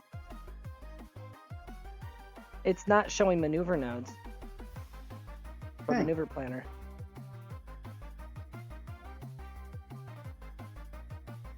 As somebody who has not really seriously played Kerbal in like 3, 4, maybe 5 years, I got nothing.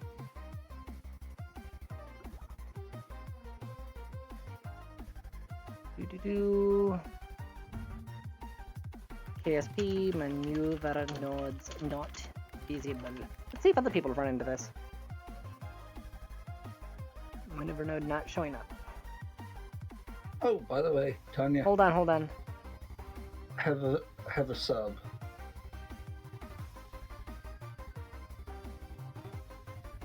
Wait, what?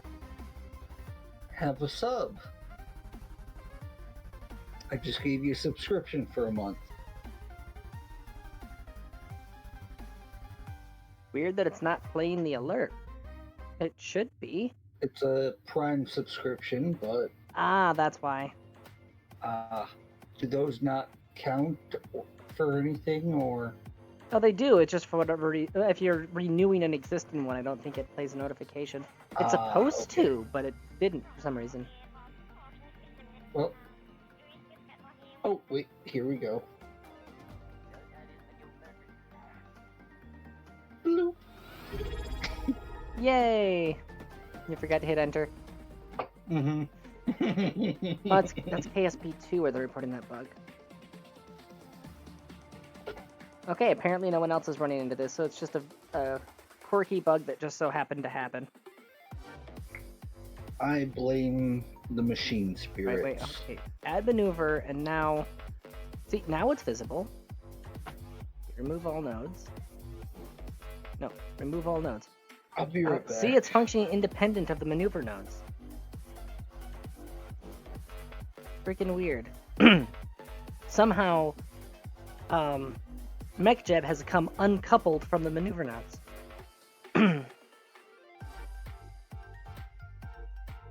Well, see, Lucy, there are some people that have a primal desire to sound smarter than other people. It's not about using whichever one's actually more functional and utilitarian. It's whichever one they're able to laud some sort of historical knowledge over other people's heads with. And I refuse to believe that people that do so do it for any other reason than that. All I have to say is MechJeb becoming... Well, I think MechJeb is becoming Sentient? Yes, I lost the joke. Alright, once this thing's docked, I'm gonna have to reboot the game in order to... Actually, no, okay. So, once I get the crew on board the ship, hopefully I'll be able to get the workshop running, but either way, I'll be rebooting the game. Rebooting because it's a bug that's cropped up with the maneuver nodes, but also if I need to tweak the game files to fix the crew requirement for the workshop, then that as well. So, after I'm docked and transferred the crew, I am going to be taking a break so that I can reboot the game. Besides, we just passed the 4-hour mark and I haven't had a break yet.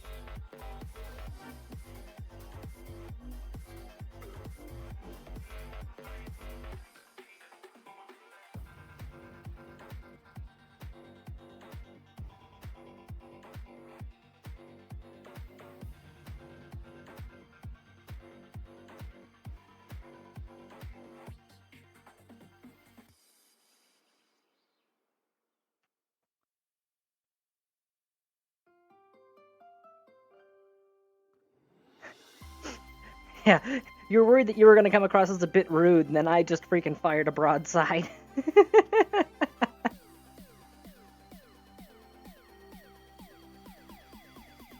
But there's a lot of people out there, a lot of pseudo-intellectuals, and a lot of people that just, they feel like they have this constant need to prove something.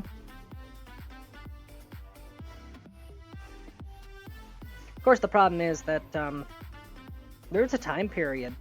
Actually, yeah, it was when I was living in Tennessee. So I don't know if you're aware of this or not, but a lot of people in the Deep South have a very limited vocabulary. My daily speech, the normal words that I use every day to communicate, I would have people that I'm talking to when I was living in Tennessee that would straight up just say, "Why do you keep trying to sound smart? What? Why do you keep using all those big words and stuff? You eventually even know what those words mean."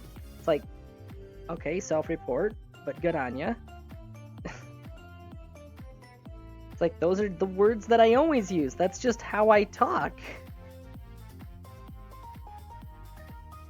Unfortunately, though, it did have a lingering effect because I did dumb down my speech considerably.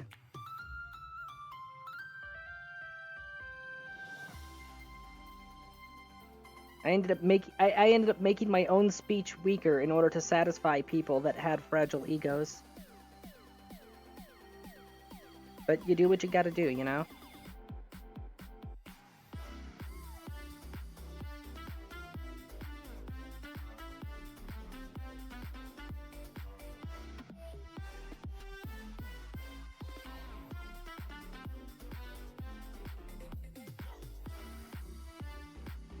Okay, that's actually all from the lights on board the ship right now. So glad that I put all the running lights on it. So we can actually see the dang thing in the dark. Thankfully, it's almost done. So I'll have plenty of sunlight when I actually perform the docking. Alright, well that's making its approach. Let's get that docking arm ready.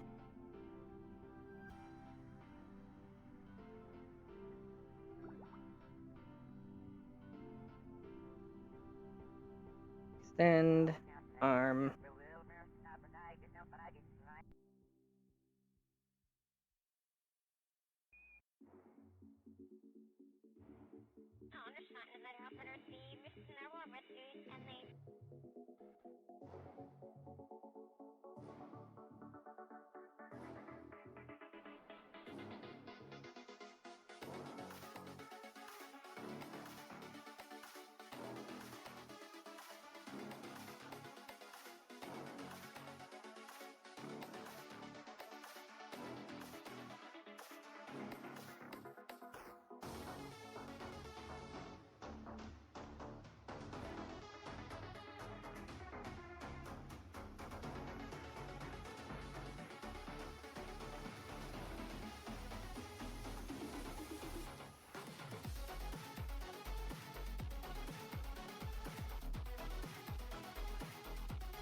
It's done! Perfect timing.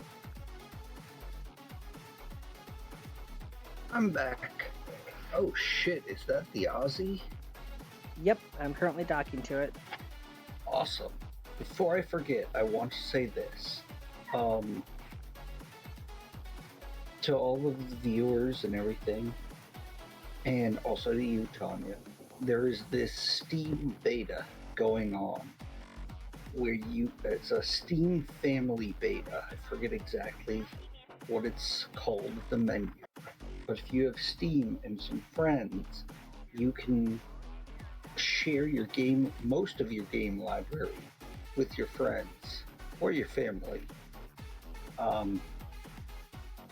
And that's how I've been able to play Power World, Cyberpunk, Baldur's Gate, and all these other games that my friends own that have invited me into their Steam family. So I highly encourage everybody to look into it, to show interest into it, because one, I have admittedly a vested interest in it continuing, and two, I think it's a really neat feature, being able to share just think they're your neat. library with some friends.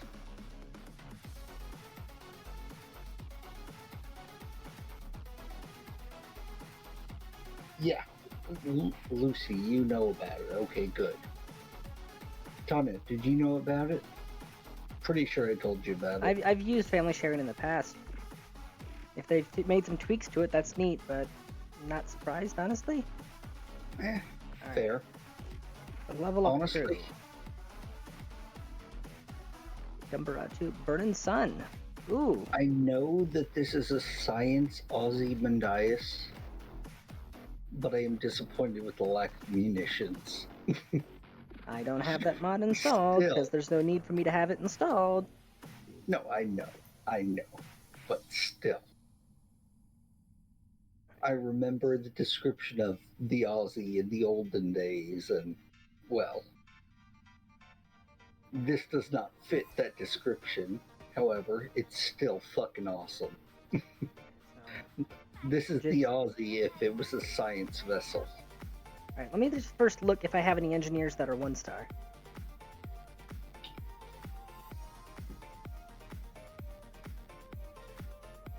Pilot.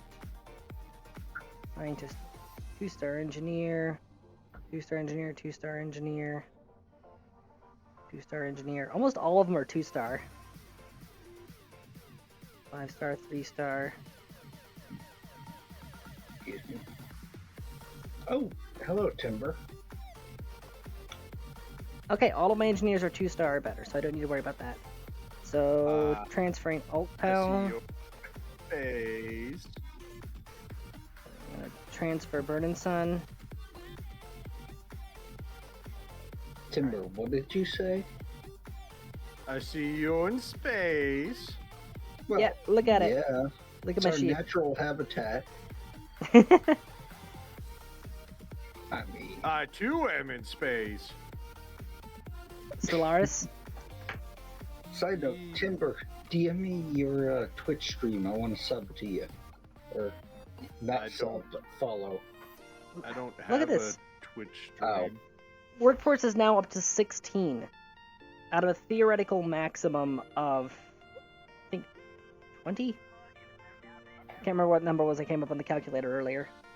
Either way, it's still saying that I don't have enough crew. So what the hell?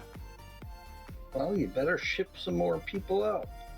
It is full, Kira. That was the problem. Basically, the demand that it has for workforce exceeds its total capacity. Even if you had a full crew of 5-star engineers, it doesn't add up to 30. Well, then I guess you better build an attachment module that can latch That's not an on. option. It's got a neighboring assembly line, an assembly building. So if it was able to use shared crew, it would be. Tanya, I'm talking the claw latch. You send up a have module, claw latch it on, and they should be able to transfer The through. specific module itself is full, and it cannot benefit from crew in adjacent modules. Okay. See, That's what I was trying to tell you. I apologize. The terminology was not giving me what I needed to know. Alright, so I gotta reboot it to fix the maneuver node problem with MechJeb. And I gotta reboot it so I can tweak the orbital workshop. Yeah, I know what mod that's from. So Space Center.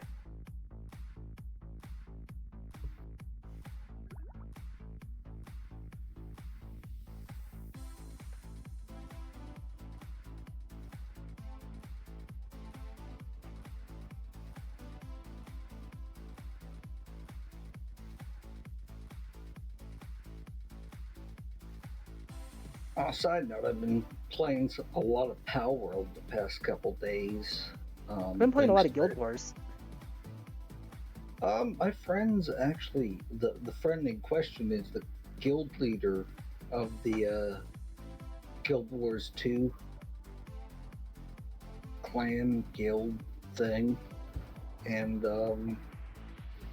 I haven't really played much. Not my style of game, but could talk to him if you want a good, decently powerful ally. I'm already in a guild. I'm telling you. Okay, fair. Yeah. I was basically saying, Just friends, not join his clan. yeah, basically. You know, potential, your guild, their guild, become allies, sort of thing. I'm a member of the guild. I'm not the leader. It's the same as Okay. guild. Well, hey, either way, all I know is these dudes are cool. They've got the same set of morals I do, you know. Help. Oh, they have newbies. mushrooms?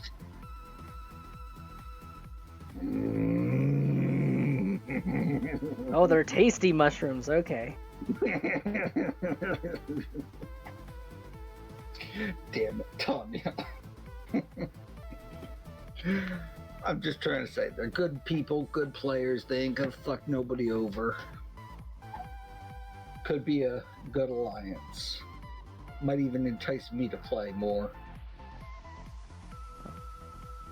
Alright, so. Got the game files brought up. Bring up the mod folder. Alright.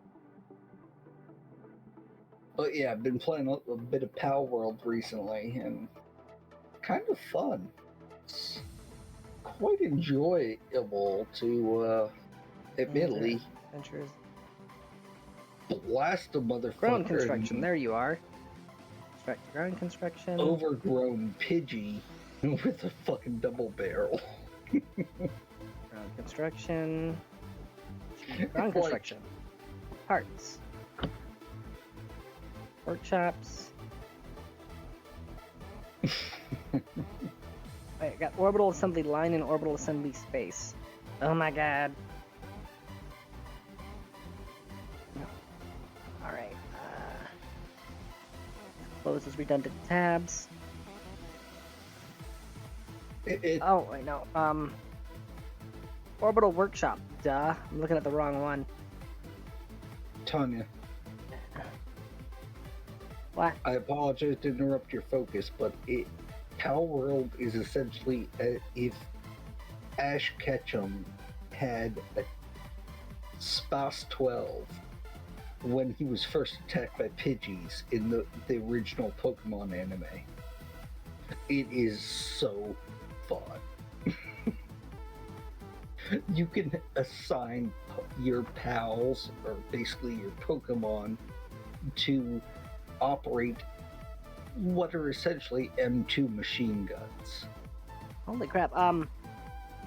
No, that is very neat, very nice. I've noticed they do lean heavy on weapons in that. No, so I'm looking at the files here. Apparently, when the Orbital Workshop uses the recycle function, it gets a 79% return on materials and will suck all resources out of the modules.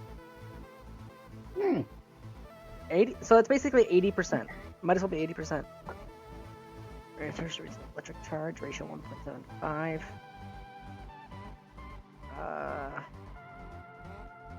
Bulkhead profiles, internal placeholder, function module, tank manager, components, material kits, volume 1.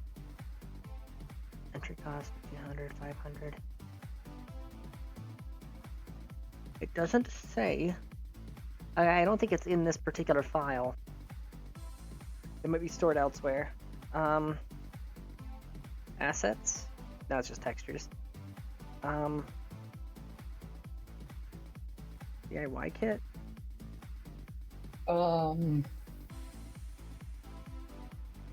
Question. Do you think you're willing to change the screen share to show me what's going on? I might be able to assist. It would be tedious to do it, yet only be showing the notepad. Okay. And it's a small, Sorry. simple file. It's not a whole lot to navigate. Actually, it's a deceptively simple file.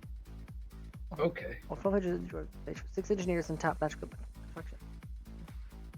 Maximum drag, angular, crash tolerance, braking force, fuel cross feed, blah blah blah. Vessel type station. Module tank manager, volume 7.3. Tank type components, material kits, volume 1. Simple enough. Module needs USI life support. Oh, that's the life support recycler swap. Oh, okay, that's what I meant by recycle percent. Okay. Well, Needs USI, I needs USI. apologize Resource electric charge. to interrupt, but I am reaching the point where I should probably hop off of a live stream, and I wish everybody a great night. And Tanya, thank you for having me. Timber, glad to meet. See you again. Words are hard. Yes, they are. But yeah. Thanks for having me, Tanya. Yeah. Have a good night. Part volume factor. Min generic efficiency. Max efficiency complexity factor. Finalized work per mass. Vessel kit density. Min kit volume. Deploy max speed. Deploy max AV. Maximum momentum. Time. Easy in frames. Max docking cosine. Max docking distance. Recycle rate. Recycled energy ratio. This says nothing about. How much time do I have left on break? 8 minutes. Okay, I'm actually doing pretty good. Okay. KSP Ground Construction Orbital Workshop.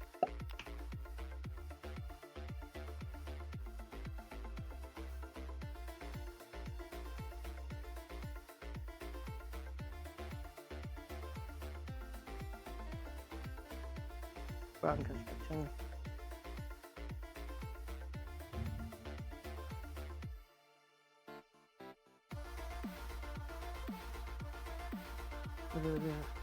Features build anything, build anywhere, secure forklift, incremental station. Right. I gotta mute the desktop audio for a second. I'm gonna watch a quick tutorial vid which features the inline workshop. So I'm gonna try to reverse engineer what he's doing to get it working. Watch on YouTube. There we go.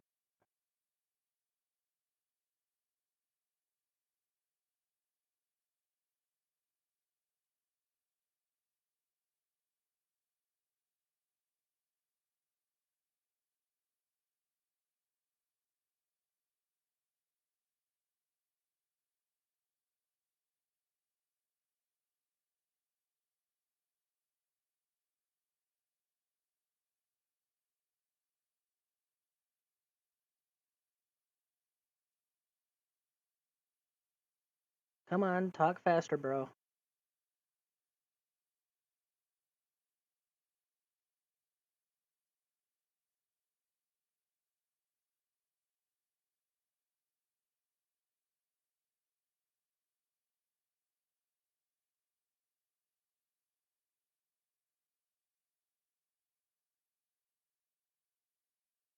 Interesting.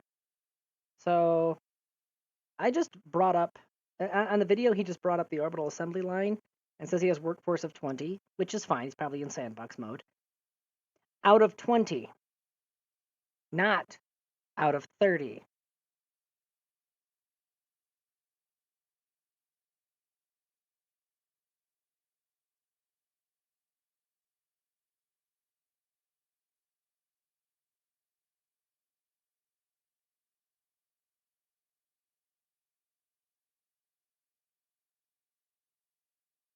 So what the hell? And of course, there's like no documentation on this mod at all. It's not getting technical. All right, let's look for the newest posts on here and then work our way backwards, maybe? Page 1 of 62. Oh no.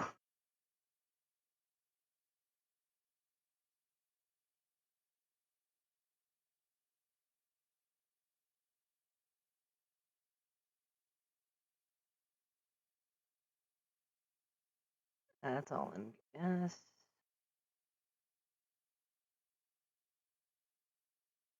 No.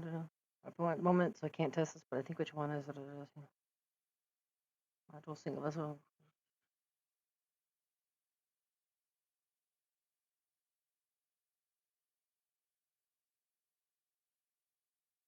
Single vessel construction workshop, orbital after ground construction, module, single vessel construction workshop type orbital.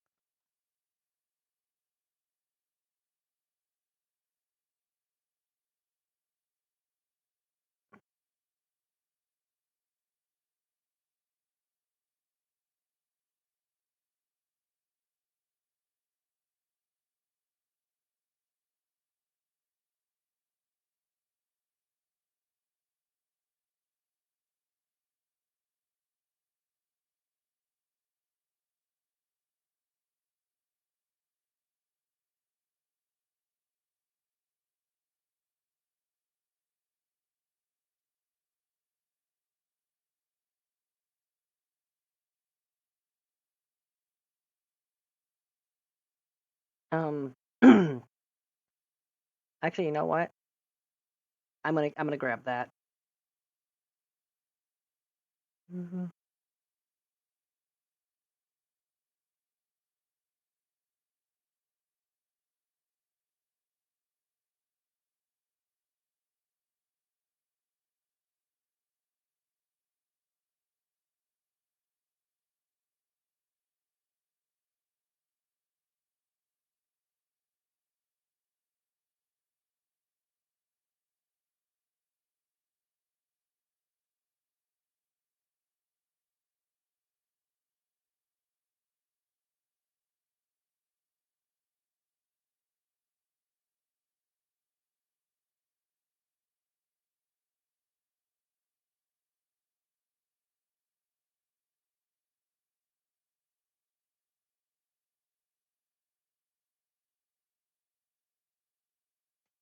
Well, that reminded me that Kerbal joint reinforcement is a thing that exists, which is horrendously outdated.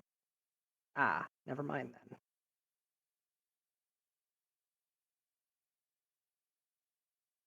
Ground assembly setup using kits on site. Amazing tool. Try to make a kit up whenever you use the add bus button. I get the message no suitable assembly space was found. Because the craft is huge. Build an on-site deliver it to the kit. Because the kit box will not fit in the ground assembly line, you need to create an empty kit. Create empty kit button. Built in assembly space text. Make sure ground kit container is selected when you do this. It will create an empty kit. The empty kit will be pushed out of the ground assembly line. The empty kit is treated as another vessel. You must switch back to ground assembly line vessel. The workshop window should now show built in assembly line and container. Select container. Select the vessel. Transfer from empty kit to the oversized box needed to contain the parts for your build. It's good to move the empty kit some distance away before selecting something to build. This way the resulting box will not block the built-in assembly space, allowing you to build more stuff.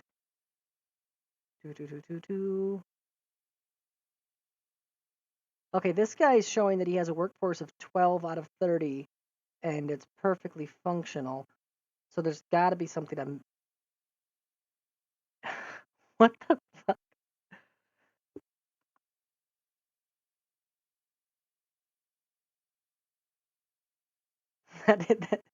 That's a weird glitch. This guy had a box for a assembly kit just become absurdly gargantuanly huge. It was over 1 kilometer long on each side. It became a Borg cube.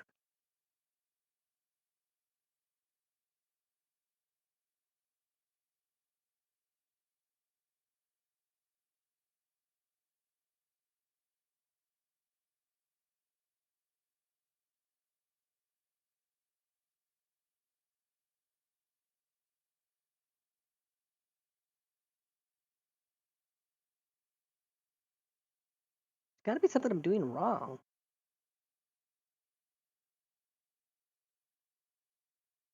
Ooh, let's go back to the first page. How much break do I have left? Oh, break's almost over. Lovely. I'm gonna have to put more time on the clock. I'm sorry. This is taking a little bit longer than I thought it would.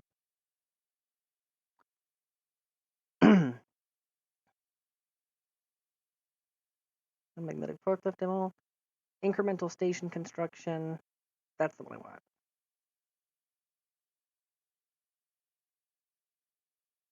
Okay, let's watch that on YouTube. Skip ahead. Skip ahead. Skip ahead.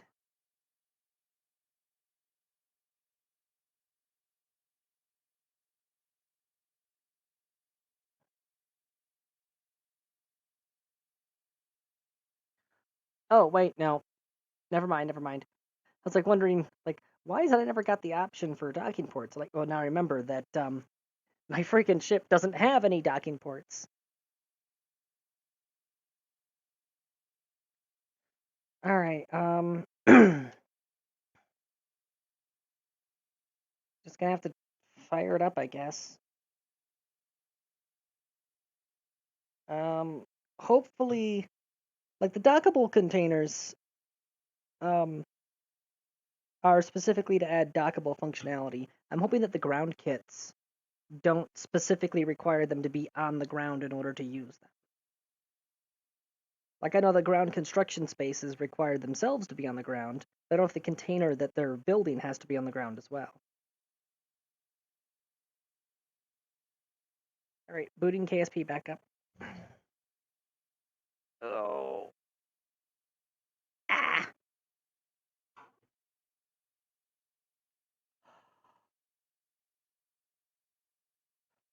Game is loading.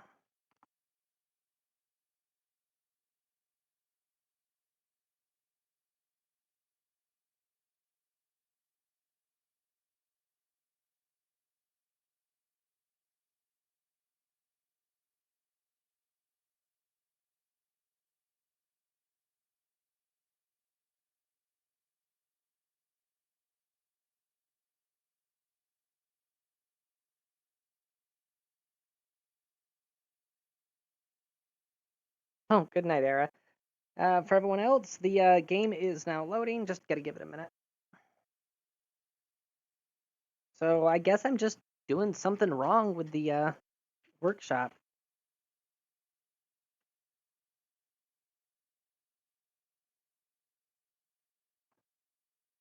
Because it was showing other people having the thing running just fine with 12 workforce, and I've got like 15, I think, or 16.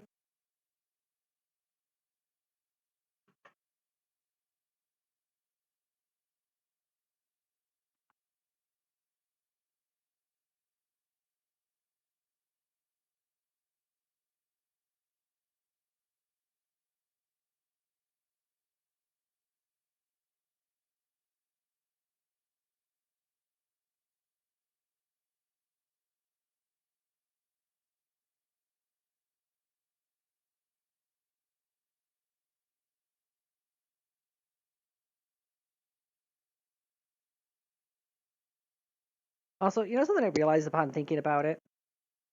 Windows on a habitation ring would be a horrible idea. Anytime that you look out the window, you just see a constant slow spinning of everything around you. That's a recipe for nausea right there.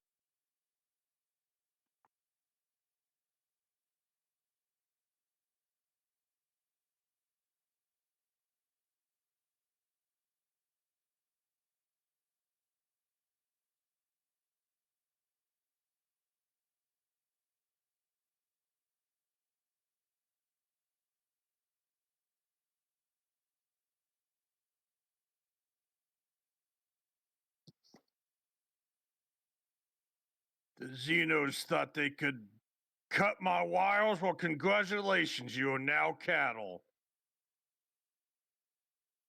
Wait, what did they do? They stole my money. Oh my Now I'm god. turning him into hamburgers.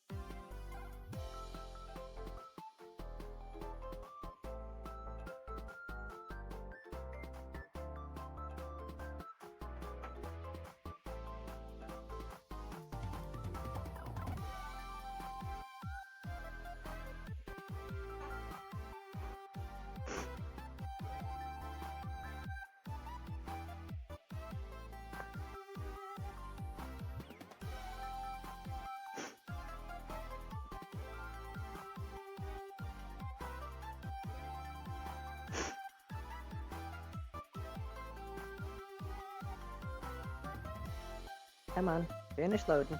There it goes. Start done. Resume so. Load.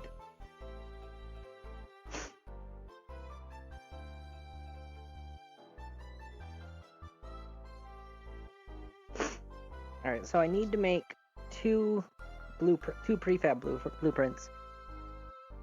And what I'm gonna do is I'm actually well, the sounding rocket I'm just gonna leave it on as it is. But all of the blueprints meant for 3D printing parts for Ozzy, I'm gonna have those be have their own prefix, so they show up at a specific spot in the parts list.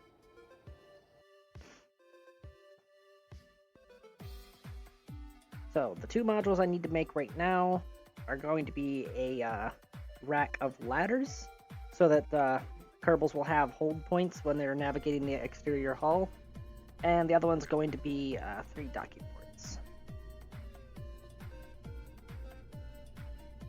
So gotta make the gotta make the one with the rack of ladders first.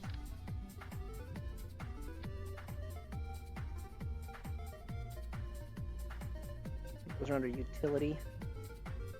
This raises the serious question: do I go with these tiny ones, or do I go with the big ones? I'm going to go with the tiny ones. And you know what? No.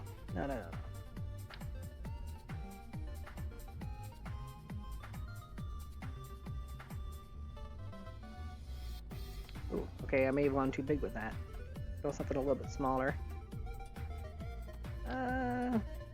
No. It's too small. Alright, guess we're going with this.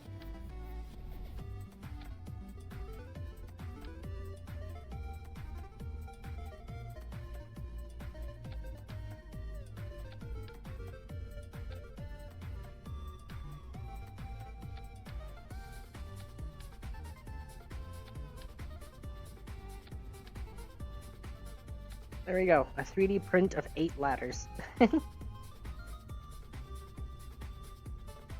Station. And I think I'm also going to make a 3D print of a robotic arm. So that way, boxes that I launch from the assembly space, I'll be able to use the robotic arm to, you know, specifically pull them out. And also they would be considered docked to the ship, which I think might be actually a key element. Alright, there we go.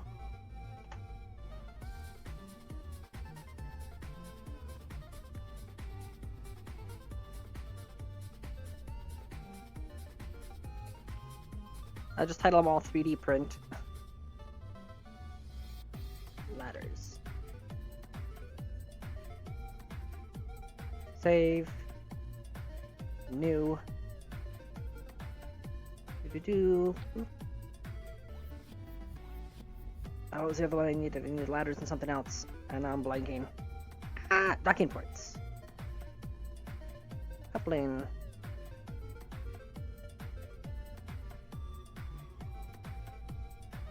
No, but look over here. It says docking node. Right there. It says it has a docking node. Cross speed open. Docking acquire force right there. So what the hell?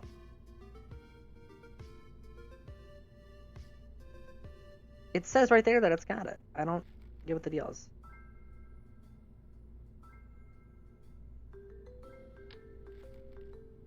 Alright, well.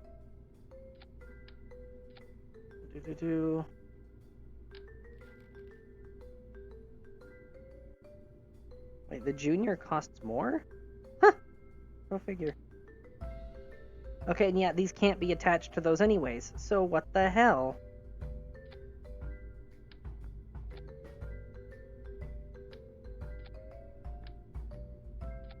There we go. It's going to be a 3D print of 4 of those. Communication. Add an antenna.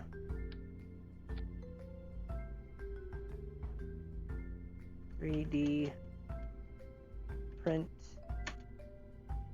Docking ports. That says 2D print. 3D print. Docking ports. Save. Right now. Leave.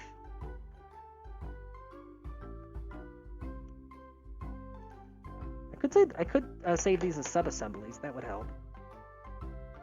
But I've already got it set up now, so I will probably go back and transfer those over to sub-assemblies and delete the original blueprints. But for the time being, me just trying to get this damn thing working, that's what I'll have to work with.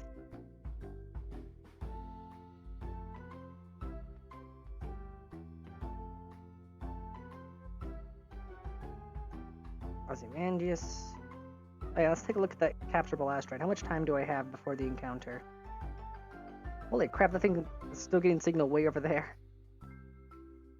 42 days. 42 days till 0 hour.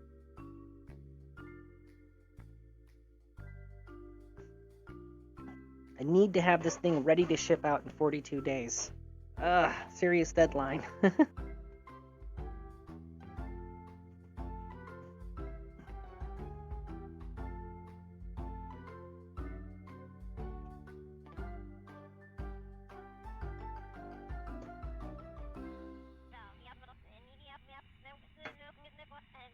Alright, hello, Ozzy. There we go.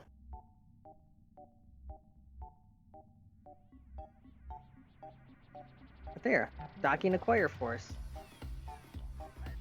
So what the hell? It even has the control from here option.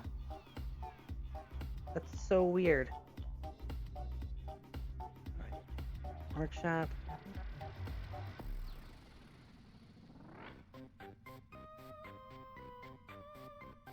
Okay, get crew.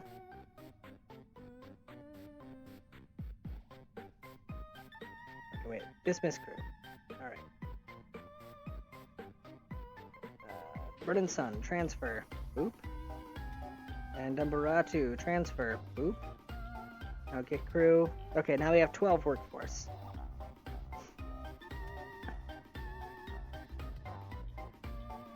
Oh, add part. Add a single part to the construction queue.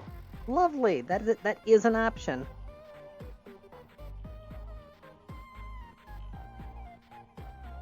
So I'm gonna do that. Arm. It's still loading. Oh my god. There we go. And arm. Light scanning arm. Mark 1 station arm. I think that's the one I want.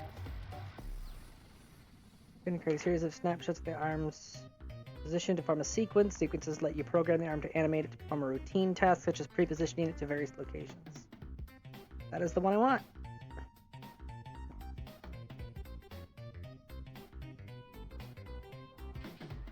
Alright. Start construction. Time left 15 hours? Why?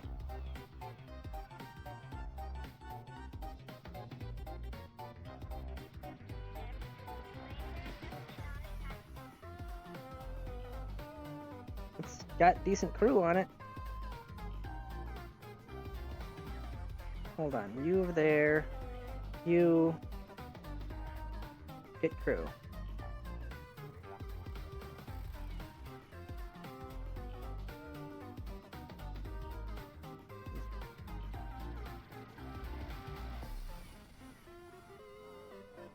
Wait, hold on. Let's transfer Zim from there to there. Okay, the time went up. I wanted to see. Transfer Maddie over there. Gets it back down under 3 hours. Alright. F5 to save. And now we're going to fast forward till it's finished. That single part is taking 3 hours to fabricate. I guess it's because it's considering its entire size for its all potential placements. And volume plays a part.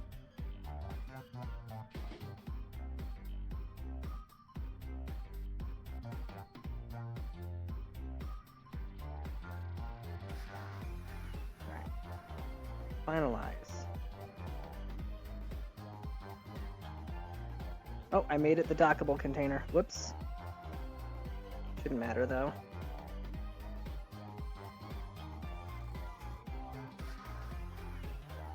Okay, I underestimated how big that arm is.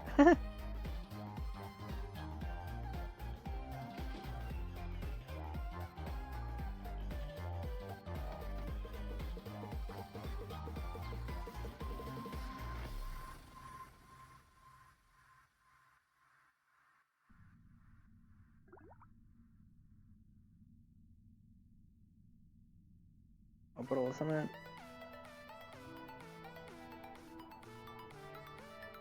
Okay,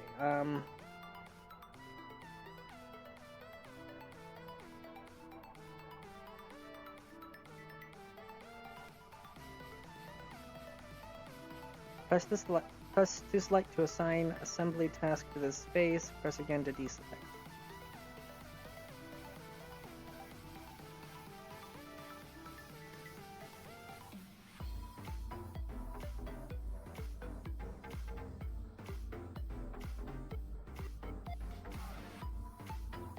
Ah, okay.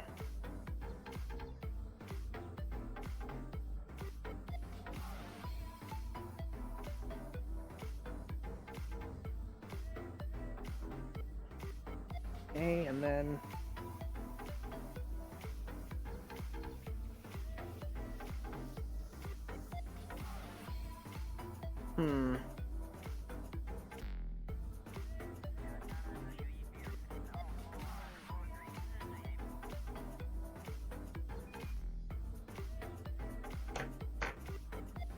Okay, you know what?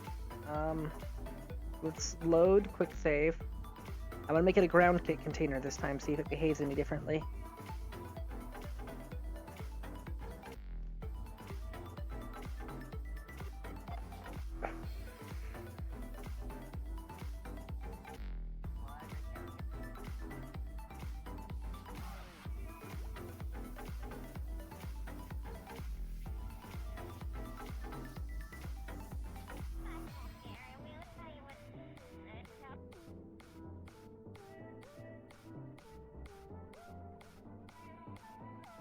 Alright.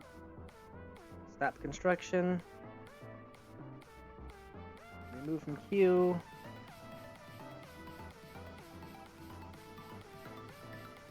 Ground kit container. Add part. Now it's gotta reload the whole damn list again. Ah!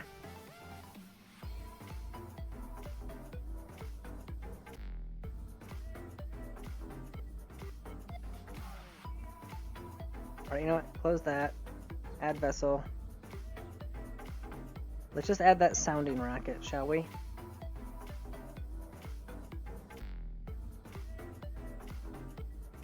Sounding rocket. Load.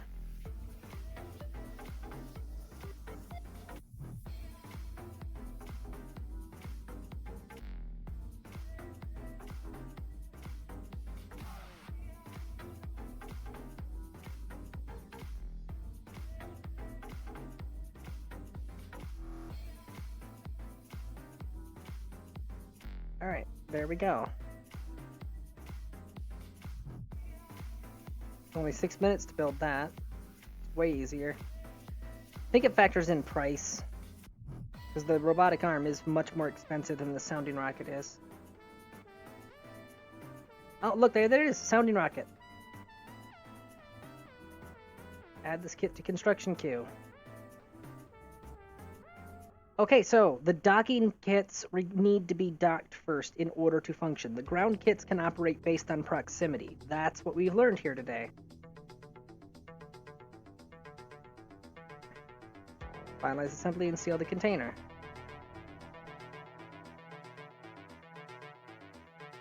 Look at the tiny little thing. It's just a little guy.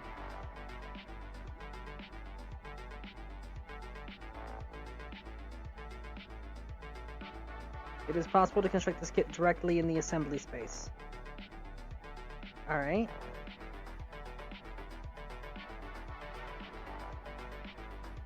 But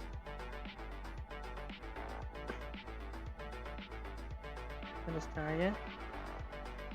Now it's no longer visible.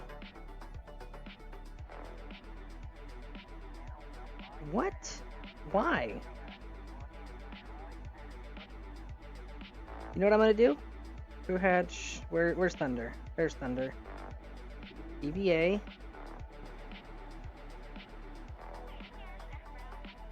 Alright, I know how I'm gonna solve this.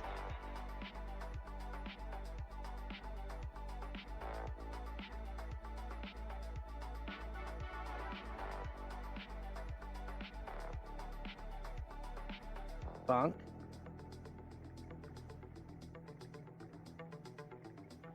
There they are. Arm.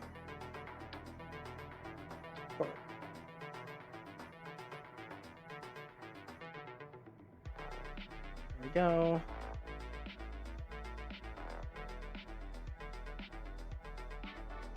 Link mode duct. Alright. How far over can it go before the thing's no longer highlighted? Pretty dang far, as it turns out. Alright, there we go.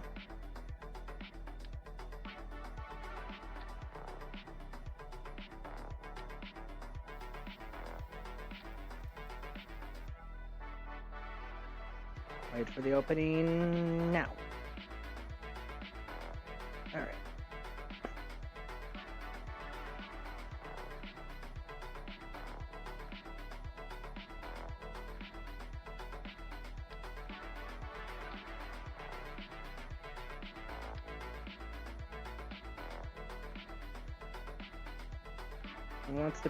It wants to be prissy about docking rules. I'm gonna make it I'm gonna be prissy about docking rules.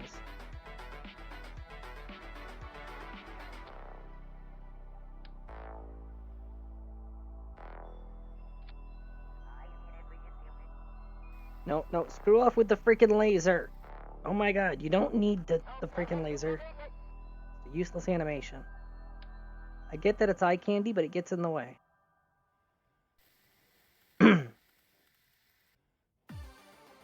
Alright. The build mode. Attached to a vessel. There we go. Link mode docked. Get you back inside your module. Board. And there it is. So yeah, once I get that robot arm made, it's gonna be nothing but a thing. Deploy. Unless landed Alright. But we learned something here today. Alright. EVA Thunder.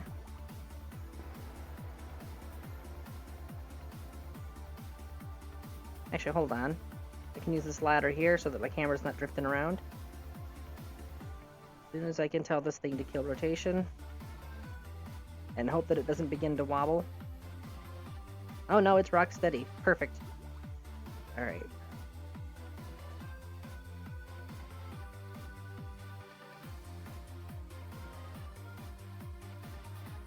Oof. I am so sorry, Karaya. But if it makes you feel any better, my space program is coming along.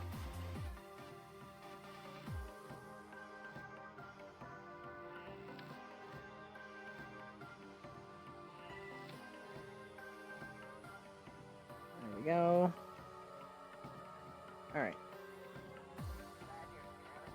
Whee! Grab. Board. Alright, so that needs to be in the dockable kit container. Let's tell you to go prograde, so that way you level off a bit. Recycler.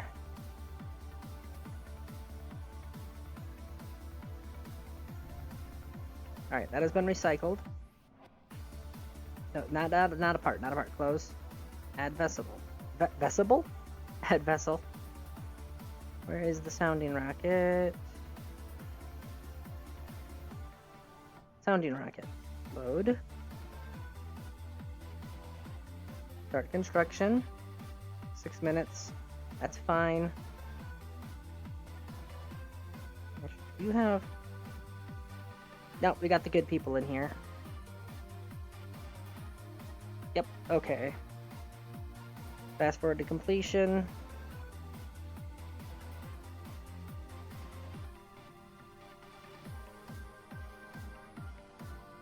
Alright, it's gonna start rotating. Finalize. Now, the dampening fields should keep this thing in place properly. Get Thunder to EVA back out again.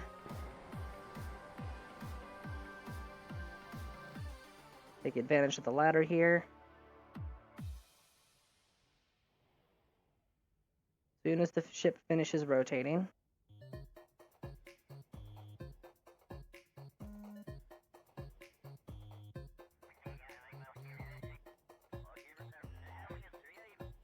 Alright, there we go.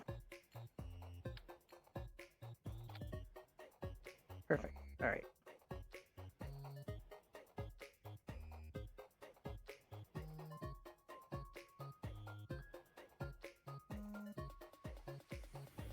Attached to a vessel. Alright, that is now considered docked. Get back in the ship. Ah! Board.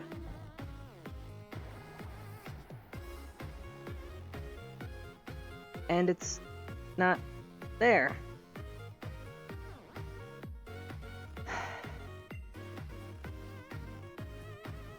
What am I doing wrong? Let's rewind time.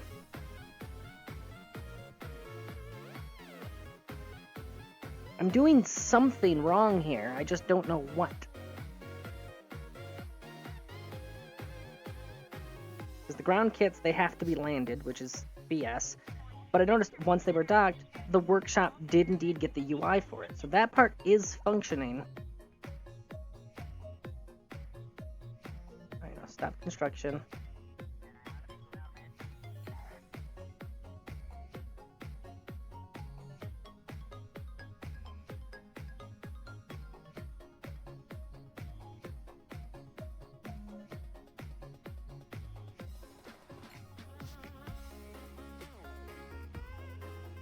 I like how you can command it to recycle itself. That's funny. Alright, I gotta look at that tutorial video again.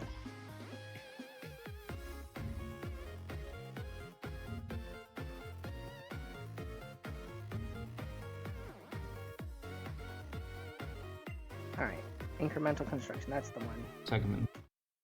Gonna pause the music for a moment here. Hop over to YouTube. Alright.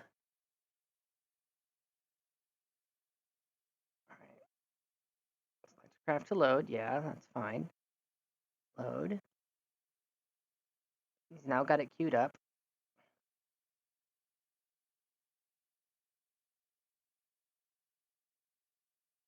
Wait, it's already connected? Hold on.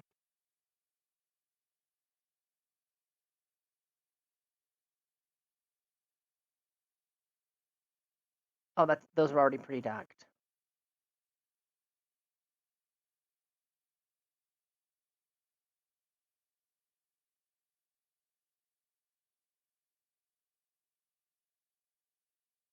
I just got a stupid idea.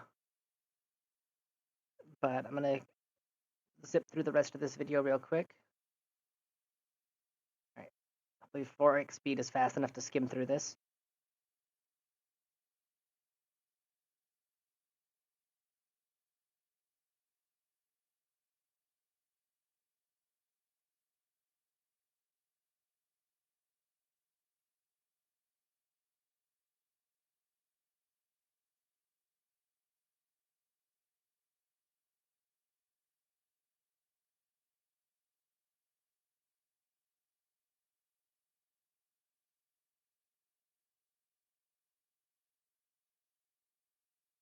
Alright, so the docking point doesn't need to actually be a docking port. It just needs to be something that has an attach node. That's good to know.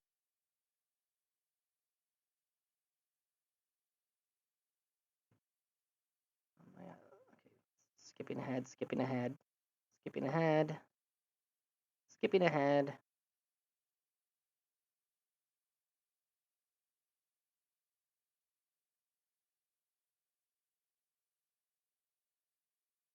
Come on.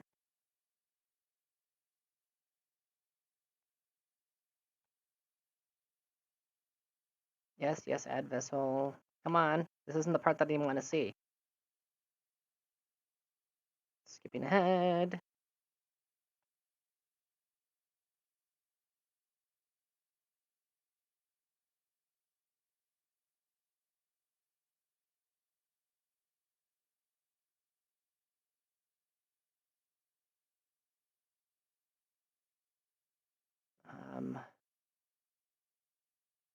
Come on.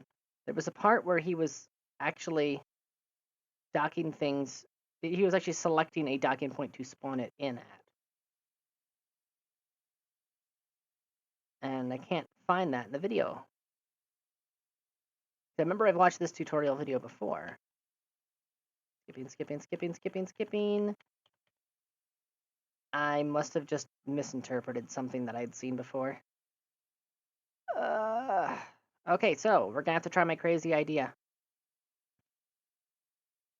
Close all these tabs. Turn system audio back on. Unpause the music. Okay. Zoom flight.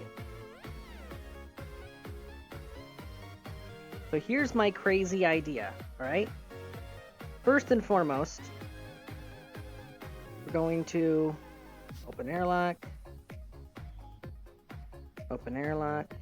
Because for whatever reason, those now have the whole docking module working when they weren't working before. It might have been tied to whatever the bug was that had caused the orbital planes to vanish. May have just had it left it running too long when I've got too many mods installed, so the game started to break apart. Alright. Release. Disarm. Retract. And here's what I'm going to do. RCS.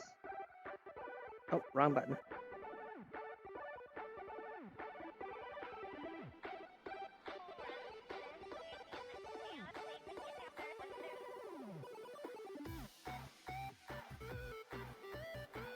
Dive. Open.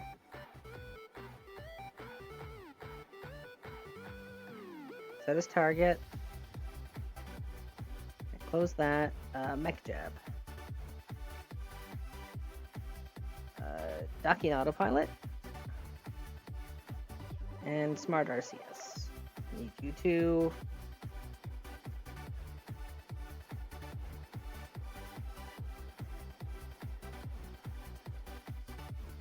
Override safe distance, override start distance. Just want to get this thing docked.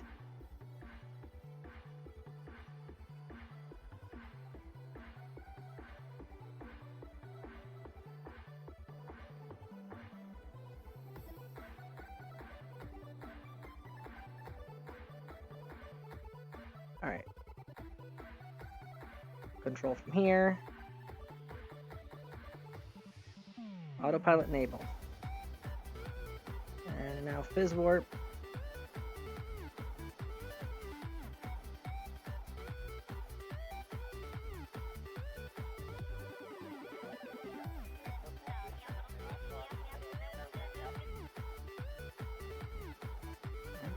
Now an approach. I'll take care of lining up those. There we go.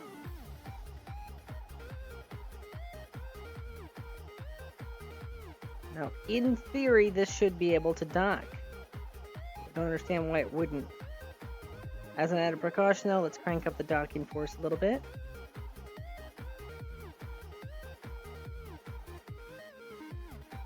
And disable autopilot and just let it glide in. So it doesn't stop short. Now just dock.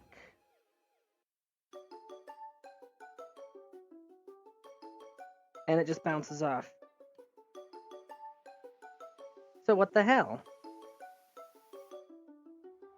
Oh, wrong thing. Okay. Next plan is to see if the Mark IIs are compatible with the standard docking ports.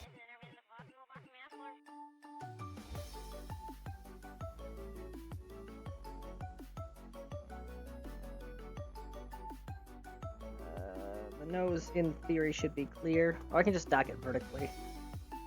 Right. Set as target. Autopilot enabled.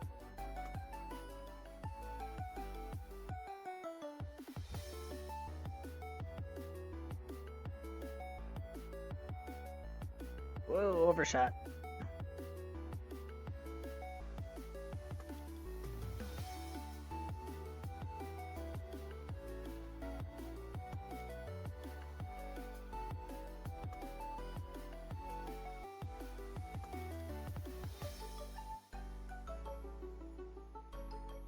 It might be that those are their own proprietary sides of docking port, which is incompatible. Which sucks, but is understandable, and I can replace those with a different type of docking port if needed. Why are you completely stopped? Okay, fine.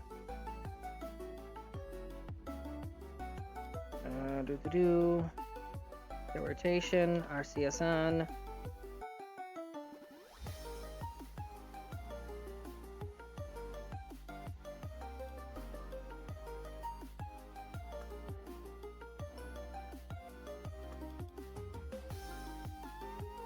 Actually, this lines up pretty well with the shape of that docking port. Looks almost like it's a clamp meant to grab it. Please just dock.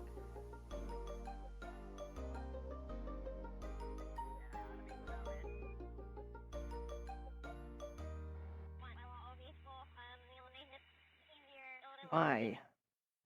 Why are you like this? What is wrong with you?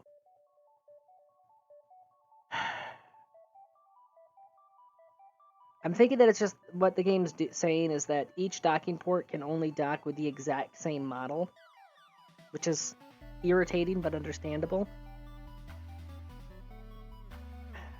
Which means my only proper solution to this problem is going to be to send up a supply ship that has the telescopic standard docking ports and replace those extendable airlocks with those. That's my only real option here. Frick.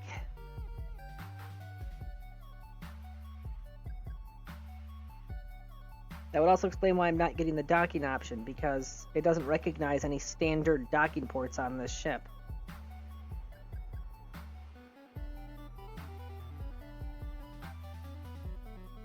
Let's close you. Control from here. Get rid of the docking and the smart RCS.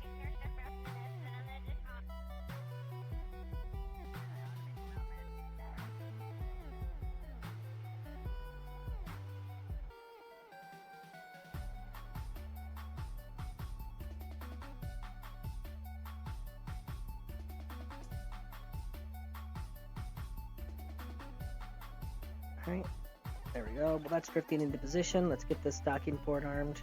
Or the clamp, whatever. Arm. Oh, sorry. Disarm. Extend. Then arm. Alright.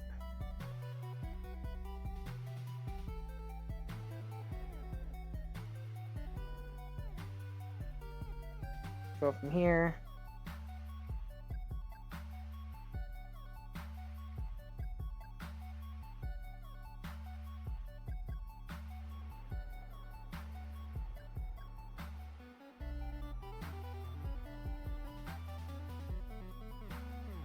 Well, that's actually not going to be any use to me. Just realized.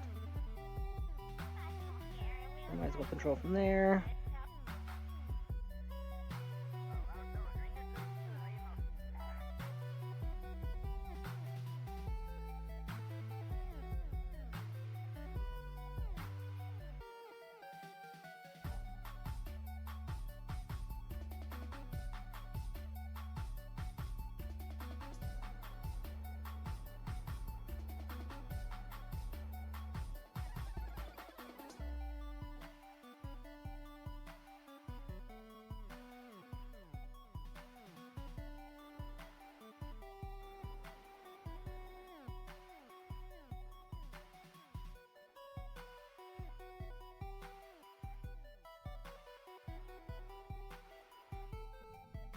I may be getting too good at that. That was on full manual.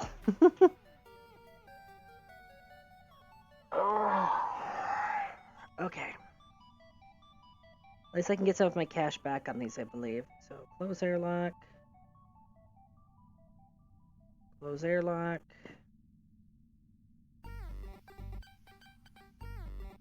Close airlock. Oh, wait a minute. Hold on. Open. I've already got docking ports. They're just inside the hangar bay. I just gotta relocate them. Alright. Thunder. Yay.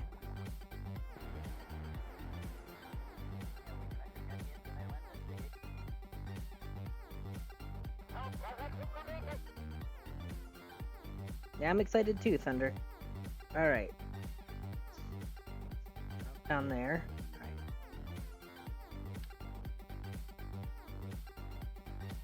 Put that there temporarily. Yep, and there's a docking port right there, so whoop. Choopida-whoopa.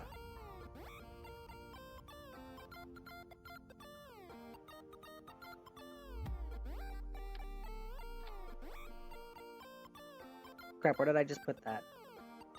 Ah! Damn it. I have no idea where that just ended up at. Is it inside the fuel tank here?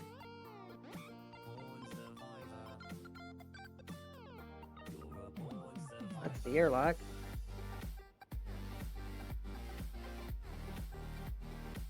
Crap. Because my finger twitched and I double clicked. I have no idea where the damn thing went.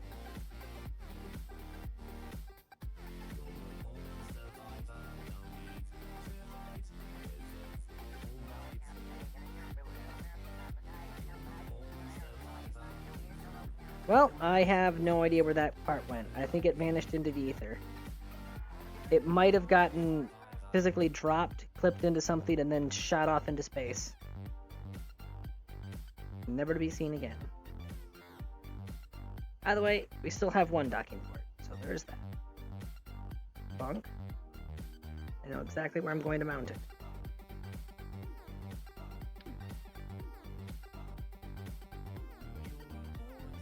Oh my god, fuck off with the laser. Good, I can detach those. Damn it! Thunder! Fuck off with the laser! There's gotta be a mod to disable that, because that is so irritating.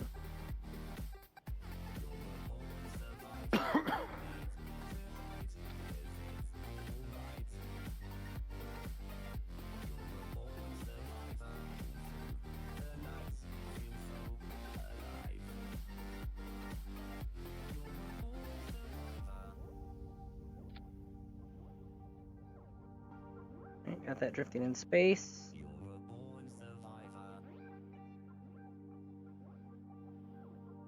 Board.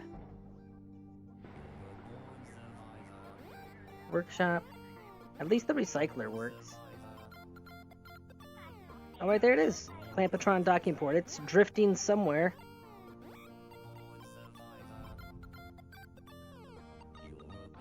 Alright, let's see where it's at. Recycle. Okay, it was nowhere near the ship, which means it was indeed drifting in deep space. Alright, we have the new port installed. Prograde. Rotate you around.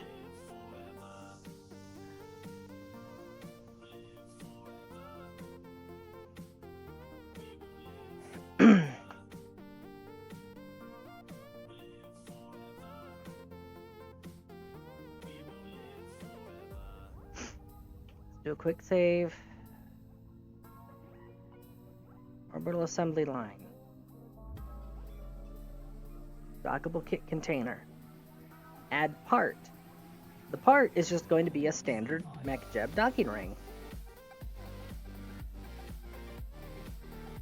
Hey, you're very welcome, Lucy.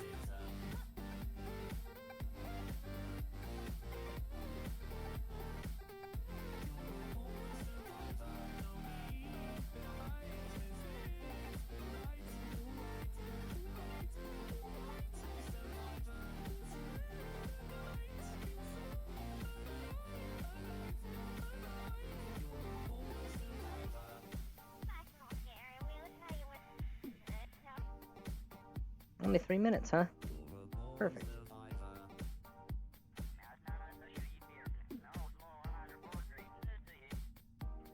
Okay, right there.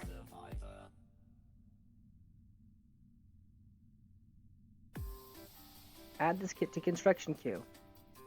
Start construction. It was seamlessly moved. What the hell? Okay. Is that because I now have a Clampatron docking port available? Launch assembled vessel. And there it is.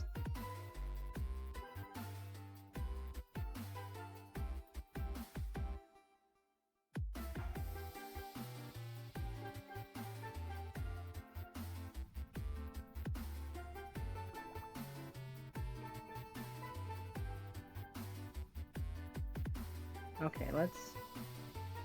Damper field inactive, tractor mode. Tractor disabled. Alright. Crew hatch.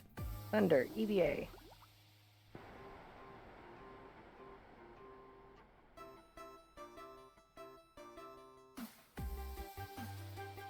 Have you grabbing the ladder here. There we go.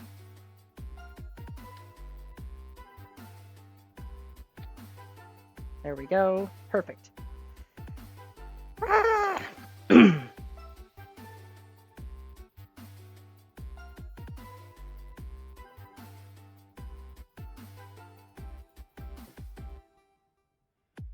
So at least we can fabricate individual parts. Grab.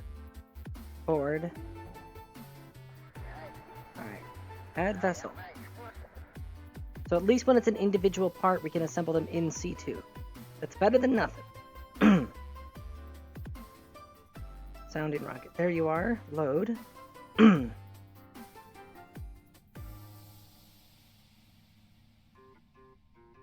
Start construction. Skip to the end.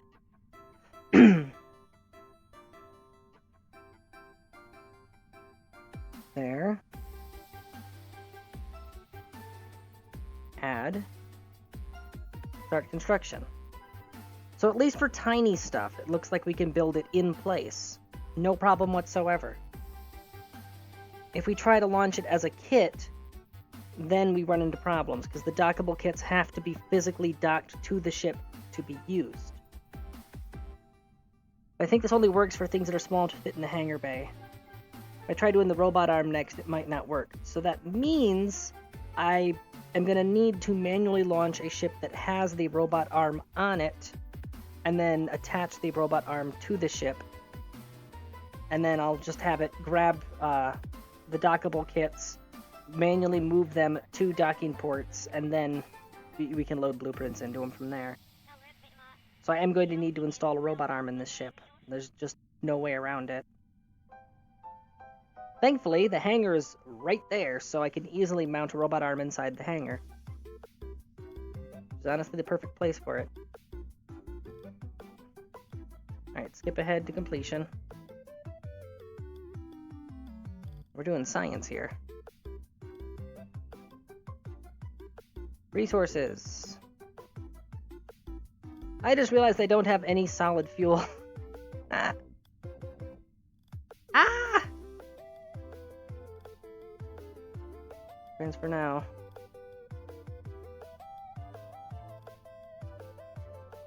I might need to actually lift a large SRB into orbit and dock it to Ozzy, simply so that way I've got the source of solid fuel, or just, never build any prefabs that need solid fuel. Either way, let's launch this. There it goes.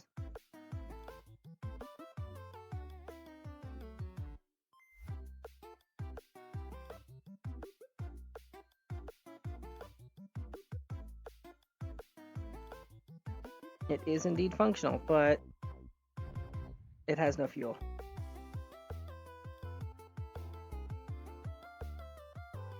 Here, I'm going to temporarily turn on infinite propellant. Whee! There we go.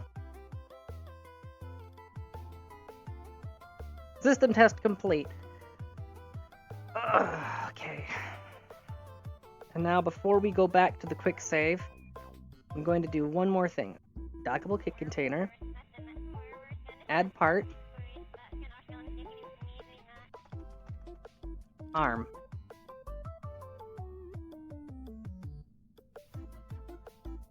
Oh my god, it's going to reload the entire index, isn't it? Yeah, it's reloading the entire index.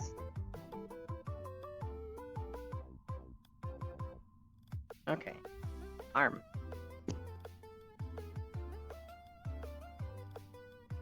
Light scanning arm. Station arm, there you are. Start construction. Requires a huge chunk of time because it's an expensive item, therefore it assumes that it's really complicated. I mean, it is a robot arm. It's a bit more simple than, you know, just a rocket.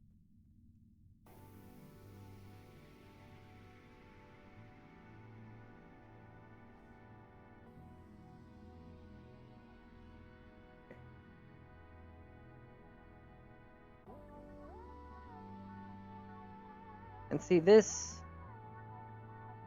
isn't even showing up here.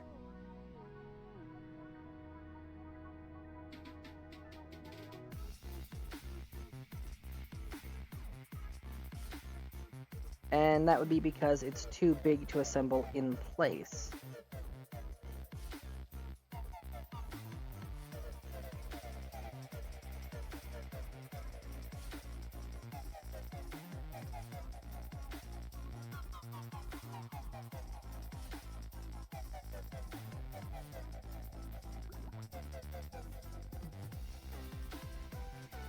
There's only tiny stuff that can fit inside that hangar that it will allow to be built in place. Anything that's bigger than the size of that hangar, it says no.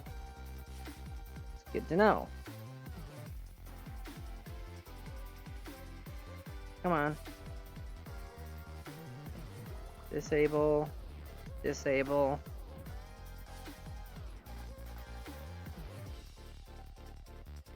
Now for my crazy idea. Oh, how about if I was actually controlling the proper vehicle here?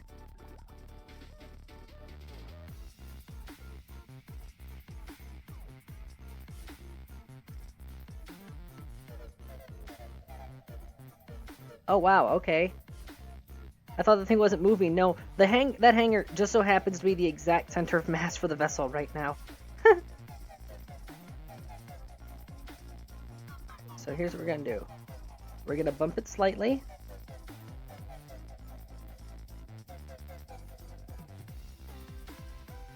There we go. Alright. Now, orbit prograde. That will begin stabilizing the ship. Then, going to release, disarm, and retract. Then we're going to switch over to Ozzy. See where I'm going with this yet? No. Let's get a time warp going. Perfect.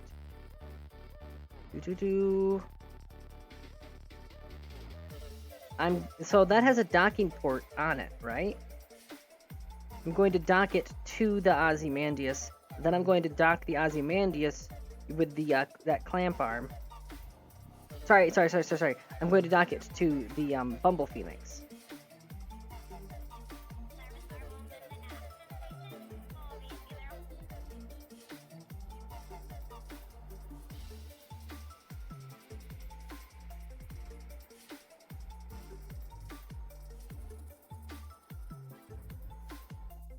Okay, I'm going to be riding the brake now.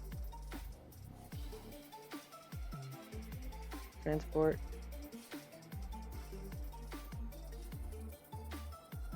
Let's target transport. Oh, right, it's got docking ports on each end of it. That's even better.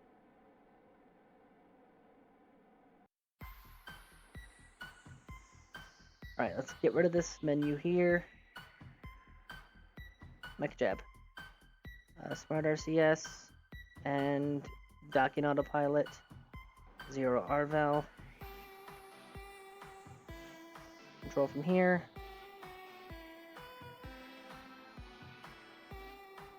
Autopilot enabled. Alright. Go, you lovable dumbass. I'm using Bumble Phoenix as a tugboat to, well, basically as an orbital forklift, really, to move this container where it needs to go.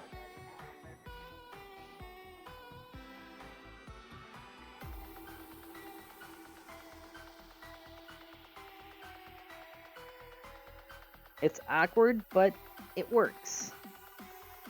which means that I may be able to use this to install the arm on itself, which will save the trip of a supply vessel. And oh my god, that reactor's wobbly. Yeah, that really needs bracing.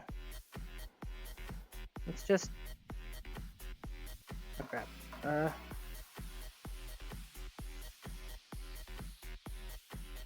we go.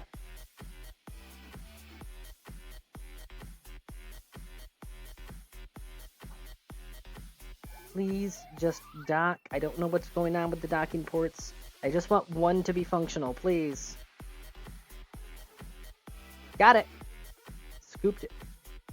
I scooped him. Alright.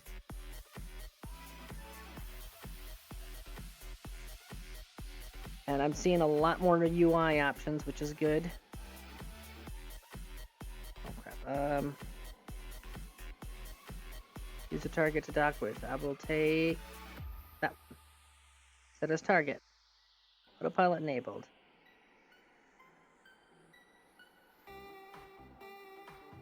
Alright, show deployment hint. Yep, that is indeed the proper way.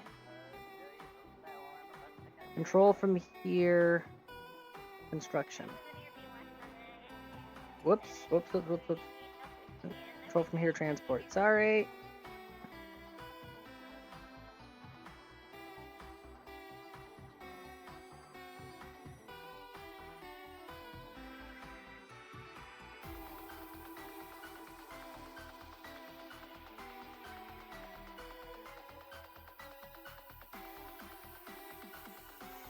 Alright.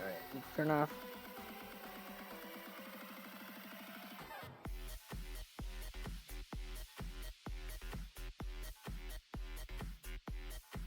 Alright, control from here.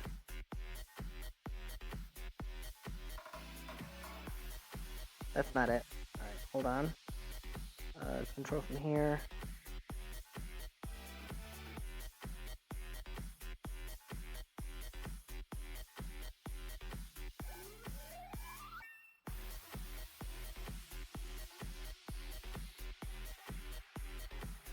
Crap. Okay. Zero Arvel.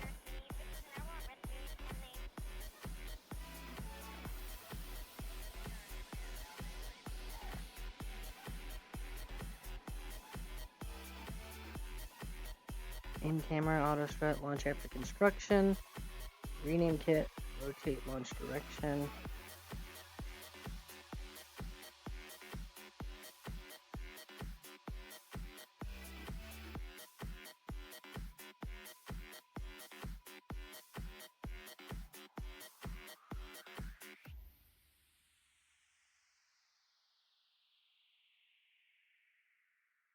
Lovely. All right, well, I'm just going to have to trick the docking autopilot and convince it that that container doesn't exist. It's my only option, unfortunately.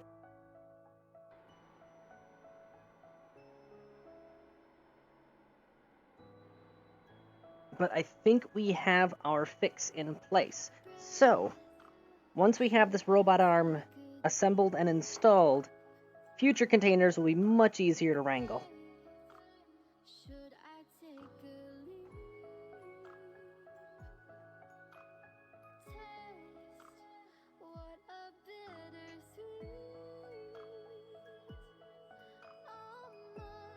Holy crap, it's 11 o'clock.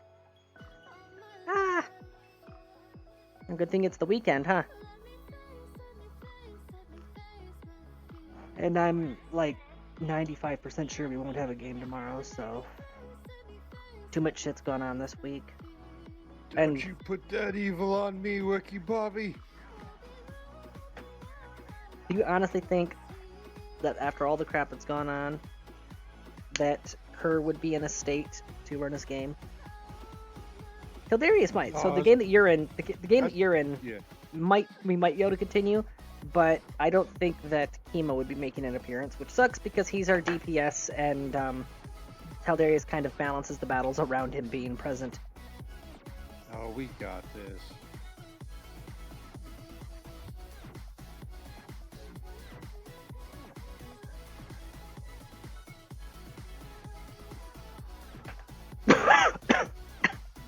Excuse me.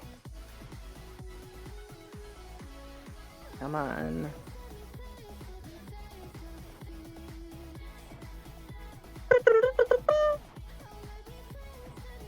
And there it is. It's showing up in the workshop. So that was the problem. All right. Do. Come on. Undock transport.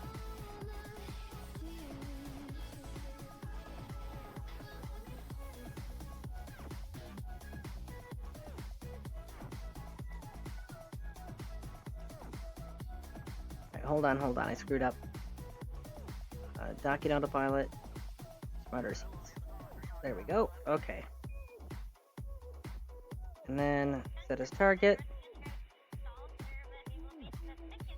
Control from here. Autopilot enabled. Go. Oh crap. I accidentally retargeted because I double clicked. Set as target. Go.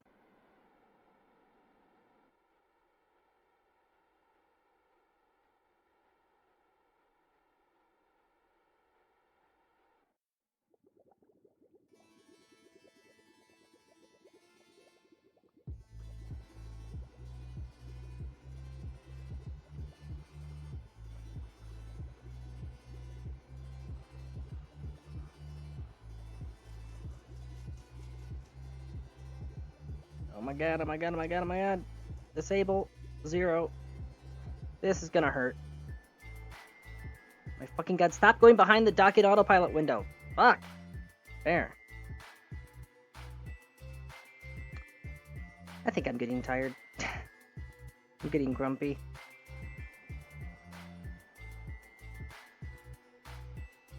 Okay, there we go. Okay. Now I can afford to fizz work.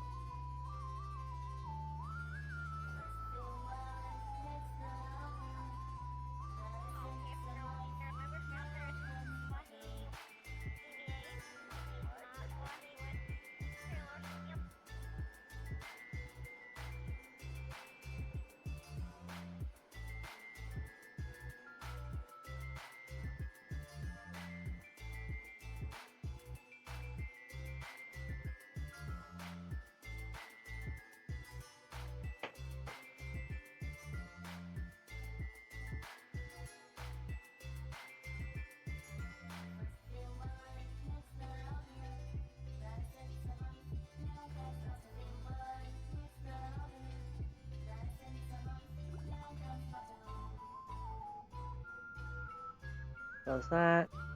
Close that. Grab.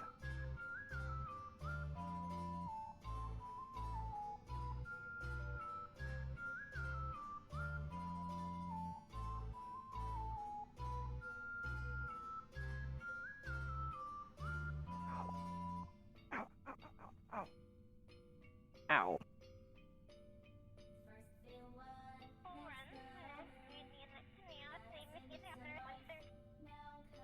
Alright. Deploy.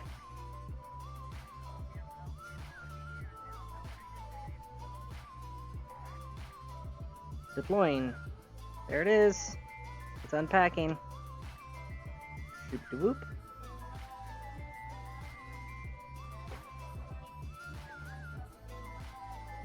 Ow. Add to construction queue. Start construction. 48 minutes. Still better than real world 3D printers. This is a grand total of like 4 hours of assembly time for this thing. 4 hours to build an industrial robot arm. That's actually not too bad, you know? Considering we're building it from raw parts. We're actually having to machine the individual pieces and everything.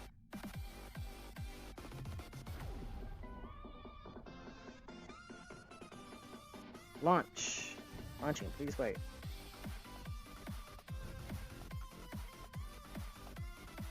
There it is. It is mounted. Not mounted where I wanted it, but it is mounted. Right, close that. And quick save.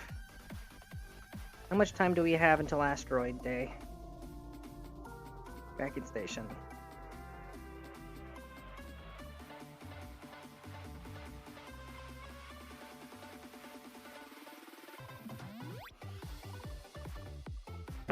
I also just realized something. This robot arm is going to be dual purpose. Not only is it going to allow me to grab containers and align them with docking ports, but when we come up to the asteroid, it will allow me to grapple the asteroid effectively. So I don't have to worry about any careful maneuvers or anything, because that arm's a lot more agile than the entire ship is. I just have to bring it relatively close to the asteroid, the arm can reach out, grab it, and pull it into alignment. Considering it's a small asteroid, the comparative masses between the two vessels shouldn't be, too difficult. As long as I keep the movements slow and meticulous, There he is. Still have 41 days. So that only took a day to do all that science.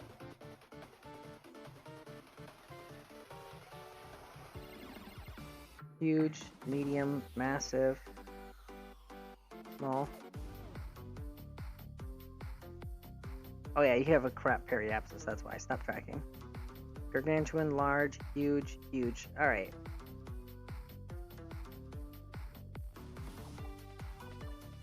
That's the one that I want.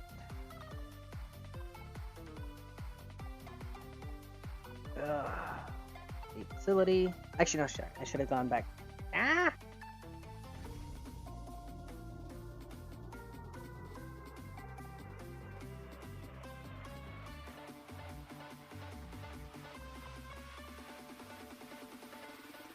Now that I think about it, actually having two robot arms might be ideal. Because then I can grab two things, put them in the proper position to each other, stick them together. Like space Legos.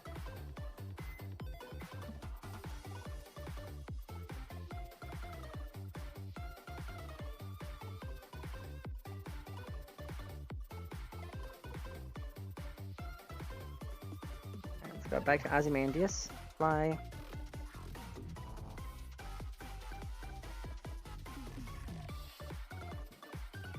Hopefully the arm weighs less than 1 ton, because that is the manipulation limit in zero gravity. Each Kerbal in zero gravity can move 1 ton worth of object, regardless of volume, with the Kerbal attachment system. The vanilla building system has its own rules, and I am not fully aware of. I guess maybe it's like a tag somewhere or something that has to be flagged. Out of the way. Toggle servo GUI. Oh. Ah, see. Bend elbow. Angle 180. Set. Whip that around.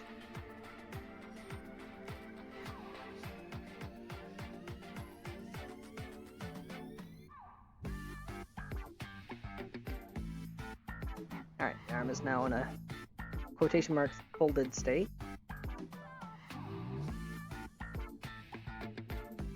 And that is considered to be a docking clamp on the end of it, though I don't think it'll function because I think there's a flag that it's looking for when it comes to the dockable modules, and it has to be docked to a regular docking port. Under EVA, and now... Yeah, see, it's...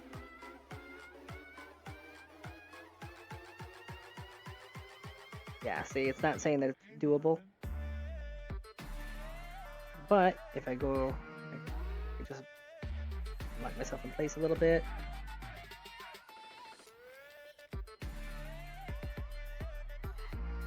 Can't be detached without a tool. Inventory. You're supposed to have a... Oh my god. There we go. Take Alt Pal's wrench. He won't mind. And now... wrench is equipped.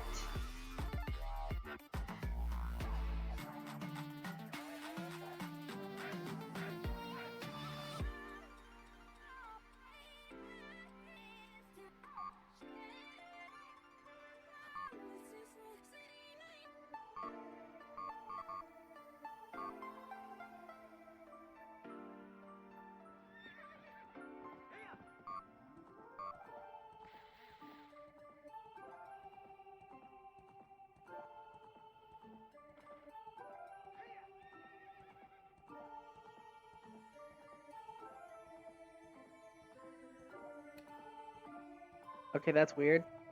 Now it's saying that it can do it when it couldn't a second ago. Whatever. It's working now, that's what matters.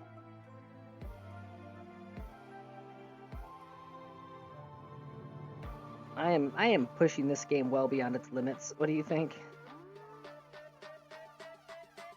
Too far. Ah!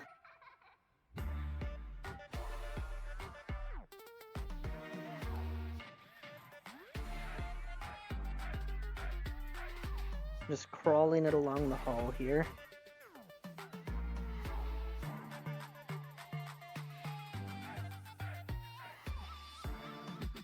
Here's what I do. Catch and grab. And... oh, actually, I think I can...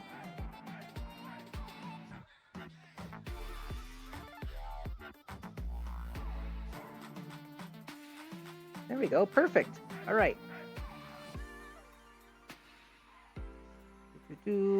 Get you back inside.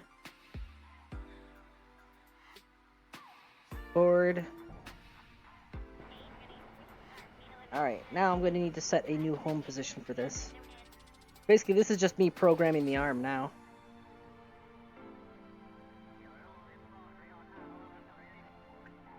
Rotate shoulder.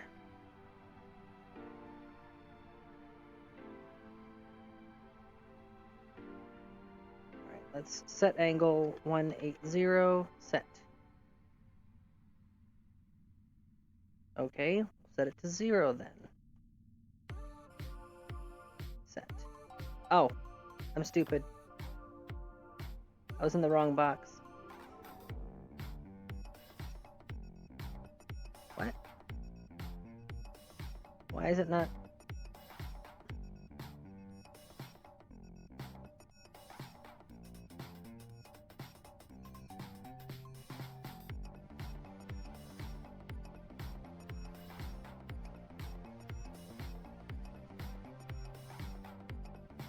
Okay, whatever. And elbow set.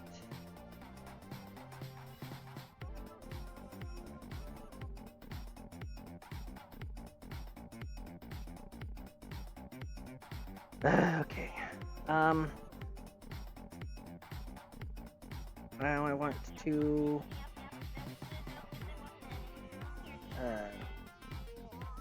yaw wrist. Is that the one? No, it's not the one. Take you back home. Pitch wrist. Yes, that's the one.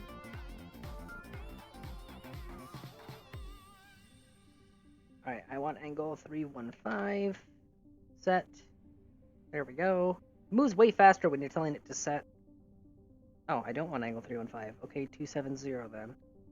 270. Set.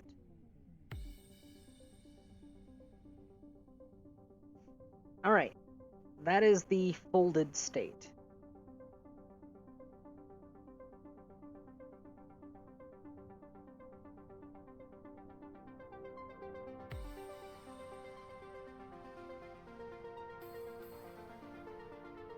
Alright, and now rotate shoulder to pitch shoulder to 270. Set. Oh no, sorry. That's the wrong one. Is it yaw shoulder? Yeah, it's yaw shoulder. Okay, yaw shoulder to 90. Set.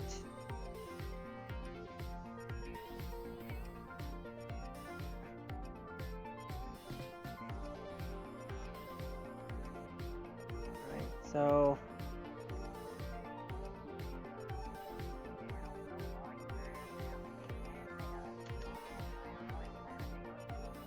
grab kit.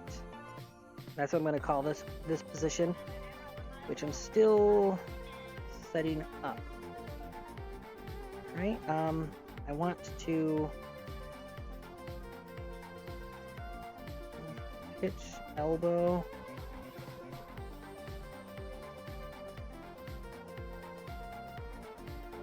Yaw shoulder that I want. Now that one I want it. No, send that one back home. Rotate shoulder, that's the whole thing though. So let's return you to home.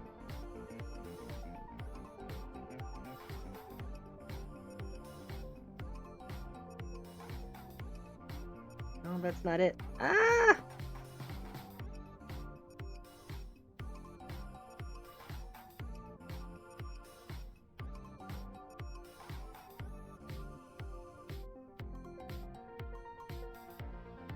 This is being difficult. Rotate shoulder, that's the one I want. That is that base one. So I want you to be at 270, I think. 270, set. Yes. And then pitch shoulder. No. Yaw shoulder. That's the one. I want yaw shoulder to be at 0. Set.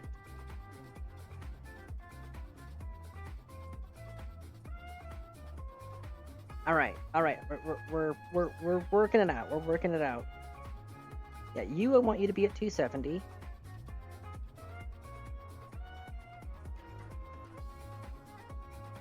All right. And then bend elbow. I want you to be at 90. Either 90 or 270. We're gonna find out in a second. 270, that's what I wanted. 270, set. Keep it going. Whee! Zoom.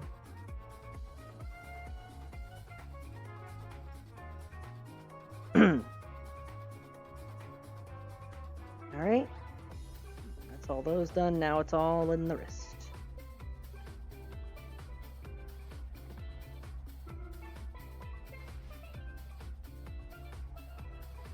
Pitch wrist.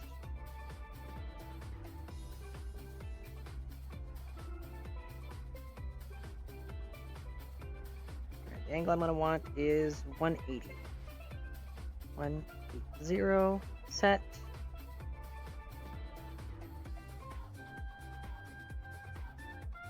And then roll wrist. No, that's not the one I want. Jaw wrist. Yep, that's the one. I want you at 180. Set.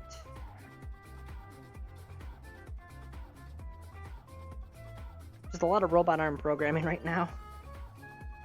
Sorry if this is boring.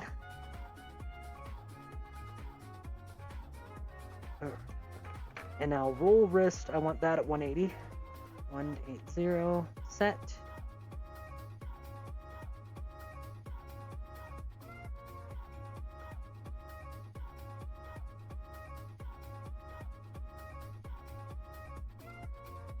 Alright, it is now prepared to grab and receive various things. So, boop.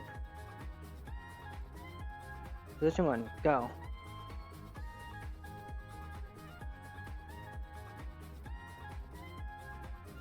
Perfect. Up, and it's resetting the hand too. Save. So, boop, and then it deploys.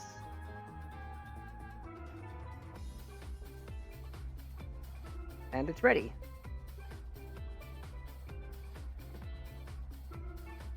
Alright, I'm just using this to quickly get it back to a relatively...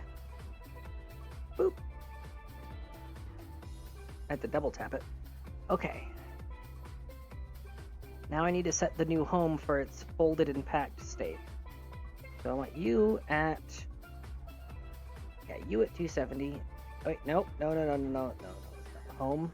Home for you. I guess it's just going to keep on going then. Faster forward, I guess. Alright. I do not want you at 0.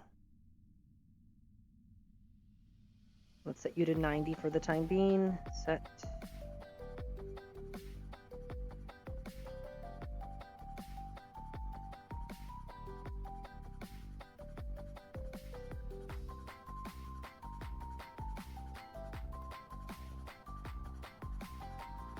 Oh wait, no, not. I'm going the wrong way here.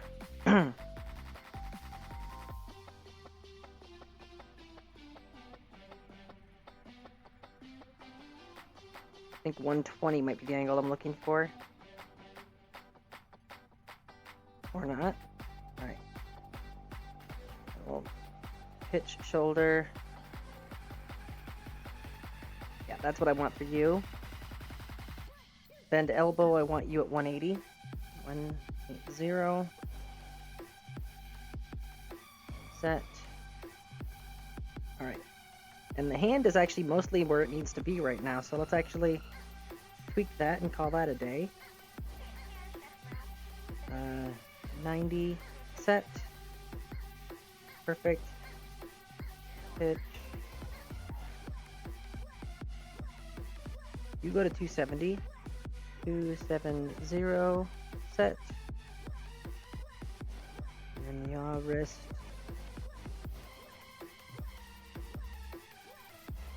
I want you set to 90. 90. Set. Alright. That hand is now in a completely folded state. The arm is in a mostly folded state. I just gotta rotate the shoulder.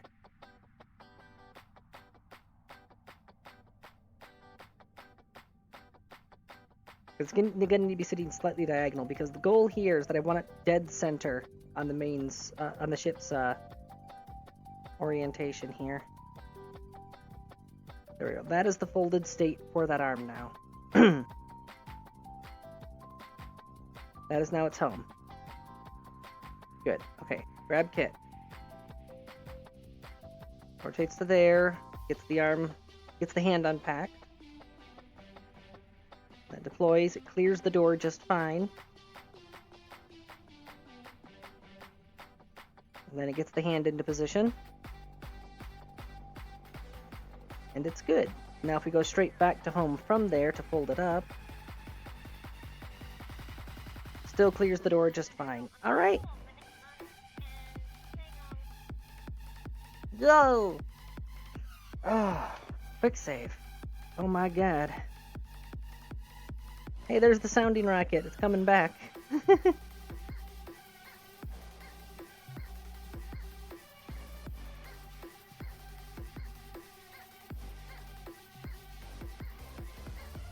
I'm contemplating down the road when we add the yeah, down the road when we add the warp nacelles to it, whether I really want them on the flanks, because it looks like I might be having to put that as the assembly area. Alternatively, I could add docking ports to the top of the engines here, because anything that gets placed there is going to be temporary. That's just where I'm attaching it for assembly, and that can be moved where it actually needs to go after the fact. So yeah, I think that's what I'm gonna do. So for now, gonna close that up. Now let's get the building UI open. Orbital assembly line, orbital workshop, add part. Wish I didn't have to load the entire fucking list of parts every single time.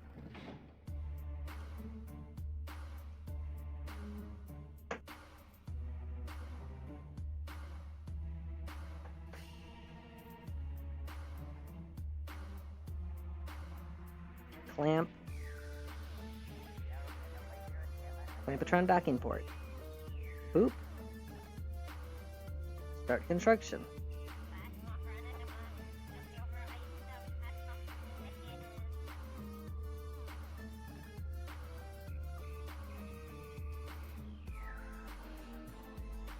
Alright, finalize.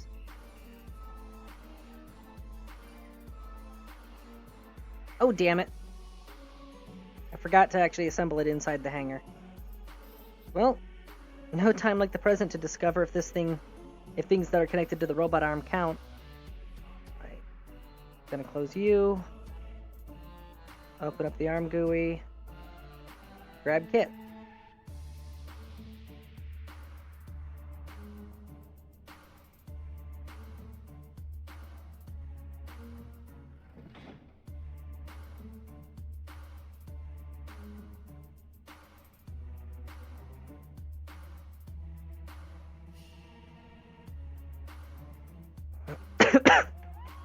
Ow. Alright. Do pitch shoulder, is that the one I want? Yep.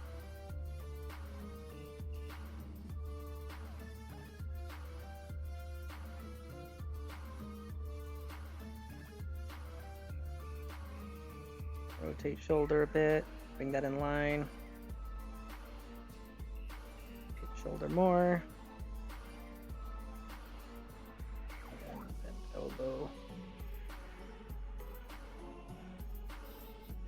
Right. Magnet on.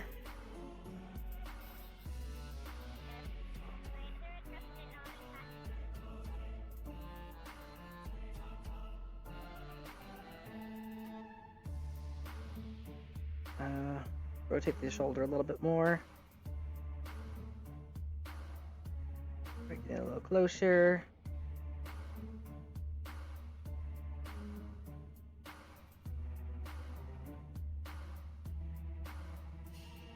Wrong way. I got it. I got it. Alright, now to avoid phantom forces.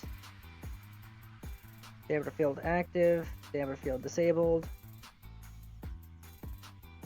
Now I can't help but notice the distinct lack of options showing up. So I think the thing actually does have to be physically docked. So, for the moment, I'm going to leave that thing hovering there. And I'm going to use one of the existing docking ports and move that over.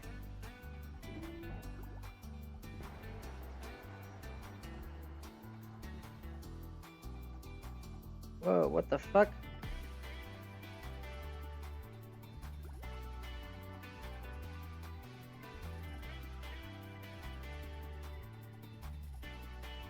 That was weird. Oh, I still need to add those braces. Damn.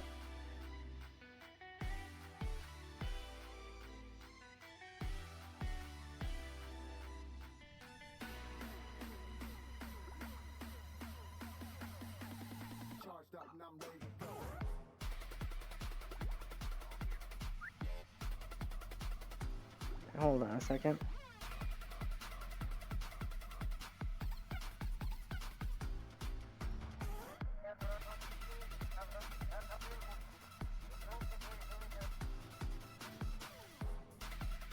That is so weird. Alright, whatever.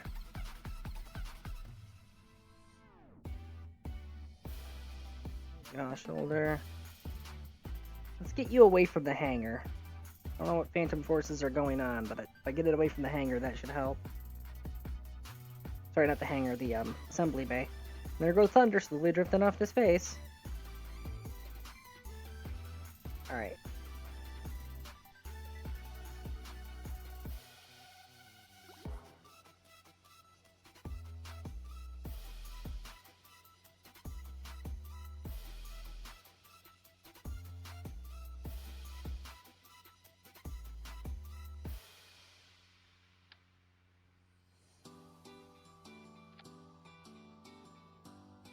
Gotta play with his laser gun again. Alright, there we go.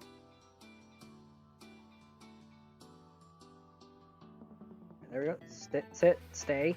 Alright.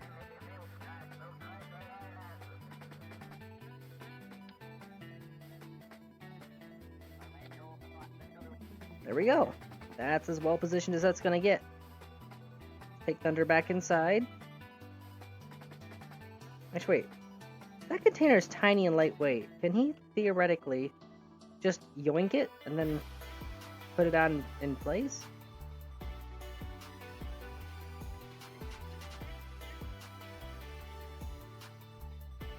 Yes, he can.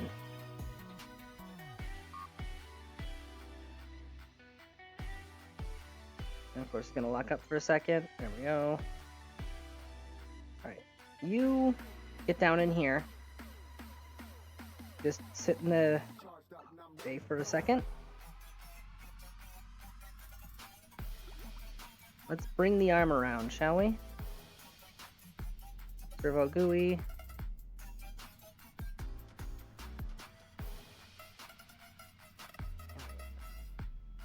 Jaw, shoulder.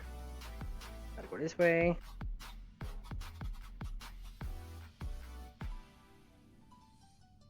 Bend elbow. Bring it on down.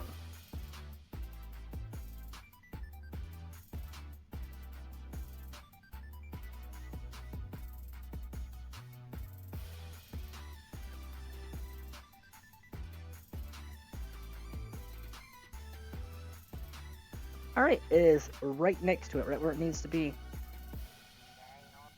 And now I get to test something else, which is, can I still... Oh, I can still control the robot arm when I'm playing as Thunder. That's actually really handy. Got remote controls for it. Alright. Boop. Now, grab. And change node.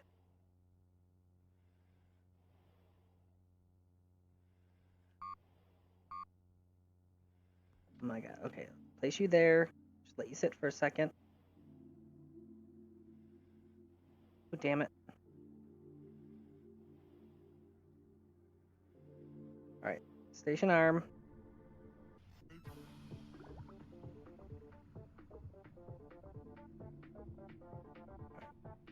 Servo GUI. Magnet off.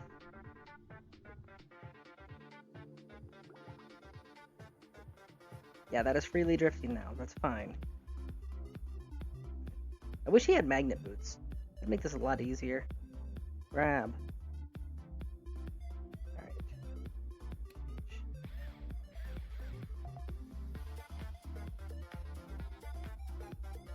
Ta-da!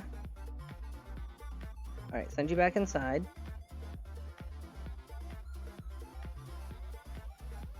So it's going to require a lot of time and precision. But look at this! Clampotron docking port. Show. Yep, that is what I want. Wait, no.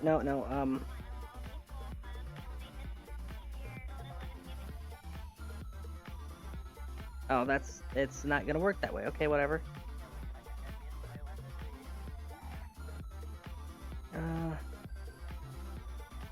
Cross. Oh, sorry, that I clicked on. There it is.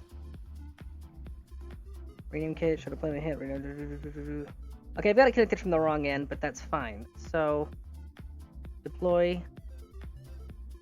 Yes.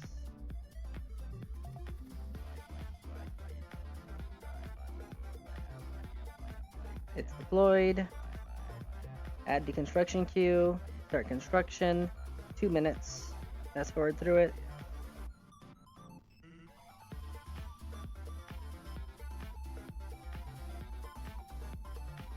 Launch.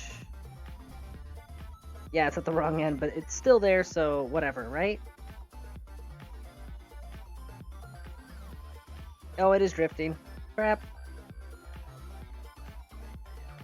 Because the ship's rotating underneath it. Ah! Thunder, EVA, get that docking port.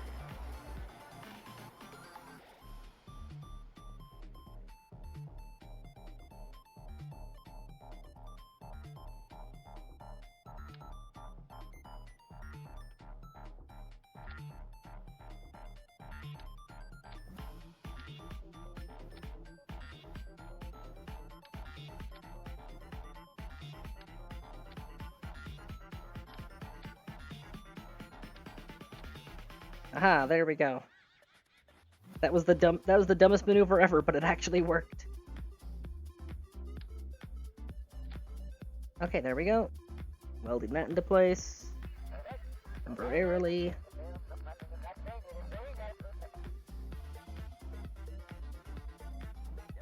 And now I'm gonna add 2 new position commands for the docking arm. One for the starboard, one for the port docking areas. See how I've got that one positioned. There we go.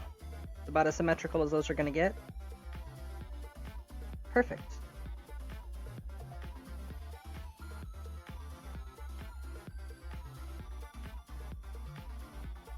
Okay, board.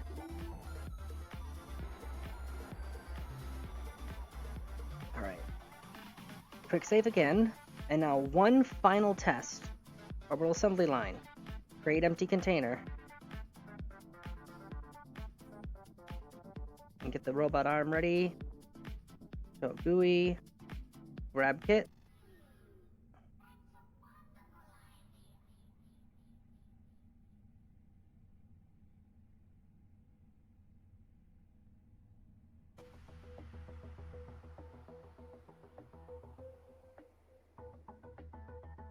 Alright, that is launching while the robot arm is coming into position.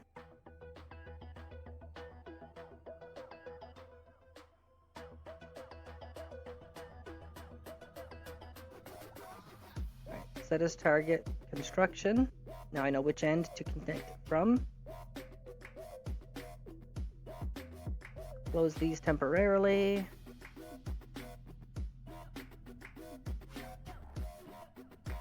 Magnet on.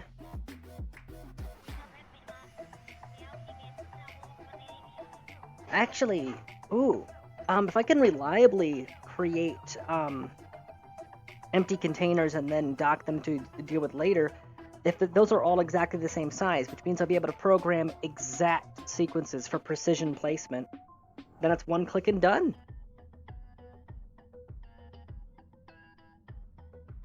So, pitch shoulder.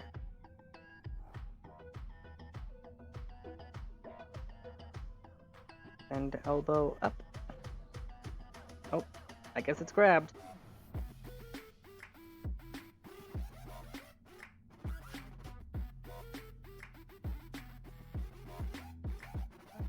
Elbow up.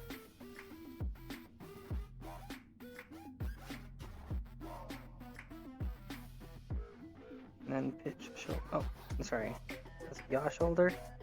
Yeah, okay, yaw shoulder. Yaw mule.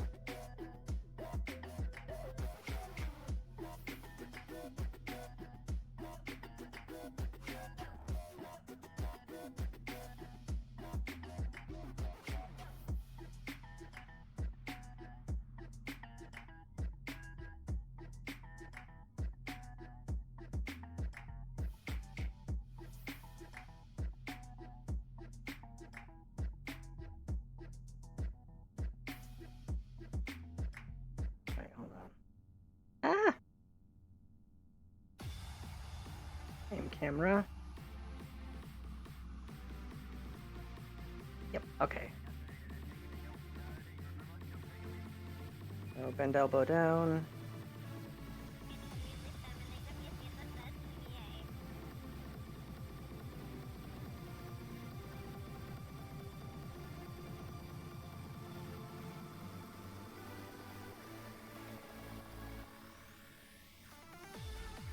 Wrist.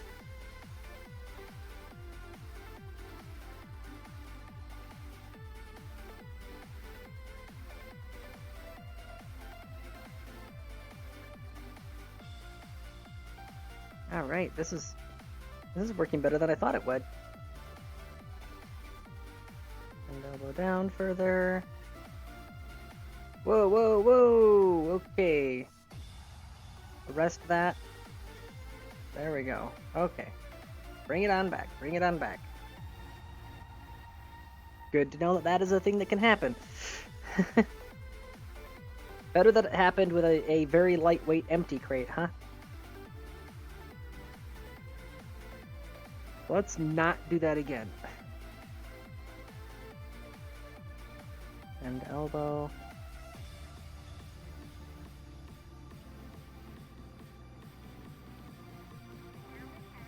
And elbow.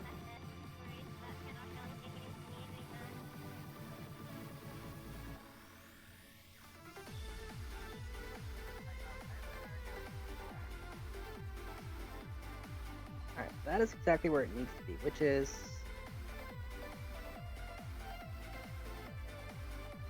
oddly off angle, but that's fine. Right. Your wrist.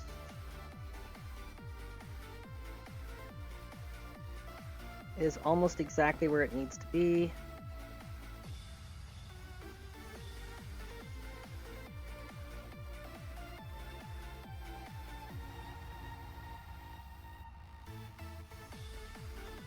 No, stop.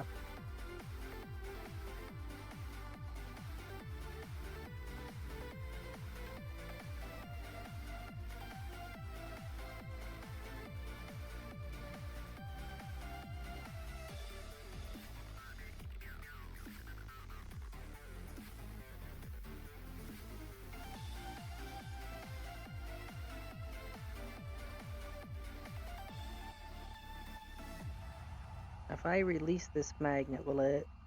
Yep. Perfection.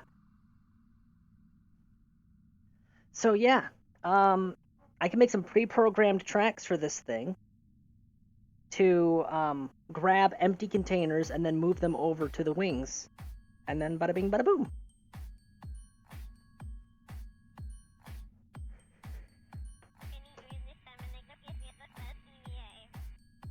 Alright, so they can recycle these empty containers after printing them. So this is just, setting up the robot arm and all that. Ah. Ow. Ow. Don't mind me, I'm just being crunchy.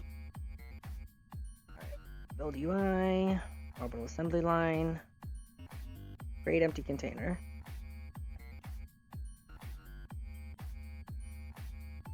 Create empty container.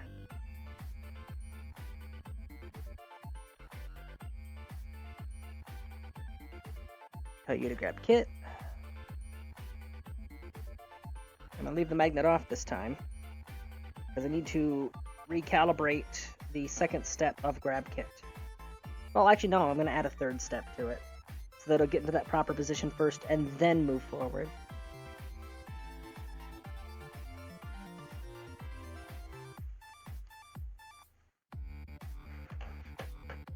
Edit. Magnet is off. Alright.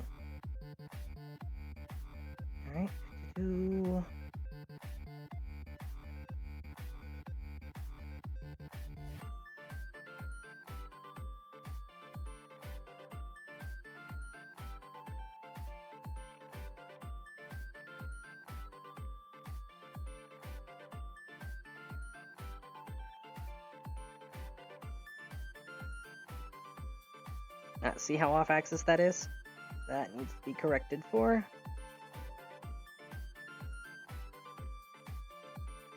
Unless... Is that... It is not. Alright. Let's return you to exactly 180. Set. Alright. Turn the magnet back off.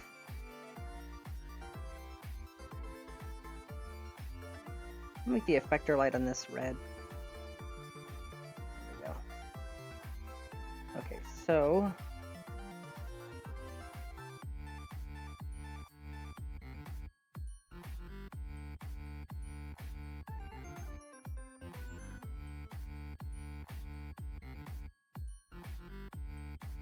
Roll wrist.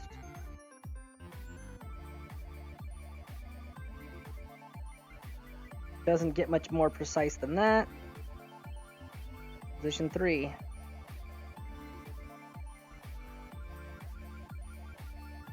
Okay. Sequence. See if this works. Gotta finish repositioning the wrist to where it was at before. Alright, now it pops up, deploys, preps itself into position. Yep. Gets all lined up. Then it moves to grab the crate. Perfection. Grab. Status attached. Alright, creating a new sequence.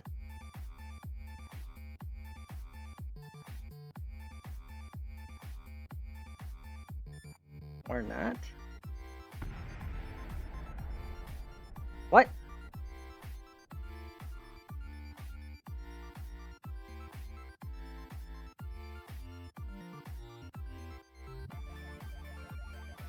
Dockable kit container collided into orbital assembly space. What? I guess F9.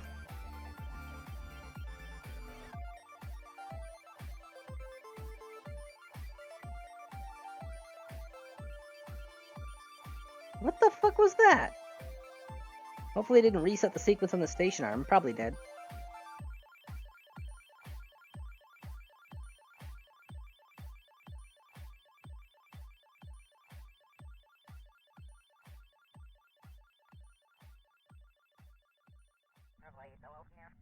Yeah, reset the sequence on the station arm. What the fuck was that? Just randomly exploded. Assembly line. Close.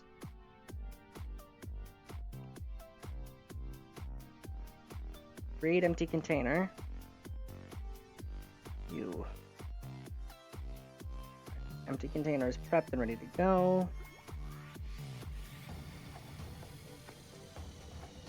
Toggle servo GUI.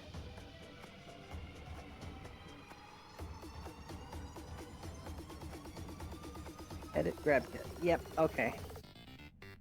Go to position 2. Okay, I guess I'm doing this one over again. Magnet is indeed off.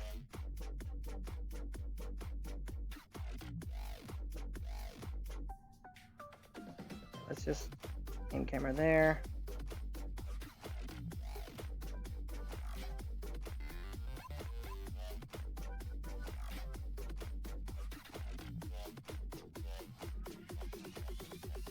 Okay.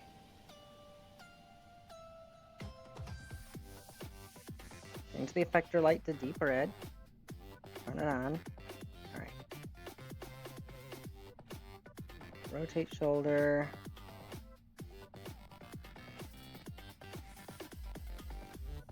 Pitch shoulder.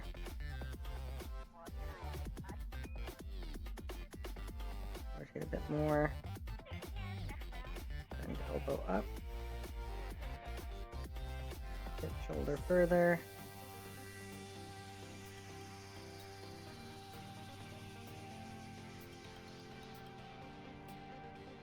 Alright. Yaw wrist.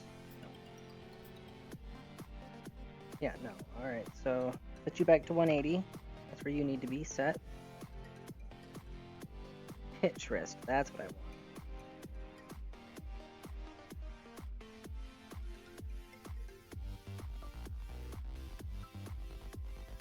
Camera's being a bitch to work with. Alright, I'll aim camera at this then. Come on, reset camera. There we go.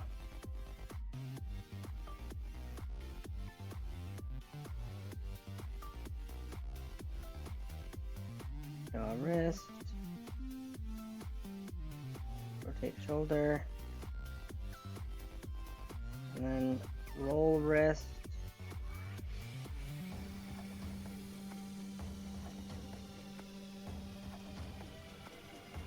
Pitch it up a little bit more. That is not pitch. There we go. Roll wrist further.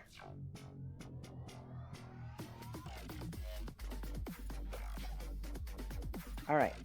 Save that. Save. No. F5. Okay, game has been quick saved. Turn off the damper field, turn off the attractor, turn the magnet on. It is not attached. Fuck. Alright. Well, that's what F9 is for.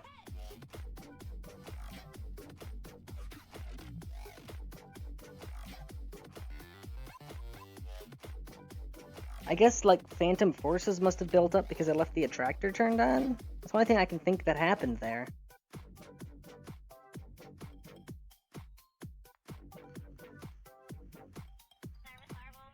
That's supposed to happen, though. Alright, arm is in position. Aim camera. Or it could have just been that was just a random explosion because it felt like it. That is also an option. Alright, show GUI. Edit sequence 1. Edit position 3.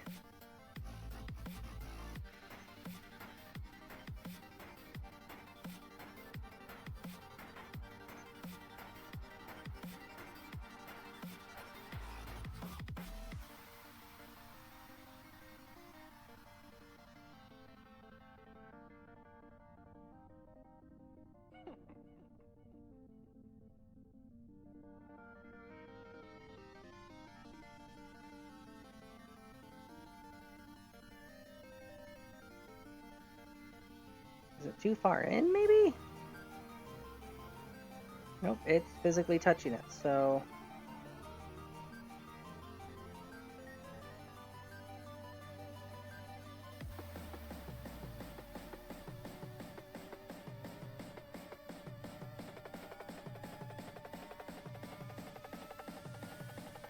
What the hell's wrong with it? Ah! Okay, I'm gonna pitch wrist a little bit. And then...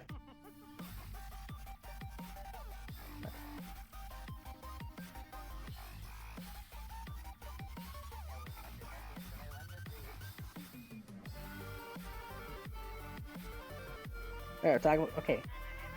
Snapshot. Save. Save. Home.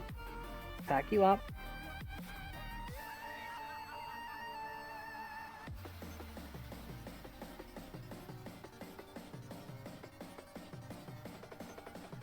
Alright, it is in a packed state. Saving game. Play in sequence.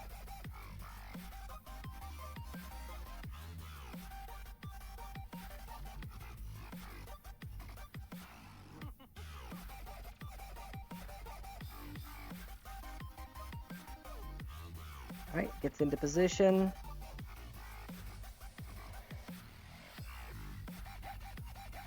Then it moves to grab the crate. Status attached. Oh, cool. It's actually saved to disk now. Perfect. Alright, now damper field inactive. Attractor disabled, so no phantom forces building up.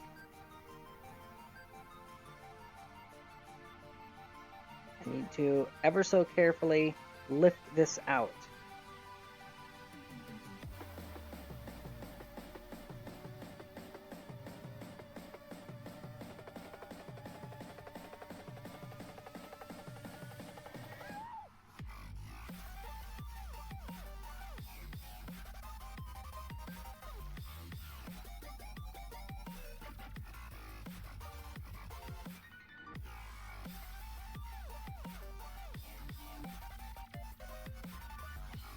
Right, and pitch wrist.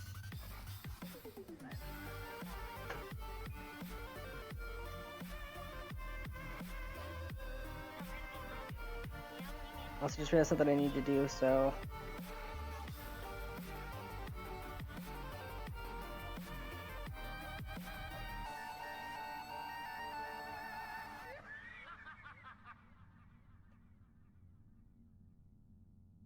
Grab kit. Save. Alright. Sequence 1. Okay, perfect. Perfect.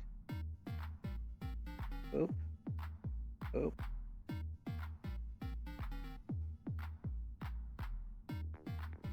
Place port side. Actually, I'm just gonna call it port side.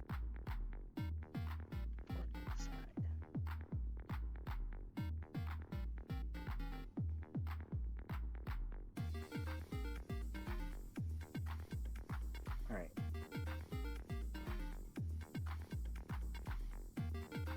Rotate shoulder. Want to be positioned center line.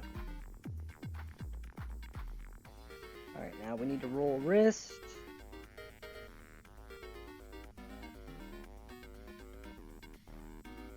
Wrist is rolled properly.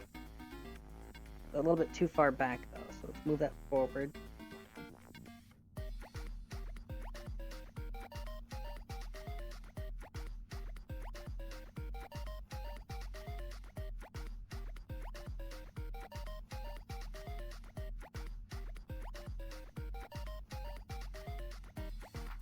Okay, and now wrist.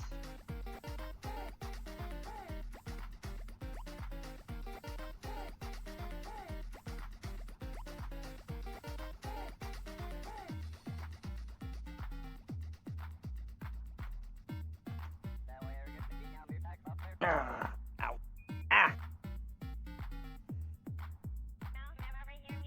grab.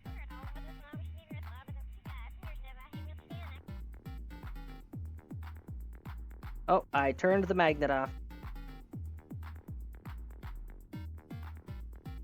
Whoops. Well, recycler.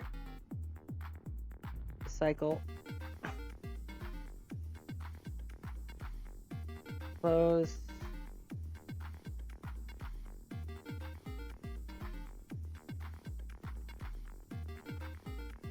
Clear.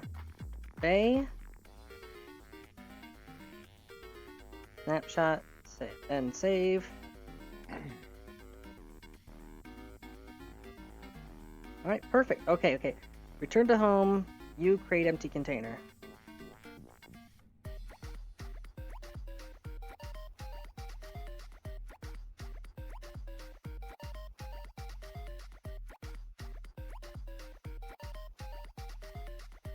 Alright, that is on. Perfect. Okay. Magnet is on. And I click grab kit. Ah, it remembers magnet status. Okay, stop.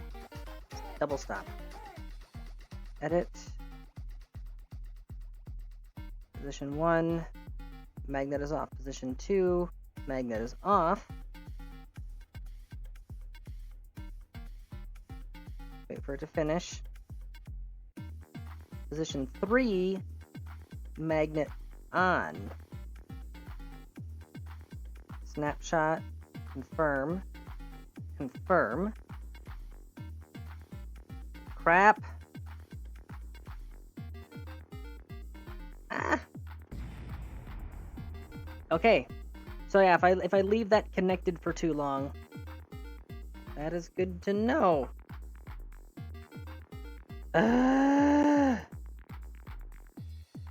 Close F9. This is becoming tedious. It can be done, it's just tedious programming.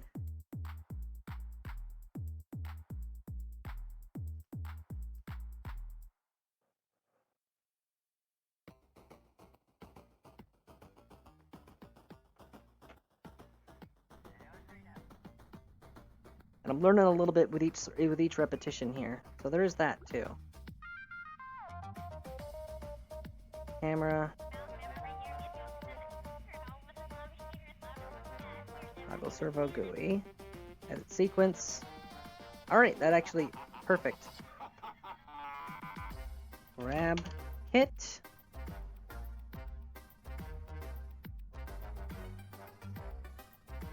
Edit position 1.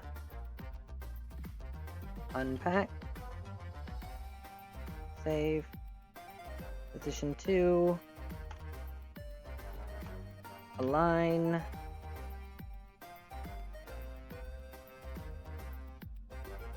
Position 3. Grab.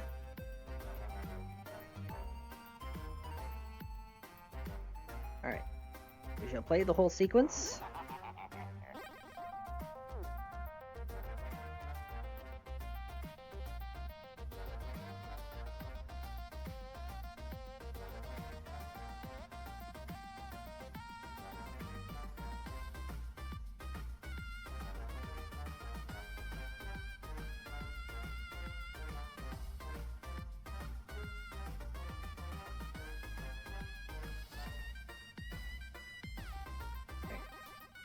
Edit this.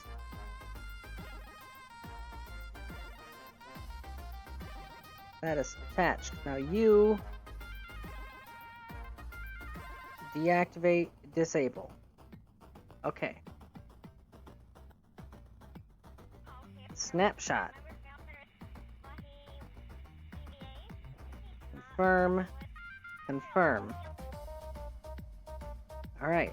I'll record a new one.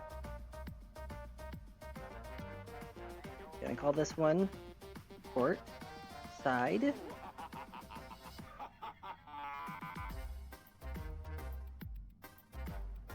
For you, for you. It is in the grab state now.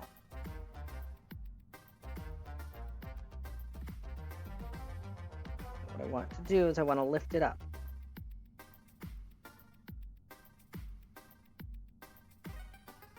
First, we got to get this clear. Then we can bother properly positioning it. Alright. Pitch shoulders back forward again. Because I have to do this one servo at a time, which is why this is being a little bit meticulous here. But once I actually play the sequences, it moves everything simultaneously, so that makes it a lot easier.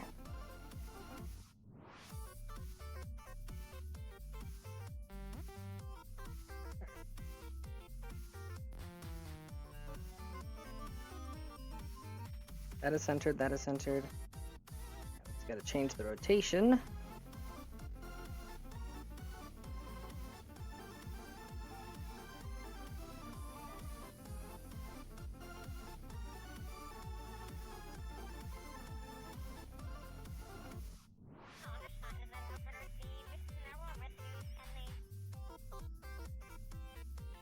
And roll wrist.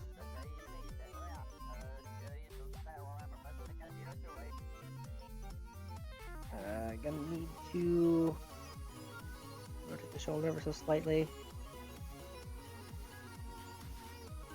And then pitch shoulder forward a bit. And bend elbow up a bit. And then pitch the wrist just a bit. That is a new position. Edit. Clear bay. Save.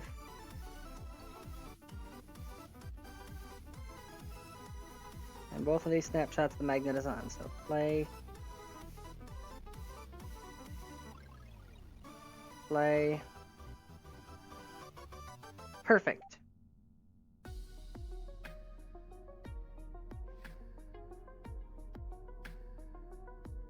Alright, let's move the camera over here so we can see what we're doing.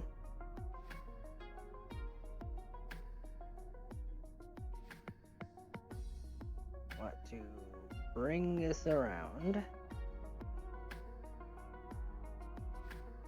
Wrong way. And let's set you to 90 because when you use the set function, it moves way faster.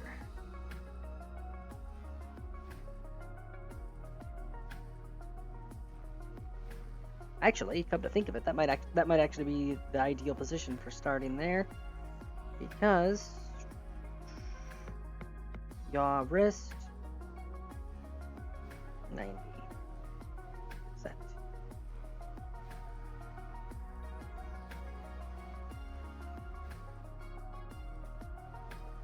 That's actually an ideal alignment there.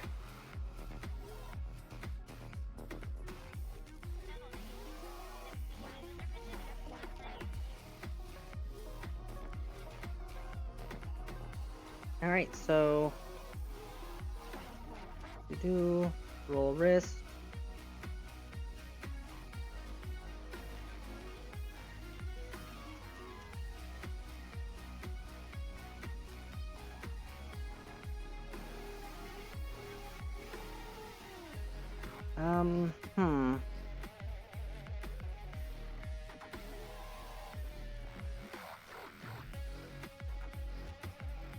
Roll wrist. Let's set you to 180 exactly. See what that looks like. Perfect.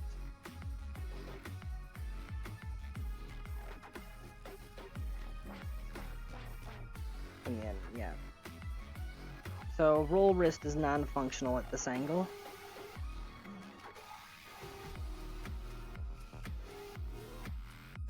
Bend elbow down.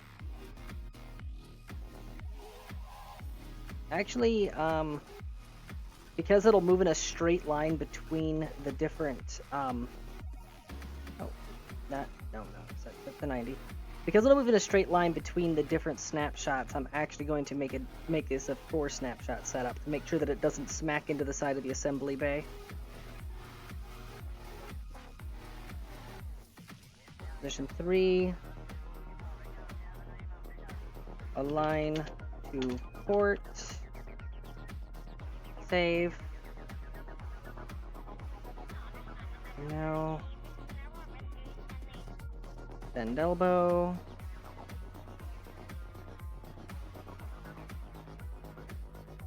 And because this is all set to 90s, I'm actually going to move the docking port to align to where this is at, rather than fine-tuning the minuscule adjustments that I need to for otherwise.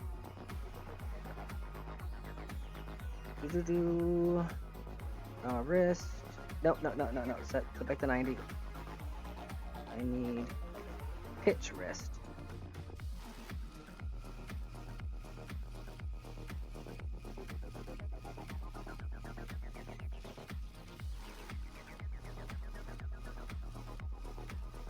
Yeah, because see, that's ever so slightly off. So, rid of the GUI for a second. I need Thunder to get out. But first, I'm going to quick save. Because I don't want to lose all of my progress a fifth fucking time. Whee!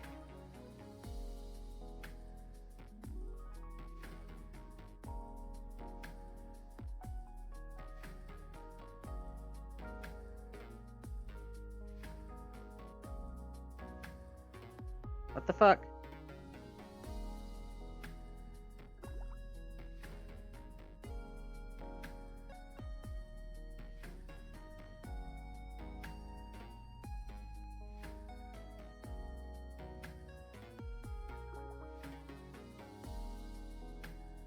Okay, the robot arm really, really does not like time warp. I know that now. Alright, F9.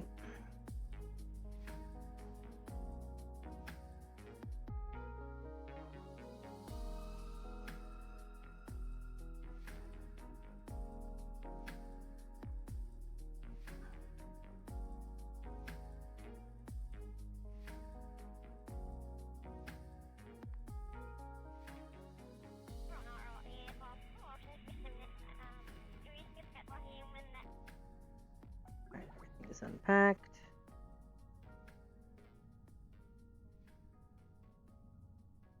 Since I have this saved to this point, what I'm actually going to do, toggle servo GUI. Oh, son of bitch. I never finalized it. Oh, Tanya, you idiot.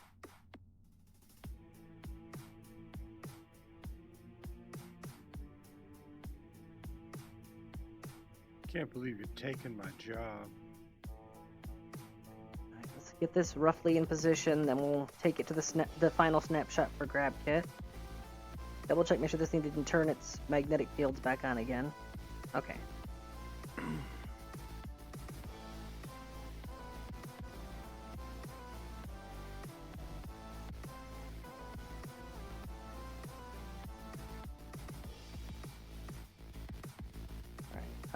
Edit. Jump it ahead to grab, and it's gonna smack. Yep. I am making progress. It's just my own ineptitude keeps getting in the way. Keep forgetting vital steps. Probably because it's midnight and I'm exhausted. Why sleepy? Yeah. This is why you're not supposed to operate heavy machinery while you're tired or drunk. I am heavy machinery. Don't operate while sleepy or drunk. Fuck.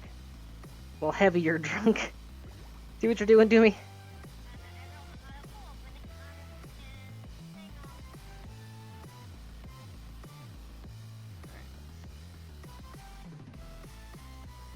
And elbow way up.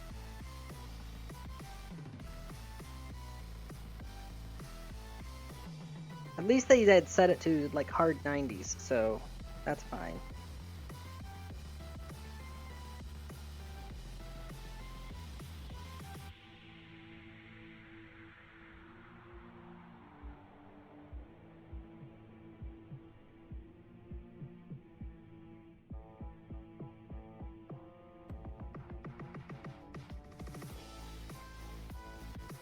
Stop.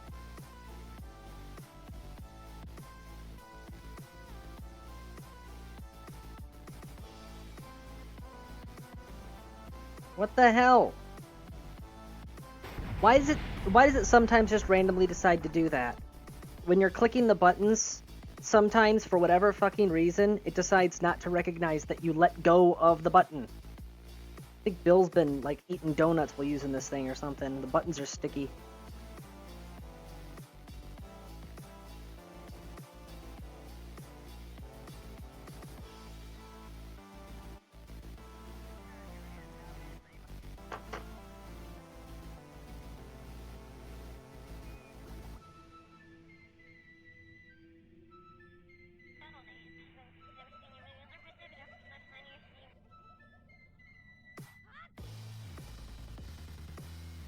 Okay. Alright, okay. Bend elbow. Let's just get this way up there.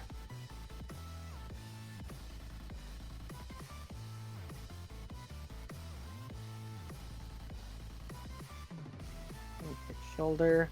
Want you way up as well. Actually, you know what? You know what's actually easier? What's actually way fucking easier? Magnet off. Recycler. Fucking just toss the thing. Close the bay. Print a new one. Seriously, that's actually easier than trying to get that one back into position. Probably a small loss of resources, but things are super cheap when empty anyways. So, whatever, right?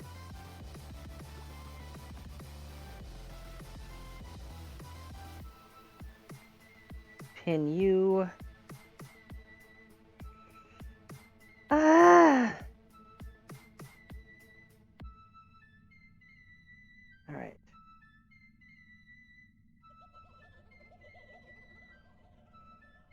Move you over to a line.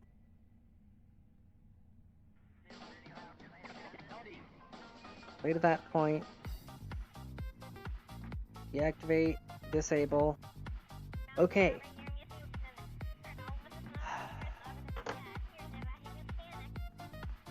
Grab hit. Save. Save it as grab kit. Save. Record new sequence. Port side. Toss unpack. Toss a line.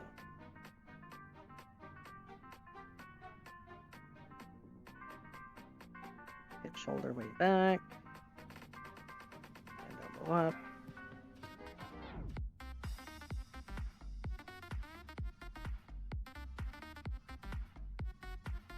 Shoulder forward again.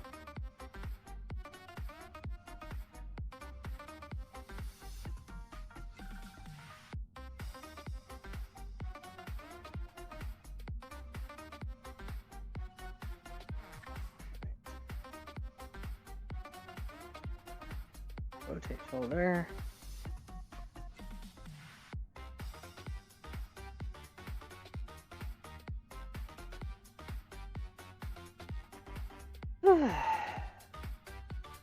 Irritating. Really, really irritating.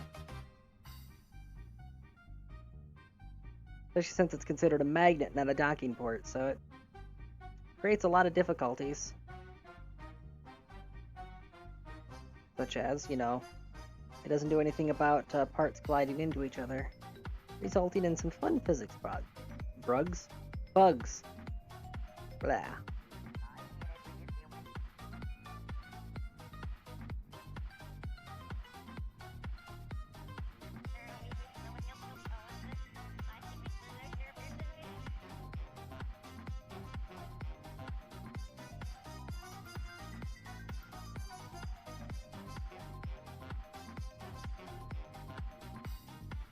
There we go. Save. Edit. Clear bay. Save. Confirm. F5. Fuck. Go back to editing.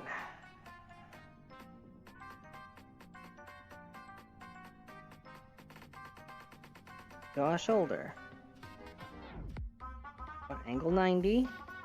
Set.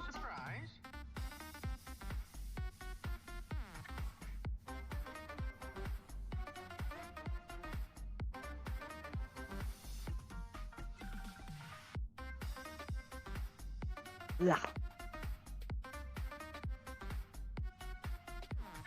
And then at your wrist. I think I can save face on that. Nope. Double tap stop.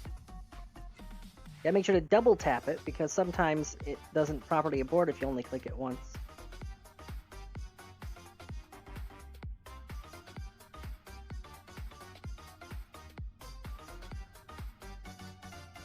Angle 90. Set.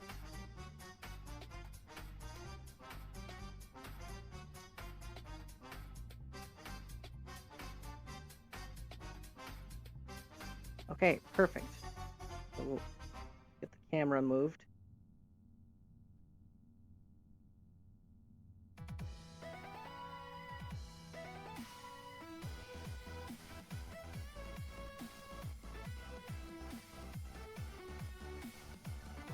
Alright, and now we're gonna save that, rename, move to port. Move to port. Save. Now, if I'm looking at the lines correctly, I want to adjust the docking port so that its center line is perfectly aligned with the hangar bay doors and with where the top edge of the lithium container sits. This is exactly what I'm going to do. But first, save, F5, turn the magnet off, scrap the box.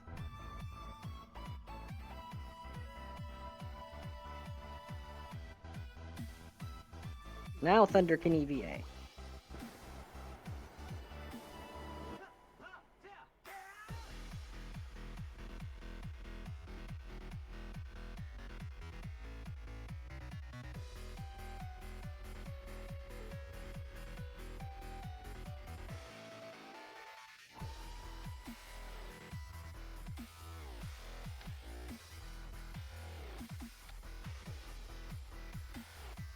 Alright, that looks ideal.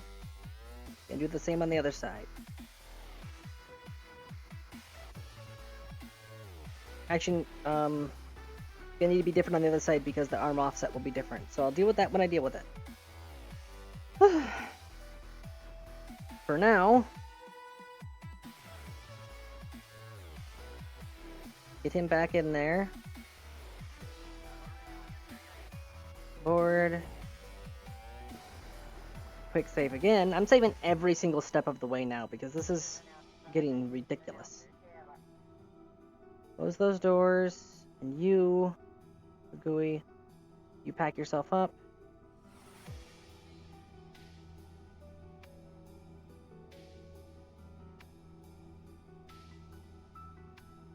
Okay. You create empty container. You begin the grab kit sequence.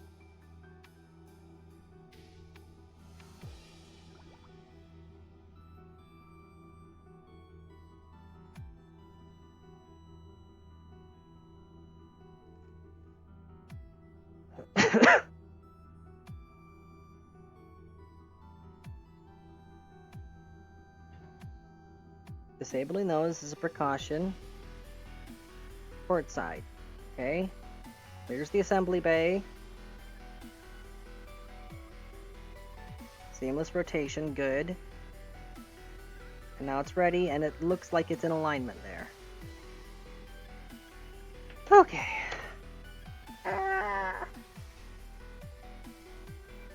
Go back to the editor. No longer need the thing for the assembly space there.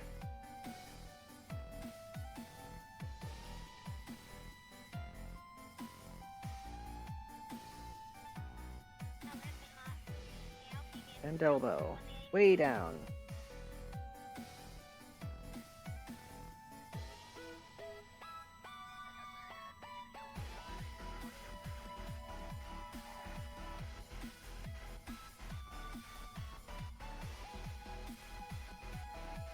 Good enough. Okay. Roll wrist. We set you to 180. Set.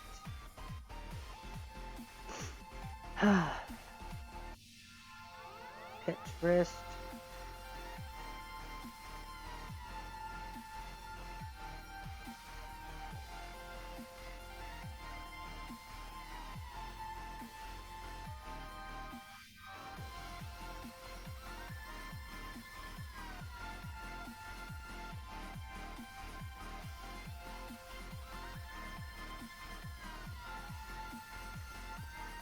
Elbow a little bit further.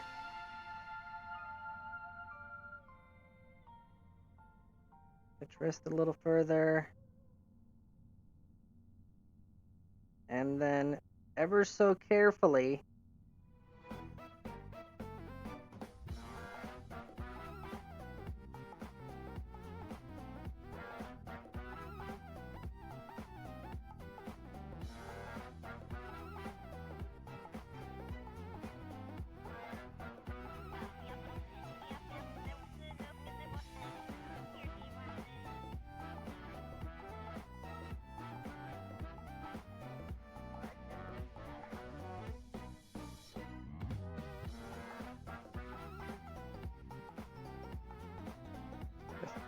I'm having to do this in the tiniest of increments because of exactly that.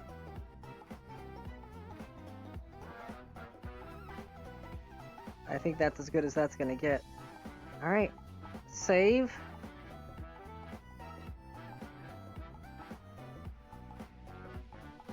Move to...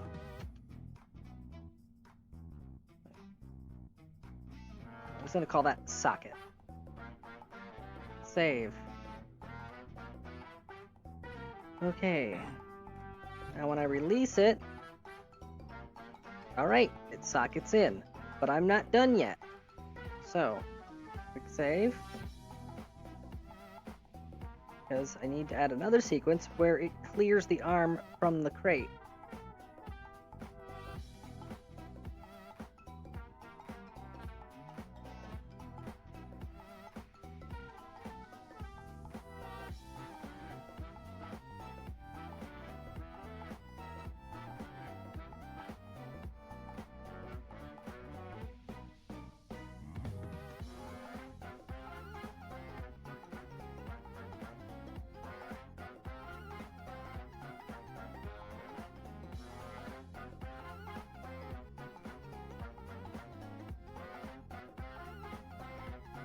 Why is it renamed to sequence?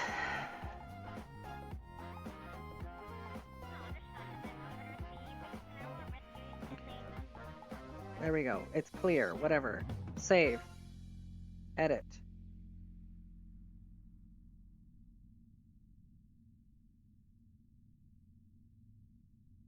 Clear container. And magnet is off, right? Magnet is off. Save. Save. Ah! Okay, let's pack you up. Oh, and it does end up clipping through the container on the way back, but it doesn't matter because it's now part of the ship. So there's no collision issues. Okay. Close the hangar.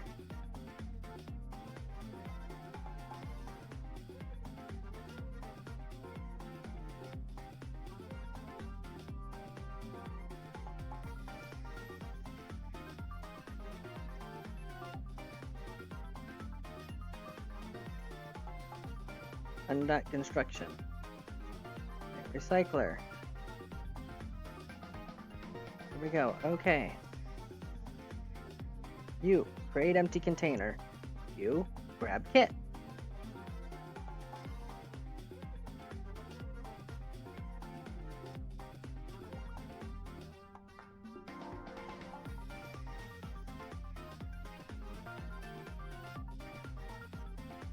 Alright, it's aligning.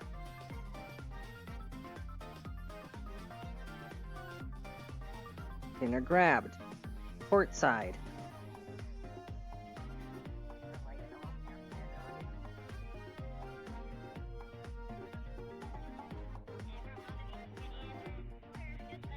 Now it should drop it onto the port and then get out of the way. Perfect! Oh my god. Oh my god. Okay. F5. Fuck. Ah!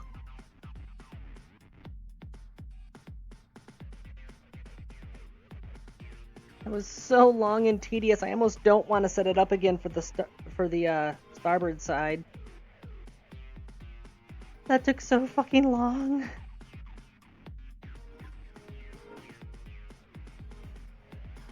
Ah. Okay. Record a new one.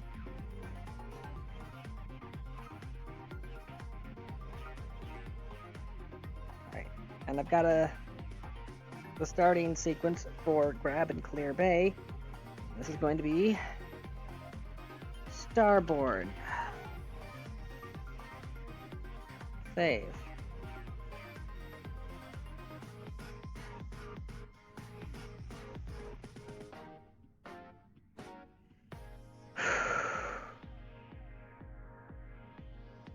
First, pack you up.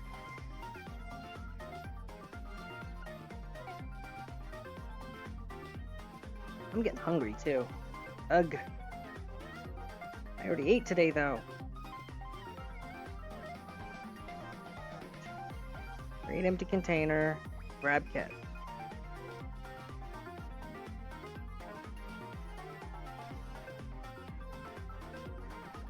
Armors deploying.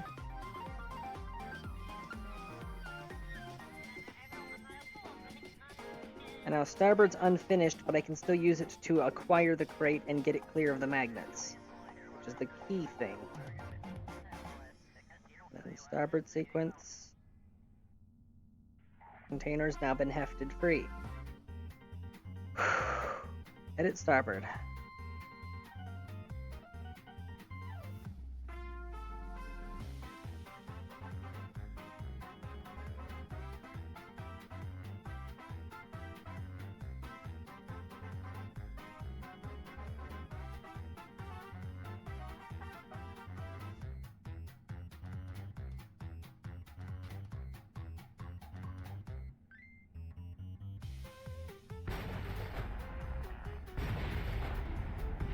Load quick save.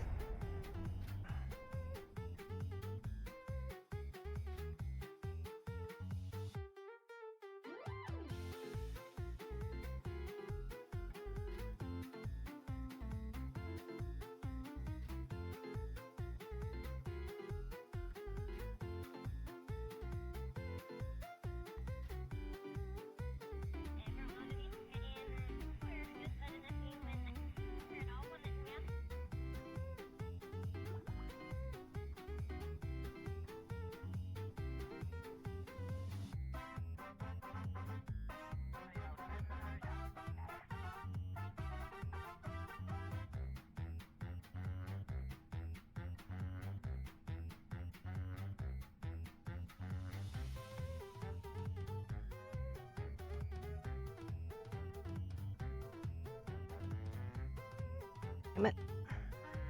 Why does it always dump the name? Alright. Port side. Not port aside, port side. Save. Now those have been bumped into the editor. Okay, perfect.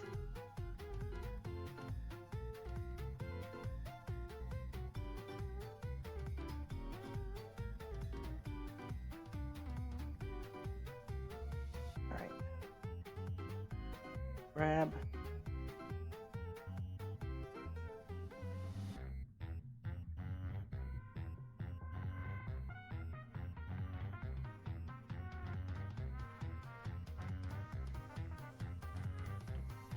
Starboard. Ow. Save. Alright, it is currently packed up. That is fine. Alright, close.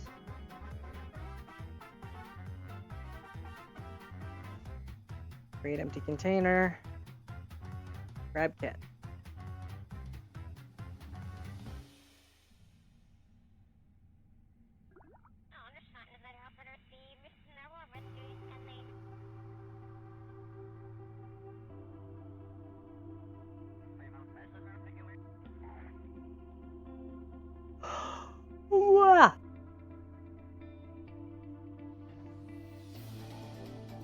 Starboard. That's just gonna heft it out. And we're good to go. Okay. Now we edit starboard. The very first thing we're gonna do is yaw shoulder way the hell out of there.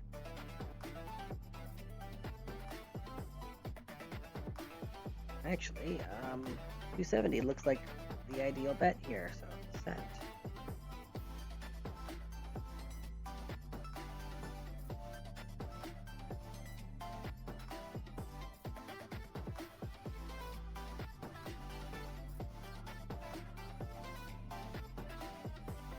Two, 7, 0.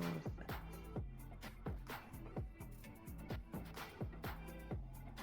And then bend elbow to 270, 270.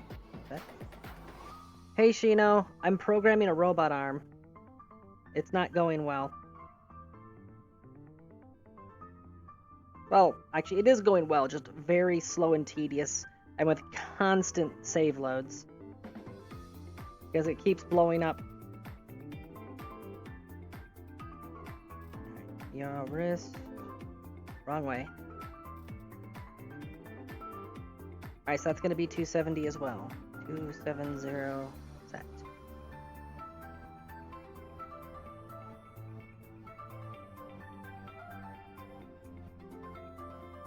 And then 270. So a whole lot of 270s with this.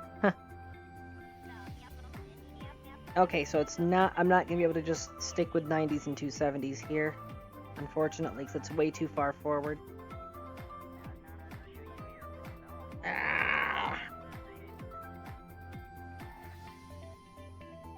Programming is hard, Shino. No, it's not. You just hit the buttons. I'll hit your buttons. You woo.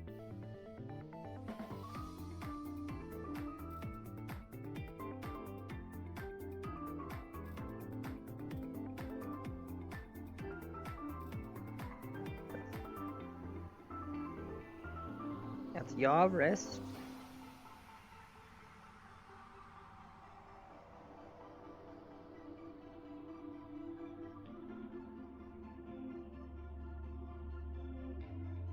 Alright.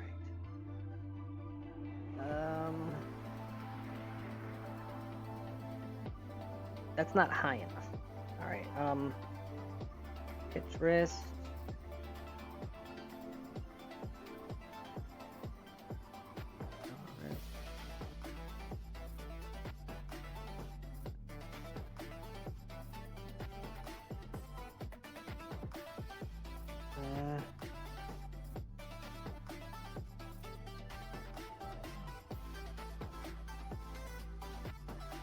And elbow up a little bit. Up. There we go.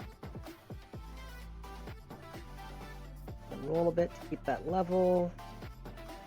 Wrong way. Alright. Save. Rename. Move to starboard. Save. Save. Quick save. Okay.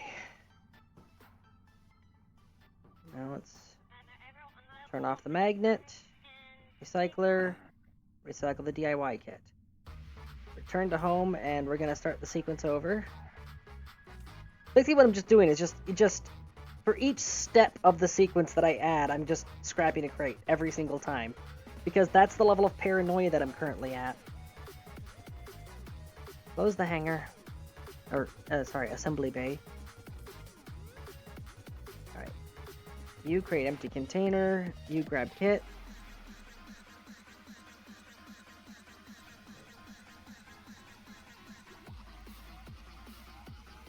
Arm is unpacking. Crate's moving into alignment.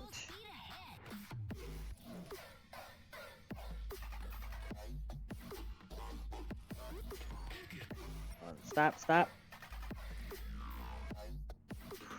I almost didn't stop that in time. Return to home. The container was still moving. It would have thrown off alignments on future iterations of the animation. Alright, grab kit. It's gotta resume its sequence here.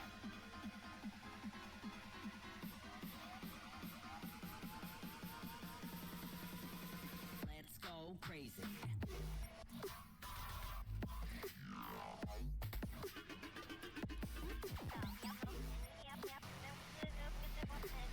Alright, and then starboard. Lifts it out to get clear. Then it rotates and almost smacks into the assembly bay, but not quite. Not quite is honestly good enough for me. Ah. Let's get that menu out of the way. We're not using it right now.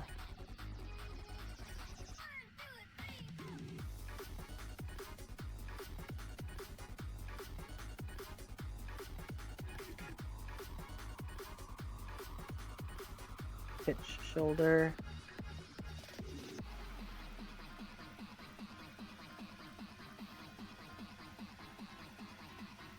Bend elbow. Full speed ahead. Pitch wrist. Wrong way.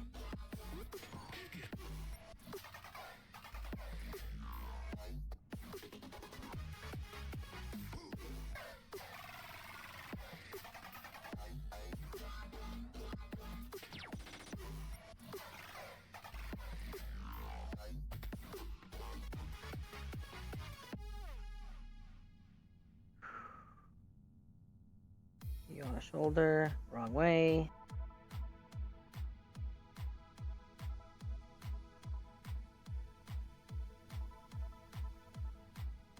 Pitch shoulder ever. Sorry.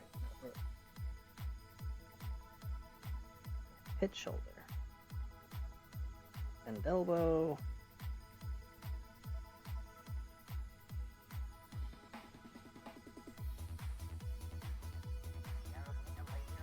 Shoulder just a little bit more.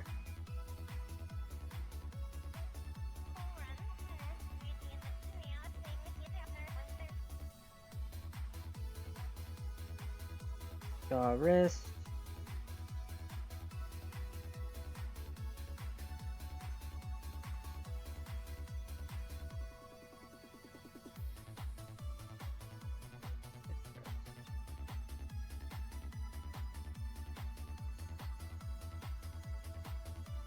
Shoulder ever so slightly.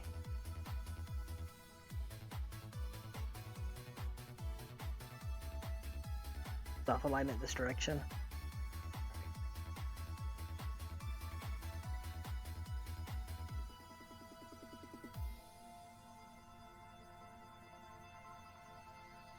And then shoulder versus. Oh no. Alright, yaw shoulder.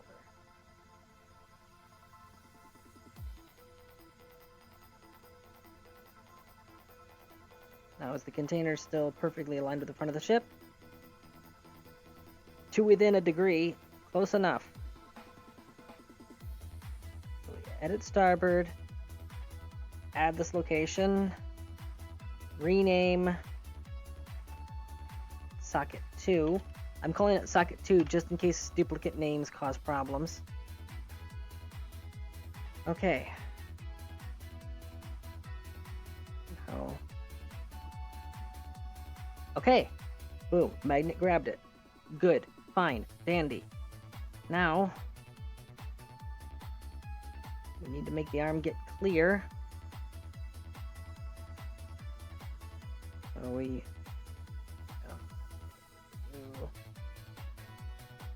yaw the shoulder away a little bit. Bend the elbow back up to 270.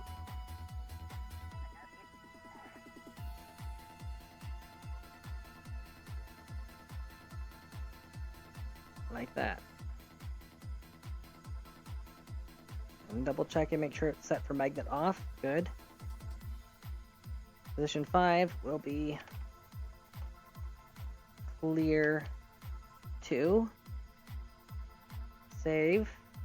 Save. Quick save. Oh my fuck. Oh, my knees. My knees are hurting. I was like right up in front of the screen this whole time. Ah!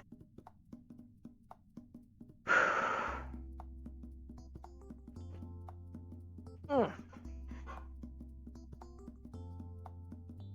Alright.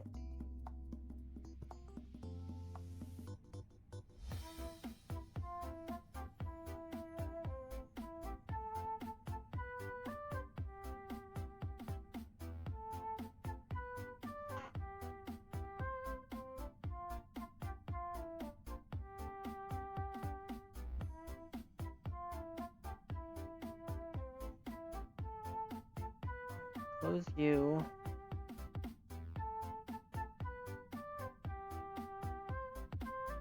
Add subassembly.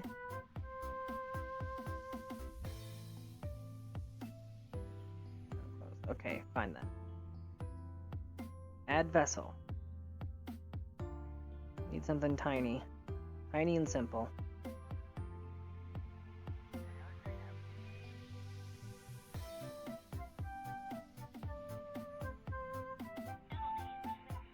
I guess the 3D print of ladders. That'll work. Load.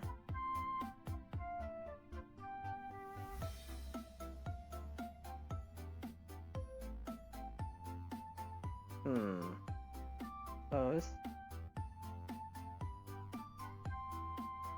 Yeah, see, kit, none.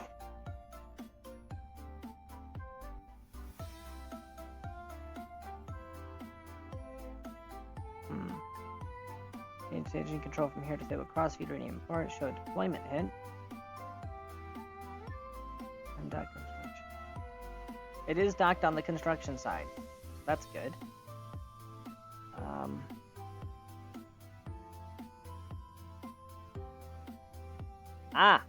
Hold on. There it is. Container.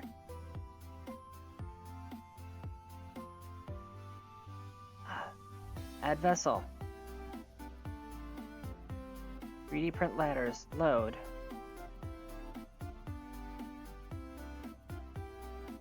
Oh, look, there it goes. It's shrinking. Okay. Everything works. Oh my god.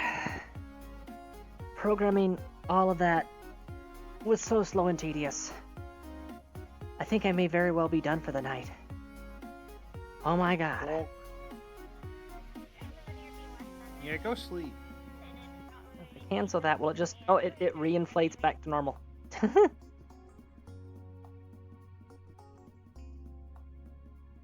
close. Close. Close the hangar. Hope nothing explodes.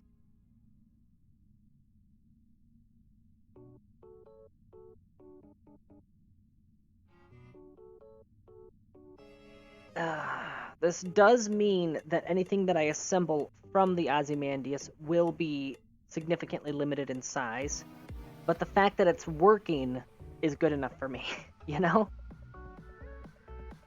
I'm probably later going to add a new sequence, which puts the arm in a full deployment position. That'll be for the purpose of grabbing an asteroid once we encounter it.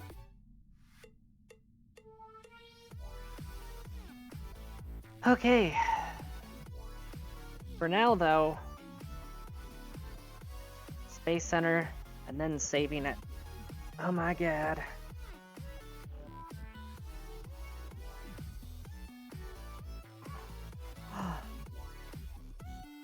Ah.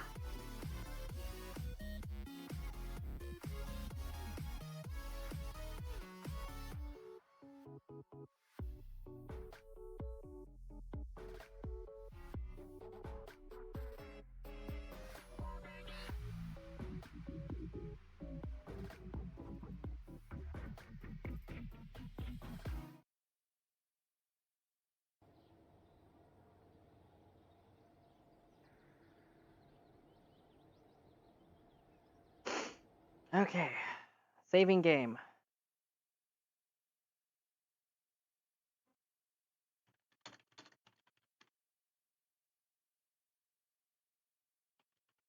Ozzy is ready-ish. Save. And stream ending. we've been streaming for 7.5 freaking hours. Oh, let's find somebody to raid out to for those who are still here. I know it's really late. First person career mode. Ooh, that's a challenge.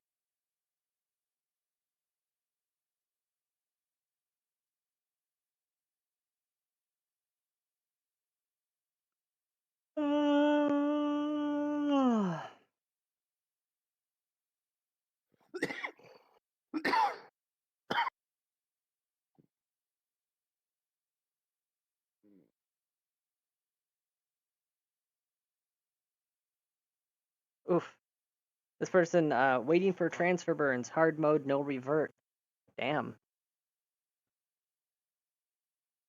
I'm gonna go with this one. Their first person career mode. That sounds really interesting, honestly.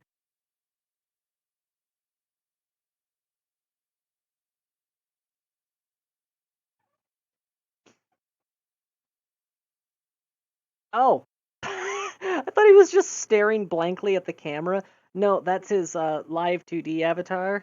It's a blank stare of him, and it does the bobblehead thing like Canadians in South Park. That's adorable. All right, let me compose the raid message real quick. Yeah.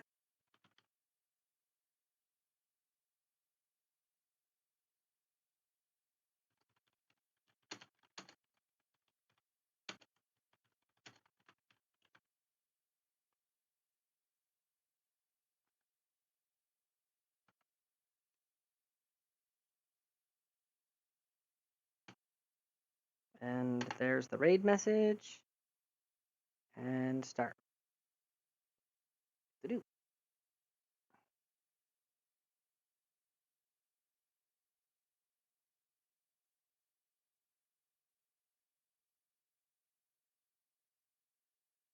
Raid now.